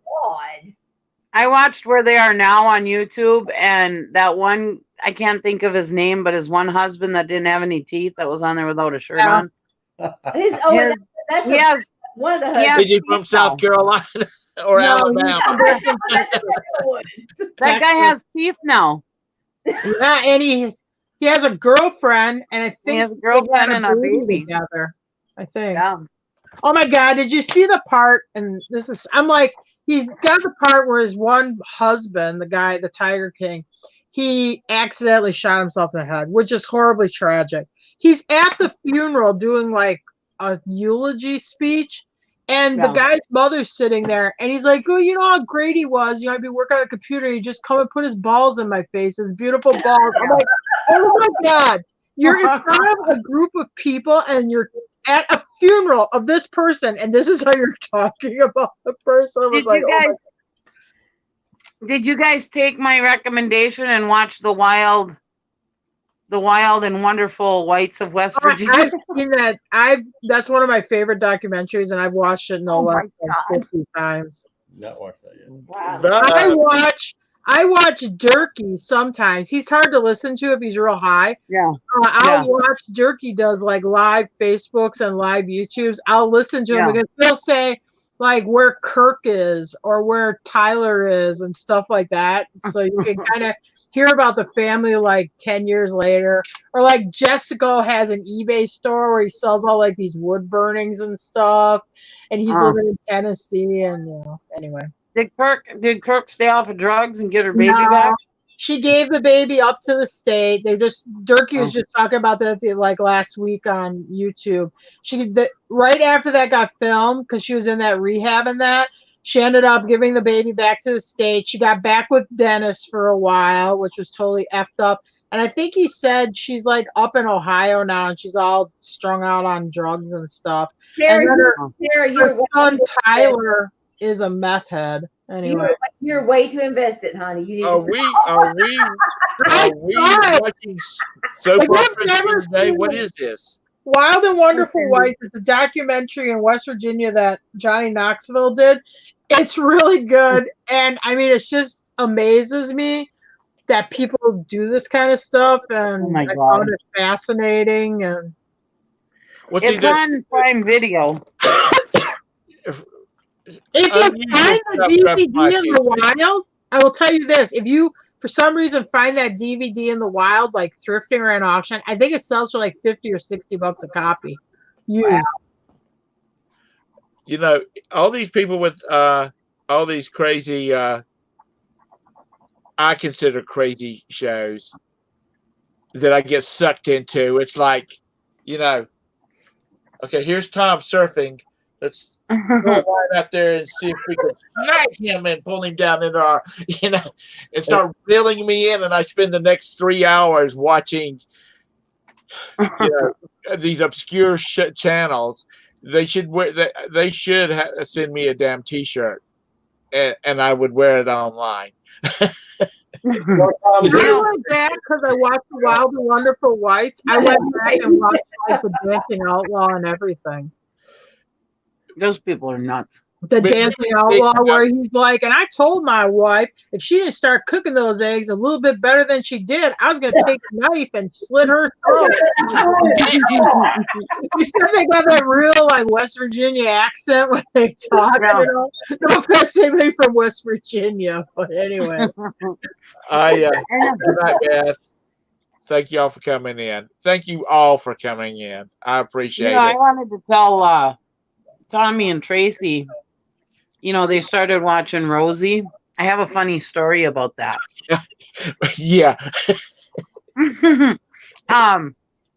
Before I started watching Rosie, I really like Rosie, so don't take this the wrong way. But anyways, before I started watching her, I did a screenshot of her and sent it to my friends, right? Well, anyways, I never deleted it off my phone. Now, my husband takes really expensive inhalers, like $500-600 inhalers, okay? Well, we were on this program for one of his inhalers where he got a year free.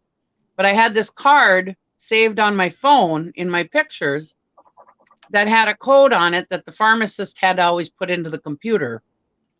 So anyways, one day I call up this card and I hand it to the pharmacy tech, and he looks at it, he goes, I must have moved your photos. I'm so sorry.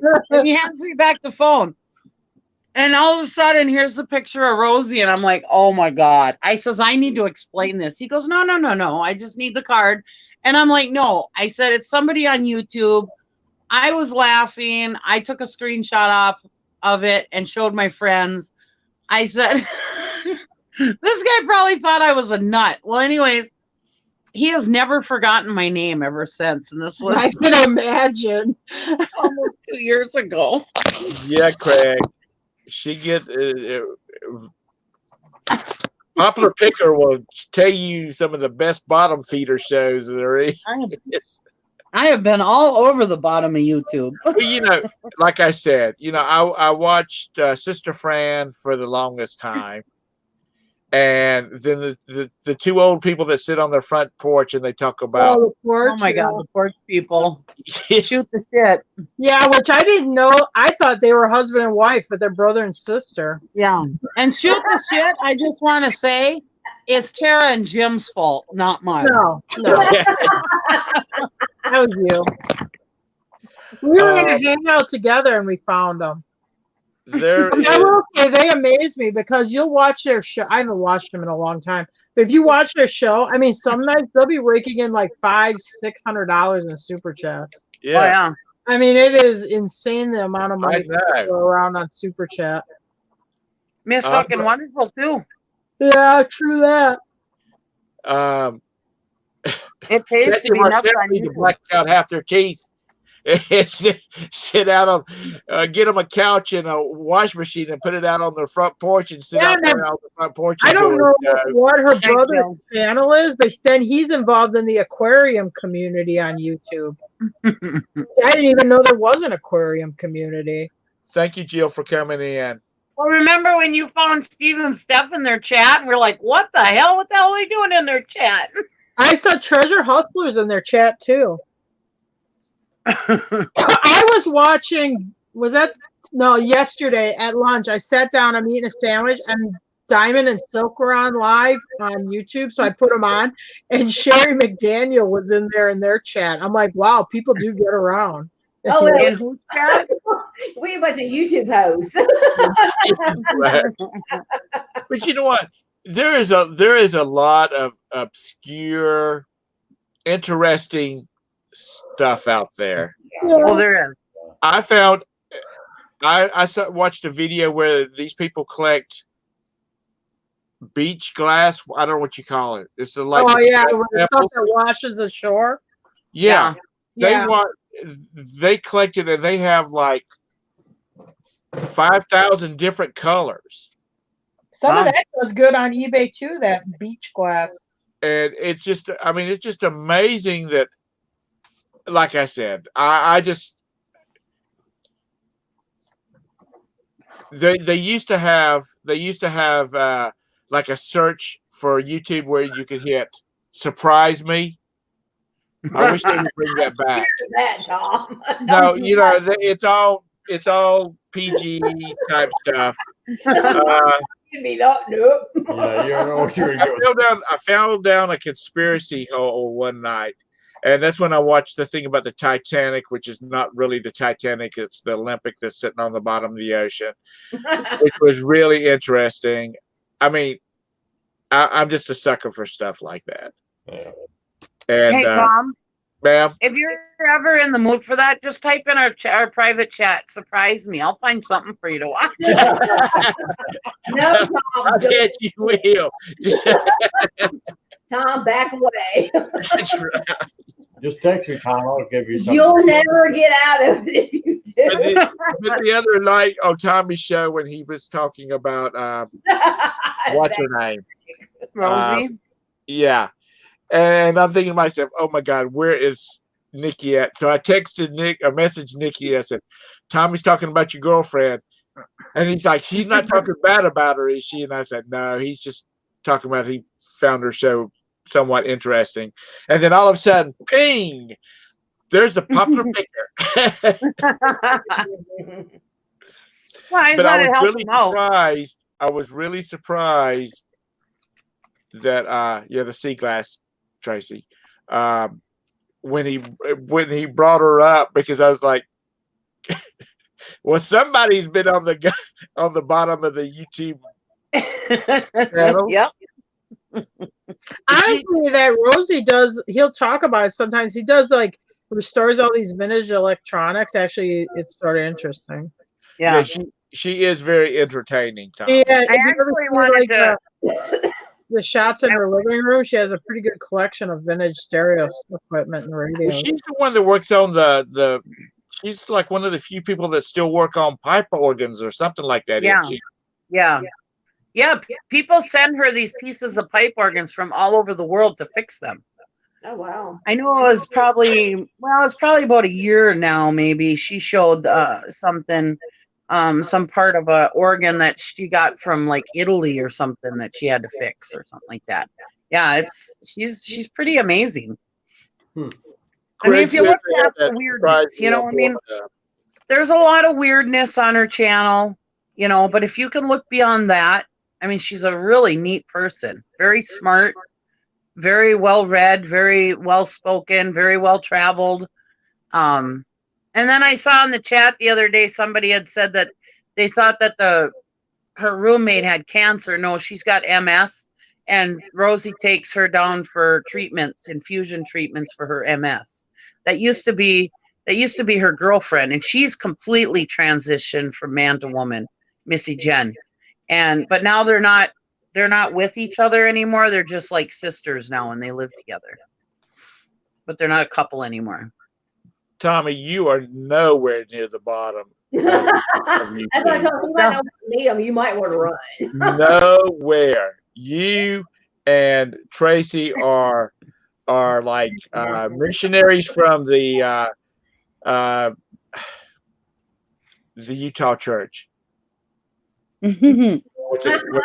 Utah? Well, at least he ain't from the one church. The church from Utah, the Mormons. Y'all are missionaries from the Mormon church compared to some of the crap that Nikki and Tara has sent us down.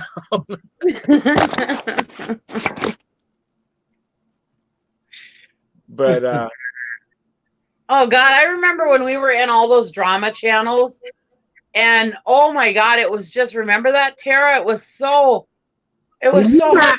You were into it more than me. I would occasionally watch. You start interacting with the people.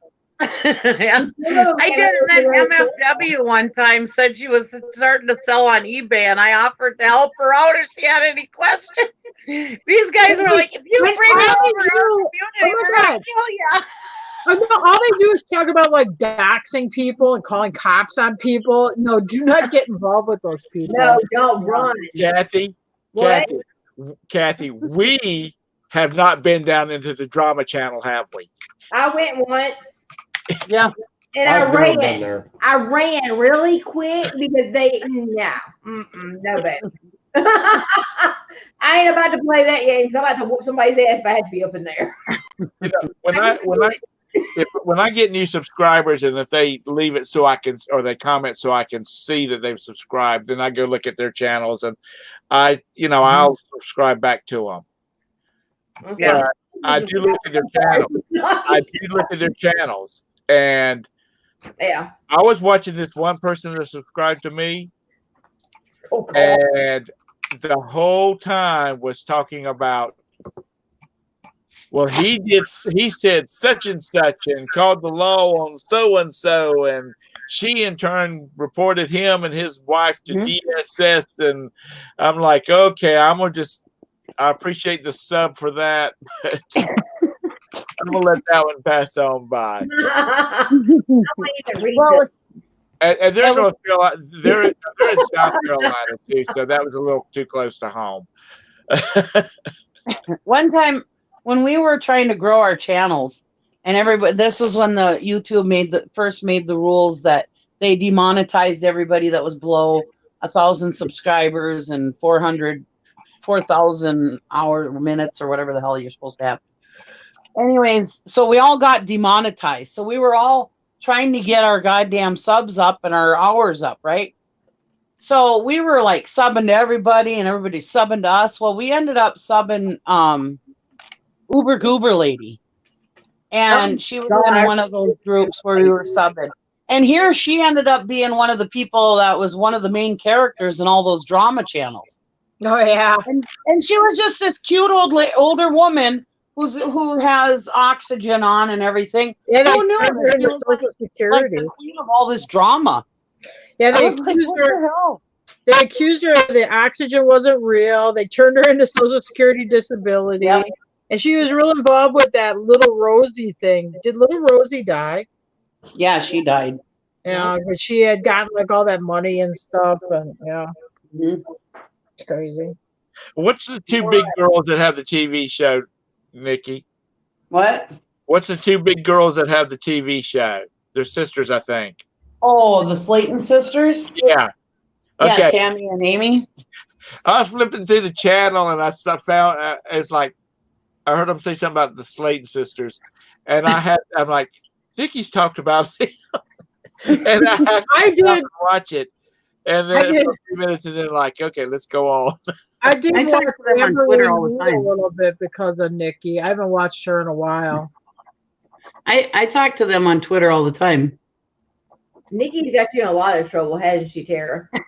Yeah, she made me watch Amberlynn Reed, who lives in Kentucky. She lives in Lexington. So I think Nikki should come down here and we'll like gang stalk her at Walmart or something. Videotape it, YouTube it live, whatever. Yeah. Build a channel the day we ran into Amberlynn Reed. Well, now there's Amy's life journey and Foodie Beauty too that you gotta watch. Foodie Beauty is weird. She's a nutcase. She's too weird. I mean, it's just I feel uncomfortable when I'm watching her. Yeah, she's a weirdo. Yeah, that one's too weird for me. She's a spoiled brat and she's very mean. It's like a train wreck. Tracy. Well, she like eats this food and she like makes these like noises like you know, like it's like this whole experience for her. It's just weird. I feel uncomfortable. See, that would be Tommy doing reaction videos. That would be some good content for his channel. Screw the daggone reselling. That's not fun at all. I wanted to start doing that. Put Tommy on some YouTube, some channels, and let him do some reaction videos to him. See what he says. I wanted to start doing reactions, but they do the same thing, like doxing people and swatting people and stuff like that. So I'm a little nervous about doing it. Well, look at it happened to that Todd out there in North Dakota. He got the cops are at his house. Yeah, Todd. Flipping hustler. That was a few months ago.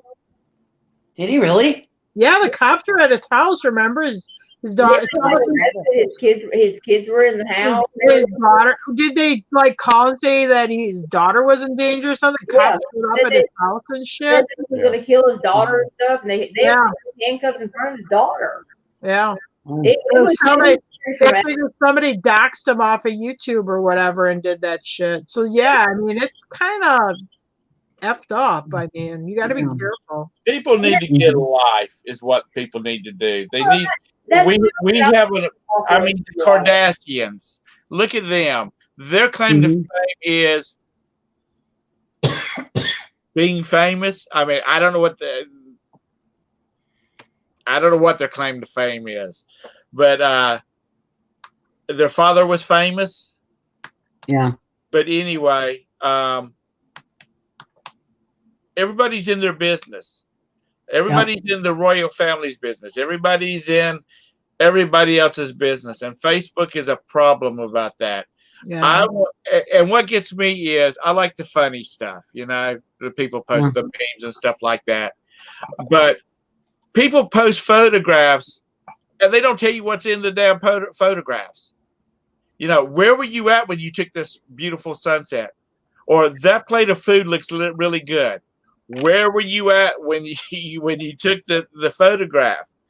Just don't throw a photograph up there. And, I do that all the time. I just throw a photograph up, Tom. I don't know. It pisses me off. My dog, so Totally pisses me off. I'm telling you. Oh, good. Now I know I'm triggering you when I do that. That's right. You're triggering me. I'll do it more then. I didn't know I was triggering you. That parents gonna have so many damn photographs of their week. I know. Just stupid, obscure photographs you won't know anything about. Just do whatever. Jim has got to get you under control. Yeah. Tara. It's it's just crazy. I mean, but people do. They want to be in everybody else's business, and it's got to be. To me, it's just fun. This is not a business. I will never make any money off of this thing. It's just a lot of fun. And even people with 100,000 subscribers don't mean they're making any money off of it. They just have 100,000 subscribers. Well, you always have to be. There's always going to be somebody better that is going to be the new trending thing, you know. Right.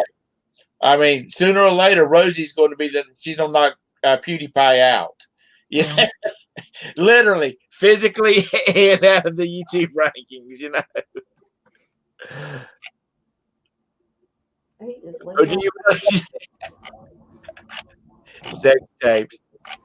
Muted. If it's not going to be, if it's not, if you don't have, if they're not instructional videos, then don't put them up. I told Gary that if I started that reaction channel, I would have to take Poplar Picker down. Oh yeah. There's too much personal information on Poplar Picker because, we're just a reselling community. We're all friends. We all get along, whatever. Nobody hates me. I don't think, I'm not a threat to anybody. I don't talk shit about people.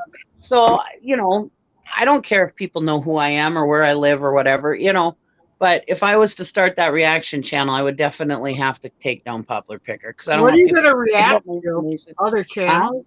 What do you react to? Other channels? Yeah. Just watching other people's content, like off the wall content, Yeah. Like I think I got connected with Sister Fran through Lisa Studios. Yeah, that wasn't my fault. No, that wasn't your fault. And so I started watching her, and I subscribed to her. And because I subscribed to her, and I would go in and listen to her show, and I would say, good evening, everybody. People started subscribing to me, and then I started going and looking at their stuff. There are people that have these damn, I forgot what, there's something boxes, where it's like the spirit boxes, I believe it is. Mm. And I fell down a deep hole on that because I had to figure out what that was all about. There's a creepy damn shit out here on YouTube. Mm-hmm. I mean, it's nothing that could really hurt anybody. Yeah.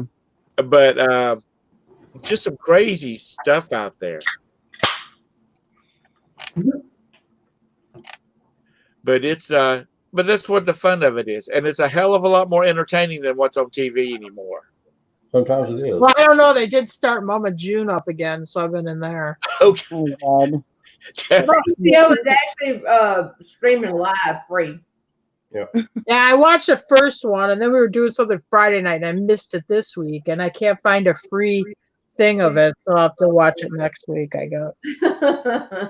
Yeah, we're sitting here watching Ballers. You know. No, Tommy, you're up in like Pennsylvania or Delaware or someplace like that. Is he Rhode Island or Delaware. Delaware. Hmm. And Tracy, you're out in Texas, aren't you? Mm-hmm. Well, they don't have crazy people like Mama June out in Texas. Hey, you're closer to Mama June than anybody. She's in the South.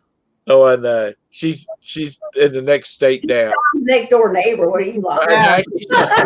South Carolina. No. Now she's over in Alabama. I think she's still sitting there, maybe. Oh hell, since she's Craig's neighbor. Yeah. Now we know what's wrong with Craig. Craig's and Scott's and Dusty's and I can't remember. It starts with an H. Reseller Paradise over there. Scott's buddy. But it's Yeah, her and him are Harlan. Tracy shares guards with silver hair stackers. Well, they both need guards. You know, they're popular. They're more popular than anybody. I tell you what, yeah. Everybody tunes in the Tommy Show just if Tracy's on there. That's right. Poor Todd. Him and Gwen are so dang bored. They don't know what to do. They are. They got that swimming pool. Go swimming. They Or found somebody, whatever. my next door neighbors that are teachers that are out, you know, the wife is out on maternity leave. They have 3 kids. The father, his name's Terry. He is a teacher and he teaches like 3 online classes a day. They were out yesterday just sitting in the front yard. And I said, "What y'all doing?" He's like, "Sitting here and getting out the house." Mm-hmm. He said, "We'll take our chances with the pollen and the virus." He said, "Because if not," his wife said, "I'm going to kill somebody."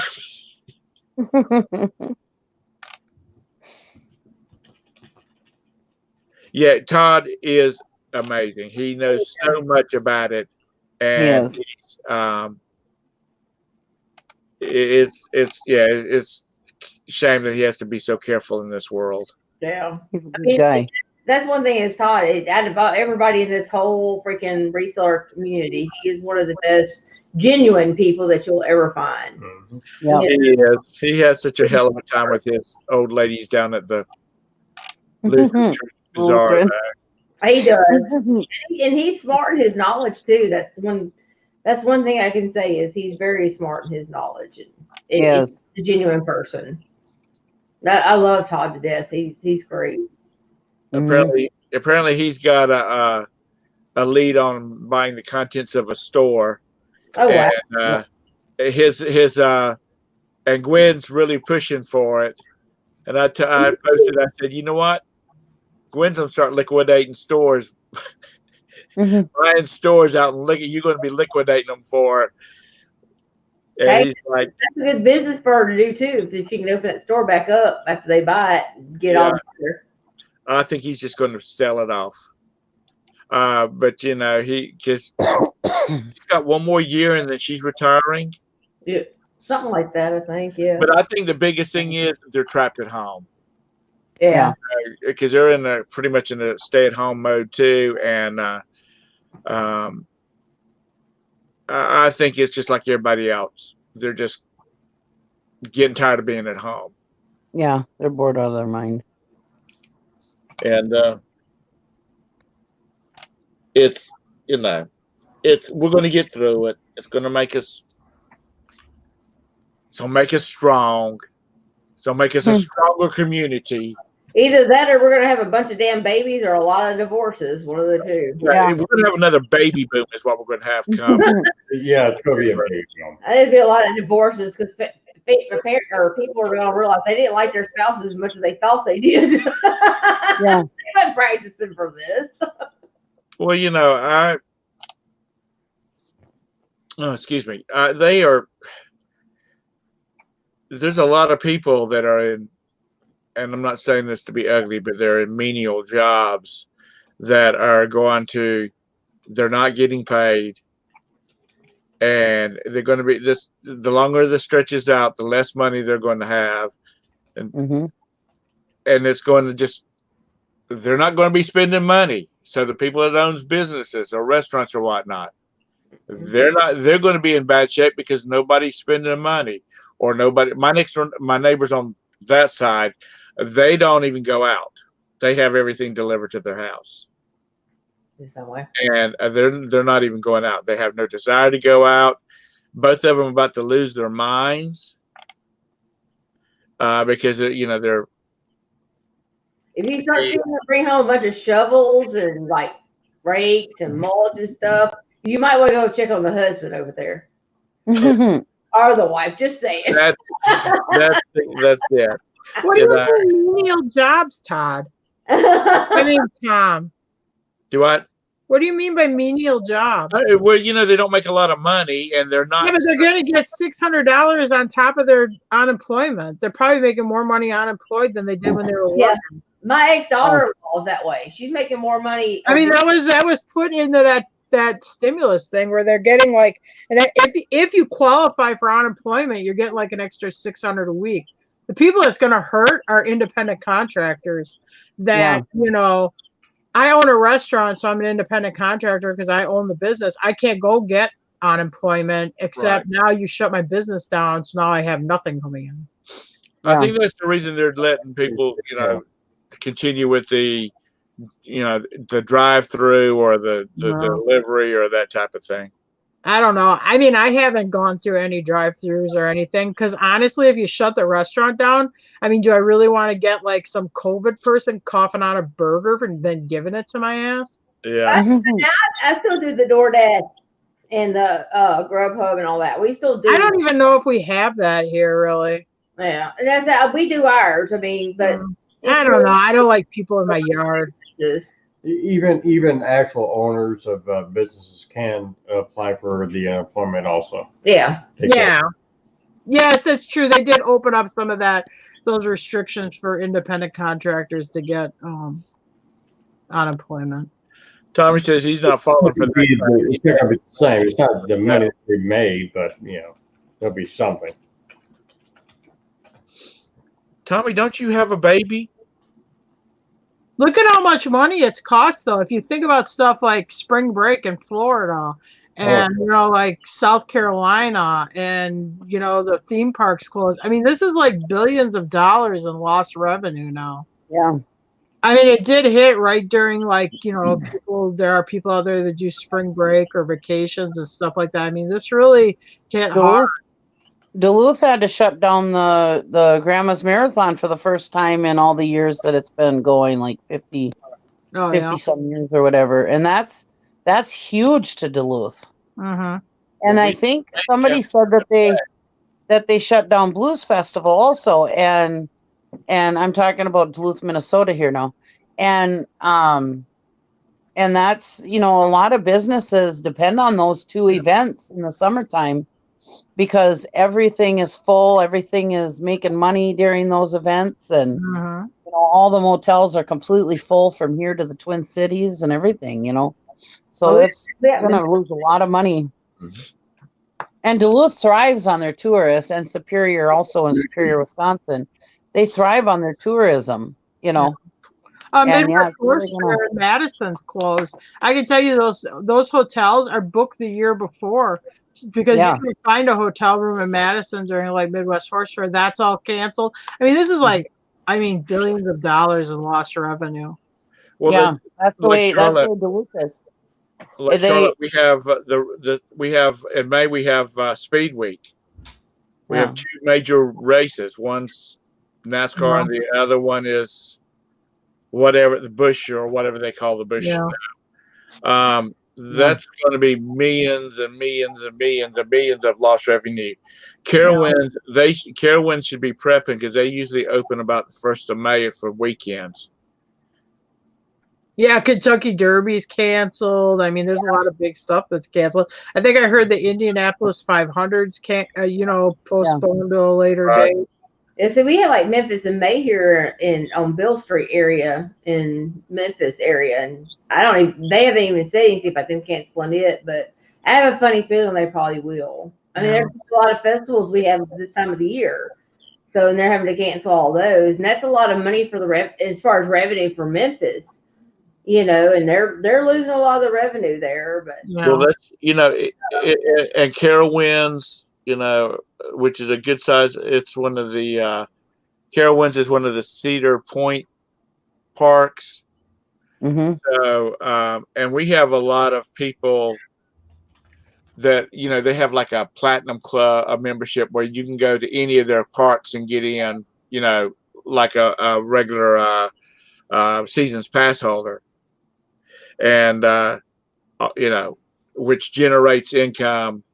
Because they're staying in hotels and things like that, and it's just going to be hard. Yeah, it's not going to. This is a lot of lost revenue because of this, and we're only is it like 16 days or 17 days now? I mean, we got another month of it. We got till the end of the month for sure. We're on week 2 of stay at home. Yeah, and it's been extended to May 15th. Yeah, it'll go up, but it's not going to go up. The death toll rate is not going to be as bad as the influenza that we never acted on. We never hurt our economy the way that we did today, or in this era. And that's my whole thing. Is just where is this? Why is this? Because this is no different from 4 or 5 years ago when we had H1N1, which was times worse than what we're going through now, and then next year, this whole pandemic is going to be part of the flu shot that everybody's going to get. And then why are we hurting our economy? For what reason? Is it a political gain, or is it where are we and why are we doing it? Because it's not like it should be. We know what it is. And, I know you can say it's conspiracy all you want to, but I didn't say conspiracy. I won't ever say conspiracy. It's just a thing. Control. It is, but I think that the media has made it worse than what it needs to be. Right. Well, it's a news cycle. Yeah, it's a news cycle right now. And it's going to affect us. It has affected us. I mean, It's affected us all. As a small reseller. I mean, if you talk to all the resellers today, some will say because people are price gouging, and if I'm gonna go ahead and tell you now, if you're price gouging on eBay and I see you, I'm reporting your ass. I don't care. I believe in capitalism. Well, you're not going to get any of those products that you're not going to get them up on eBay. Really, they're going to get pulled down pretty quick. Oh yeah, a lot of them are getting pulled quickly. Now there's some that's getting seen and whatever, but I think it's stupid. But people, I think right now we need to come together as America, but as resellers, and everybody as a reseller can say they've been affected because you can't go out thrift, you can't go to auctions, we can't get storage lockers. If we do, they're very limited. You know, so it's a very limited situation right now. We've all been affected one way or another. If you are a reseller, if I was a reseller who didn't happen to have enough stuff right now that could carry me through for listing, I'd be like, what am I going to do? Because you need to have new stuff to be able to list to generate that activity. Yeah. Oh wow, I got 6 thumbs down tonight. Woohoo! I'm rocking and rolling. Wait, let me make that number 7. Hang on. Yes, so we're going to get a lot worse before we get better. But And the only reason we're going to get worse is because more people are getting tested, and they're showing more of the testings, that's why we're going to get worse before we get better. So, well, you have a lot of people. We're also testing a lot more people than the other countries do. exactly. I think they hit like 1 million tests. Was it like Thursday or something? Yeah, I think so. Yeah. something. Yeah. I mean, no, I don't think there was another country that administered that much in testing either. Yeah, and that's why we are number one. Of course, we are number one again, but it's because we do so much testing. Honestly, it amazes me it amazes me the amount of people that go in and get the testing done, because there's no way in hell I could do it. Yeah. But I mean, is the more, and then they even tell you when they do the briefings that the more testings that come out, the more you're going to see the numbers are going to go up, and because you're always going to have that peak before it comes down, because the more testing that we get in order to test these people, that's the only way that the numbers go up. But we still have more survived than has died. So. Exactly, and they will never broadcast that. So. There's a lot more survivors than there are that. Well, like in New York, because that's the epicenter. I mean, are their hospitals totally overloaded over there? I mean, did they start really using like that Jarvis Center and stuff now? They're using that boat. Person. One person they put on there, but nobody else. Yeah, but the boat wasn't going to take any COVID patients, only like other patients. Only take the F of whatever else is out there, but they're not even full. So it's because I know like Cuomo was freaking out about the ventilators that he needed like 30,000 and 40,000. But see, you don't need those, and that's the thing. You don't, because he's not using the ones that he has. So all he's wanting to do is stockpile. Well, he's hoarding them. He's hoarding the ventilators, and I understand like when the federal government is like, the federal government has to hold some back, because if you have a hotspot like New Orleans, you got to have ventilators you can send to New Orleans. Right. Yeah. He had a stockpile, and they were in a storage unit, and they said, yeah, we have them here, but we're not going to wait until we have 30,000 people that need them. Well, not everybody needs a goddamn ventilator that has this virus. Not everybody needs it. So my thing is that the hospitals are telling people stay away. I mean, when I went and I got my injections a couple weeks ago in my eyes, and the one nurse that was walking me out to the car, I said, well, I hope you stay safe through all this. She goes, yeah, hopefully the sick people stay away. And it's like, this is a hospital. What the hell are you talking about? Well, they're telling everybody to stay away. So everybody's staying away until they're in that horrible position where they absolutely cannot breathe, and it's an emergency situation. Right. Now, if you start treating these people with these breathing problems with oxygen right away, when they first started having problems or neb treatments or whatever, then you're not going to get people that need ventilators. You know what I mean? Not every case is going to end up needing ventilators. Exactly. The people that need the ventilators are the people that aren't getting treatment until it's too late. Right. You know what I mean? If they start treating them with oxygen, like my husband with his asthma, okay? When he starts having an asthma attack, if we attack it right away, he gets over it.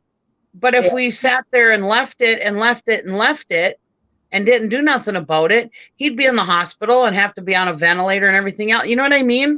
Yeah. I mean, people got to be able to go to the hospital when they first have the problem, start having the breathing problems, so they can get that fresh oxygen in them, and then maybe it'll clear out their lungs.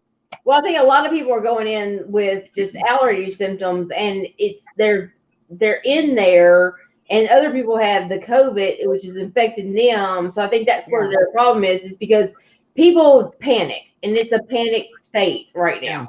And it's just because people are not listening. Okay, if it's just runny nose, don't go run to the hospital. Call your doctor, do the telephysician, and then we can get from there. The New York governor, he wants to hoard all these ventilators. He's not even used the ones he's had yet, but yet you want to keep all the other ventilators away from everybody else. There is other countries out or other towns and cities other than New York City. And that's what he's to understand. You are not the only person that has this epidemic. Yeah. You are the biggest one because you people live like y'all are next to each other. 90% of them do over in that area, which is crazy. But there's a lot of travel in there too, I think. You know, like a difference between like where I'm at is we don't get like as much international travel or travel from all over the same way here. But Mississippi, we're the highest in count of cases and deaths, but we live so far away from each other. I don't understand it, but ours is because people are going to Walmart buying all the freaking toilet paper. Oh, and this Piggly Wiggly decided to have a meat sale last week whenever the COVID virus was. It was awesome. It was rampant. The COVID virus was rampant. They lined outside, wrapped around the building at Piggly Wiggly to get meat. And they literally stood in line for 2 hours to buy this meat. Grocery baskets full of meat at Piggly Wiggly. They didn't care about the COVID virus. They wanted to make sure they get their meat. You wonder why we're the highest people? Because you idiots. Go your ass home, stay your ass home, and shut the fuck up. That's how I feel about it. That's and there we are, Kathy. And there it is, Kathy, running for the Senate for Senate of Mississippi. Get your meat and shut up and go home. That's right. Shut the fuck up and go home. Screw it. But you know what? In some cases, that's what people need to say. You know what they need to say, because it's like when we had the burning of Charlotte. When we had a guy, the black guy, to get shot, and they were marching and burning here in Charlotte, burning the buildings and whatnot. They had a curfew, and they didn't enforce the curfew. And I was talking to my very liberal friend, and I said, "You better be glad that I was not the governor, because I would have been standing down there on the top of my governor's SUV with a bullhorn saying, curfew's at 1 o'clock. At 1 o'clock, you're going to be either on your way home on your own accord, on your way to jail with the assistance of these fine gentlemen from the National Guard and the police department, to the hospital because of these fine people, fine National Guard, or to the morgue. Pick your choice. But at 1:05, the street's going to be clear. And I bet you they would have got the hell off the damn streets." Yeah. But you know, if Trump would have done martial law like he should have, I'm not saying he should or shouldn't have. But if he would have, he would have been impeached for doing martial law, because they're already doing, as far as, or it would have been blamed because of the it's 2020 and it's an election. He don't want to lose the election. Blah, so blah, now blah. martial law. So now you can't have. So that's why he's acting the way. There's some things that he's acting the way he is, more careful than he should. But he's listening to the people the advisors, the people, the experts. But should he have done martial law? Probably so. But then we probably wouldn't be in the situation we are right now. Right. But no, we would have. It probably would have been blamed a lot worse on him, and he'd probably been impeached again. It wouldn't matter what he did. We'd still be in the same predicament as we are now. He would, and I agree too. But I mean, it's just, and I think it's in that situation of, you have to be a damn adult, and if you can't be a damn adult, then someone's going to have to do it for you, and unfortunately, the cops are going to have to do it. So. I think the guards come out. All our schools are closed because they don't want the kids congregating. But if you go walking on the Greenway, which is acceptable, you get it, it's getting exercise and you're in the opening, you will see groups of 20 teenagers walking together. They're not getting into trouble or not doing anything. They're just walking and talking and laughing and, whatnot. If they can be together in that groups, why can't they be? They don't want them in those groups. They've said that before. Just because you're out of school, don't start going to the malls. Don't start going and doing this or whatever. Now the malls are closed, but at the time they were like, "Don't go to the malls. Don't be conjugating together. Stay home." And all these stupid parents are letting their kids have sleepovers and parties and everything else. It's like, tell your kids no, be a parent. They can't. They don't know how to. They don't know that word no. They don't have coronavirus parties here in Kentucky. Yeah, dumb. It's just like people just need to. What they're going to have to do is they're going to have to put a curfew. I mean, they're going to have to say kids are not allowed on the streets. Yeah. You know, unless you go to a How are doctor. the kids supposed to know what to do when the parents are just as stupid? Exactly. I mean, parents aren't even thinking. They're not even doing what they're supposed to do. They're out on the streets. They're out doing stuff. They're out going to the stores, hoarding their toilet paper and their meat and everything else. Hey, I mean, hoard toilet paper and meat. Go home. They're being stupid. Well, because it's easier to blame somebody else for your problems and you not being the right type of parent or doing like you need to do, and than it is to take responsibility for your actions. Hey, Deb. That's what's taught today. Deb, T-shirt. I survived the coronavirus. No, I'm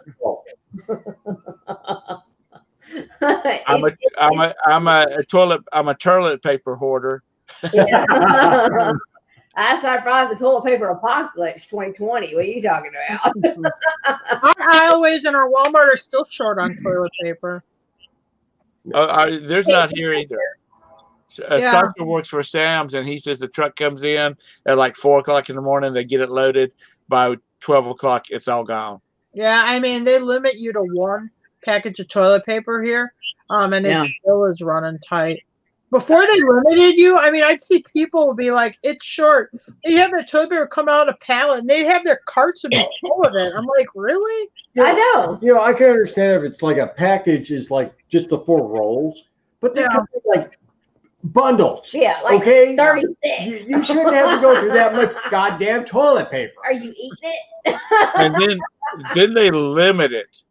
You know, they put a limit on it 1.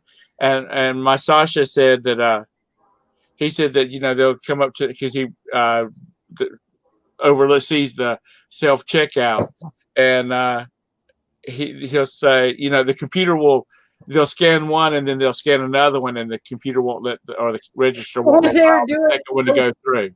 I watch people here, they'd have a whole family, and then right before they went into self checkout, they'd have like 4 or 5 people in the group, so that in the family, so they give everybody their thing of toilet paper, so that everybody went through one, you know, like their one thing of toilet paper. Well, like at Sam's and Costco, your card, you got to have your card. No, well, this is like Walmart. So. But he says they start arguing with him about, you know, well, we have a big family, we need 2. And you know what? You know the size of bundles of toilet paper you get from Sam's Club and Costco. It's there's like 48 rolls in it. Anyway, he has to say, let me get the manager.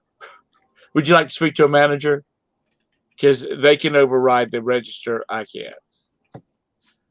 And the manager says, nope, limit 1. Yeah, Brandon's out of school till at least May 1st, which I wonder if they'll end up canceling it for the rest of the year. He's supposed to get out of school May 22nd. Yeah, we're April 20th, and my We grandson. were April 20th, and they changed it like Friday to May 1st. Yeah, that's something I don't understand. If you're going to be, I mean, you're already April 20th. You go back to kindergarten. What are you really going to learn in the next few weeks before school? That's right. You can call it what it is. Who I feel sorry for is the seniors. You know, they're not going to be able to walk across the stage. They're going to miss out on their prom. Yeah. The sports ones, they're going to miss out on their scholarships. You know, they still got their education. It's like Mark said, at least the gun violence is down, and you got all that.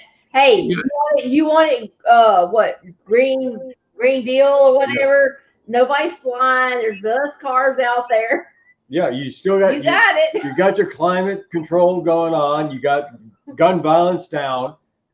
What else do you want? I mean, I know it's not a big deal in the grand scheme of things, but it still sucks that these kids are going to miss out, and the parents are going to miss out on. I agree with you. And some of the schools in South Carolina for later, though. Well, they were talking about doing that, but then, you know, after they talked to some seniors, about the graduation. They're like, by the time it's going to be August, I'm going to be good. Hopefully, I will be packing up to go off to university. Not worried about high school graduation. And that's the same thing with prom. They were talking about, trying to plan a prom for like in August. And the kids are like, either I will be graduated already, get ready to go off to college, or I'm getting ready for a new year of high school. Yeah, going off to college is great, but you know what? I think it's a lot cheaper if you just do it all online. Well, see, my neighbor next door, who is the teacher for a private school, and it's about $27,000 a year for a high schooler.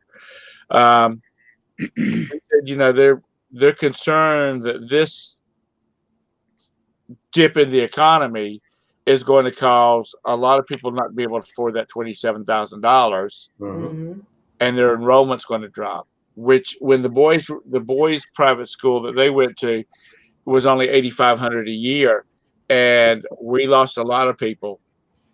Yeah, because of I took the entrance exam for Catholic Memorial, and I think back then it was only like $7,500 a year.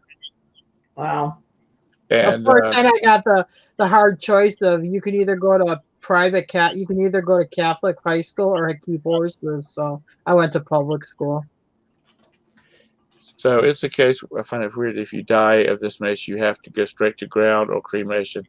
Why can't they have an autopsy? I think they're scared of if they do, what exposure you're going to get to the coronavirus with that. You know what? We received Roberta ordered some masks from Amazon, and they came today from China. Mask order. And she only ordered one for each of us. She only ordered one for each of us. I just looked at Facebook because this was Jim's idea. And if you go to the Trump website, they have the Make America Great face mask. Oh, God. I just like to walk around the store with that on your face. Make America Great. Yes. Yeah, I'll wear that in my grave. Yeah, if you want to get killed, walk around with that. I'm getting clubbed at Walmart. No, I live in the Trumpiest area there is, I think. I think I'd rather walk around dressed like a zombie. Yeah, take my chances than with one of those masks. You had these people talking about let college is free and all that. Do it online. Do it on. You can save money by doing everything online. They're doing it now. We have a teacher across the street that teaches her kids online. And his the baby mama, whatever you want to call them, whatever, she does fifth grade math, right? And she does all hers online. It's all online. Yeah, but why does college cost so much? It's the administration fees. It's what they have to pay the professors to teach and stuff like that. Yeah, because honestly, if you said, "Oh, you know what, we're going to make state schools for free, but we're going to have to freeze all the professors' income at $95,000," they'd be screaming. Yeah, it's all the grounds that comes with it. They have to keep with the grounds of that college. Yeah. Well, you know what? Take the grounds out of it. What do you have? You have nothing. You have the same shit that you're teaching everybody else anyway. Do it online. You buy them a camera. You can do it there. It's going to save a lot of money. Well, and you got to know, if you're going to go to college, you got to know what you want to do with that education. Yeah. Mm-hmm. And that's a big thing. Well, you're going to learn at the college campus. So I mean, it's worthless at the college campus because all you're doing is learning it. So it doesn't matter where you learn it. It's like praying to God. It doesn't matter where you do it. You do it. It don't matter. It really don't. Yeah. Tommy said that his girls' school sent all their work home with them. Yeah. Yeah. Tommy, I didn't know you had school-age children. Brandon's doing cyber days, and then they sent home a packet, but now we got new packets in the mail he has to do. I thought all of Tommy's kids were out on their own except the baby. Mm-hmm. And then I thought all of Tracy's kids were little kids, and hers are the ones that's grown, except for one, I think. Speaking of Zoom, they're having a lot of security Tommy, you have 12. Yeah, right. No wonder you're about There's to kill 11 over. you don't know about. Just don't throw a rock in the schoolyard. If you had 12 kids, son, you would be in a coma somewhere.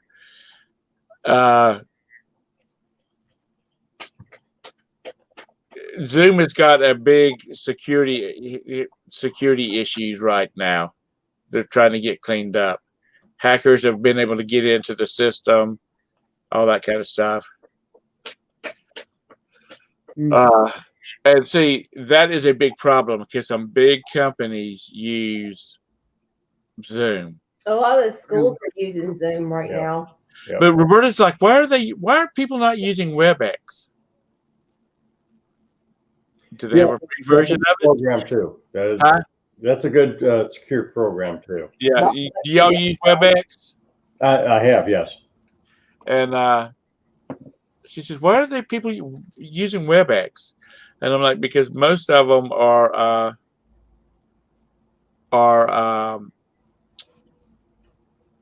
people are using the free version. Now I'm using the paid version of StreamYard, so I can have my little brand up there in the corner.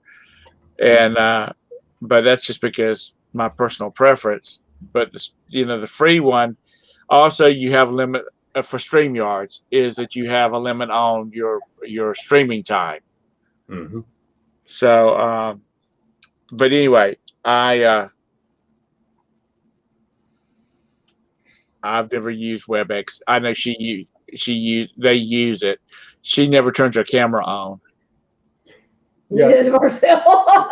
Yeah, I don't even have a camera hooked up to that computer, but yeah, because I remote into a lot of servers, right, on a daily basis, and they use all kinds of different programs like WebEx and things of that nature. Whatever they use is what we hook up to, but I mean they're all pretty good, and they're pretty secure. Otherwise, these casinos wouldn't use them. Otherwise, you can use Skype for that matter. Right. But I don't think Skype is as secure as we just use that for like meetings, not like logging into like the VPNs or WebEx to get into servers. But well, apparently Google has been giving schools free access to the whatever their Hangouts is now that you have to pay for the corporate level. They've been giving schools free access to finish up the year with, and to me that's a good marketing deal because if they like it, then they might subscribe to it. So you heard it here. The virus is all brought about by Google, so they can get people to use their service. Google. And that's just a joke. That's just a joke. That's not serious. There was something up here. Yeah, Marcel's being crowned. He's sitting right there. What? Tracy said, "Oh, I thought you wanted to crown Marcel with your logo because the way you sit, you're right up under doing ball sack pictures." What is with that? Are people throwing porn into the rating people's Zoom meetings and throwing porn out there? I don't think anybody's done it in a long She time. was saying they were doing ball sack pictures, so we could just rate them, and then that way, if they wanted to actually put them up there. Right. She said they would only rate it a 2. So do reaction videos. Exactly. That would be a low grade. So yeah, you get a 1. You're hitting the toilet water, dude. No, you're out. Whoa, yeah. Yeah, can't hit the water. You can't hit the water, buddy. Well, folks, it is 2:16. We've been running for 5 hours. See, you're doing a political show now. See? You hit the water with teabagging. Yeah, I know, right? I'm ready to take a nap because I have to get back up in a little while. No. Take a nap. I'm going to sleep. Yeah. And we still have 14 viewers in here. My goodness. She goes still another hour at least, right? No, that's your show, Tracy. Thank y'all for coming in here, and thank you all for hanging out in the chat. Thank you, Tracy. Thank you, Deb. Thank you, Mike. Thank you, Kathy, of course, and Marcel. Thank you. Thank you. Thank you, Tom. Tara and Nikki and Craig and Tommy. Damn, Tommy, what happened to Tommy? You have to go to the bathroom or something? He's just. He may have. He may have he has like 12 kids, so he had to take somebody. Probably is. Yeah. He upset anybody, but I would totally die if I had that many kids. Oh, I would too. I would lose my mind. I would be in one. That's the reason they had all those insane asylums back yonder in the day, in the time. Those big, huge ones like in Pennsylvania and whatnot. So all these people with all these damn kids have just lost their mind. And if anybody, I hope anybody was not offended by the political talk, but if you were, I'm going to have to say, too bad, so sad. That's for you. Because get your panties out of a wad, you'll be all right. Well, that's my favorite saying, too bad, so sad. People, because I get offended by what other people say about politics. It's just the way we are. But I'm glad that y'all came in here. I hope I haven't deterred y'all from doing work. I know Tara's been over there just clicking away. I haven't done anything. I didn't list at all. I That should. gear I looks so have a bunch of stuff pictured here and the things on my computer, but I haven't even started listing it. That's okay, Star City. He'd be all right. I believe in your right to your opinion. Yeah, and I'm not saying that sarcastically. I do truly believe everybody has a right to their own opinion. That is why we are the great nation of the United States. America, baby. That's what makes America great. That's right. It's like the burning of the flag. I don't agree with the flag being burned, but we live in a nation where you can do it and not be prosecuted for right now. Making America great again. Where there is some countries that your ass would be shot. Exactly. So, like I said, and I'm glad you're still in here, Star City. Yeah. I just want to have a good time, good conversation. I don't want to make anybody mad or hurt their feelings or anything like that. Because life's too short, especially for me, because I'm an old man. I only have so many years left. We don't want to be friends. You young whippersnappers, y'all have plenty of time to battle it out. I got another 80 years on me. So. Thank you, Tom, for having the hangout. We appreciate it. It's been a long time we've been on. We appreciate hanging out and having a good time. So y'all have a great night. Thank y'all. Night, everybody. Bye. Y'all don't go nowhere. We're in trouble.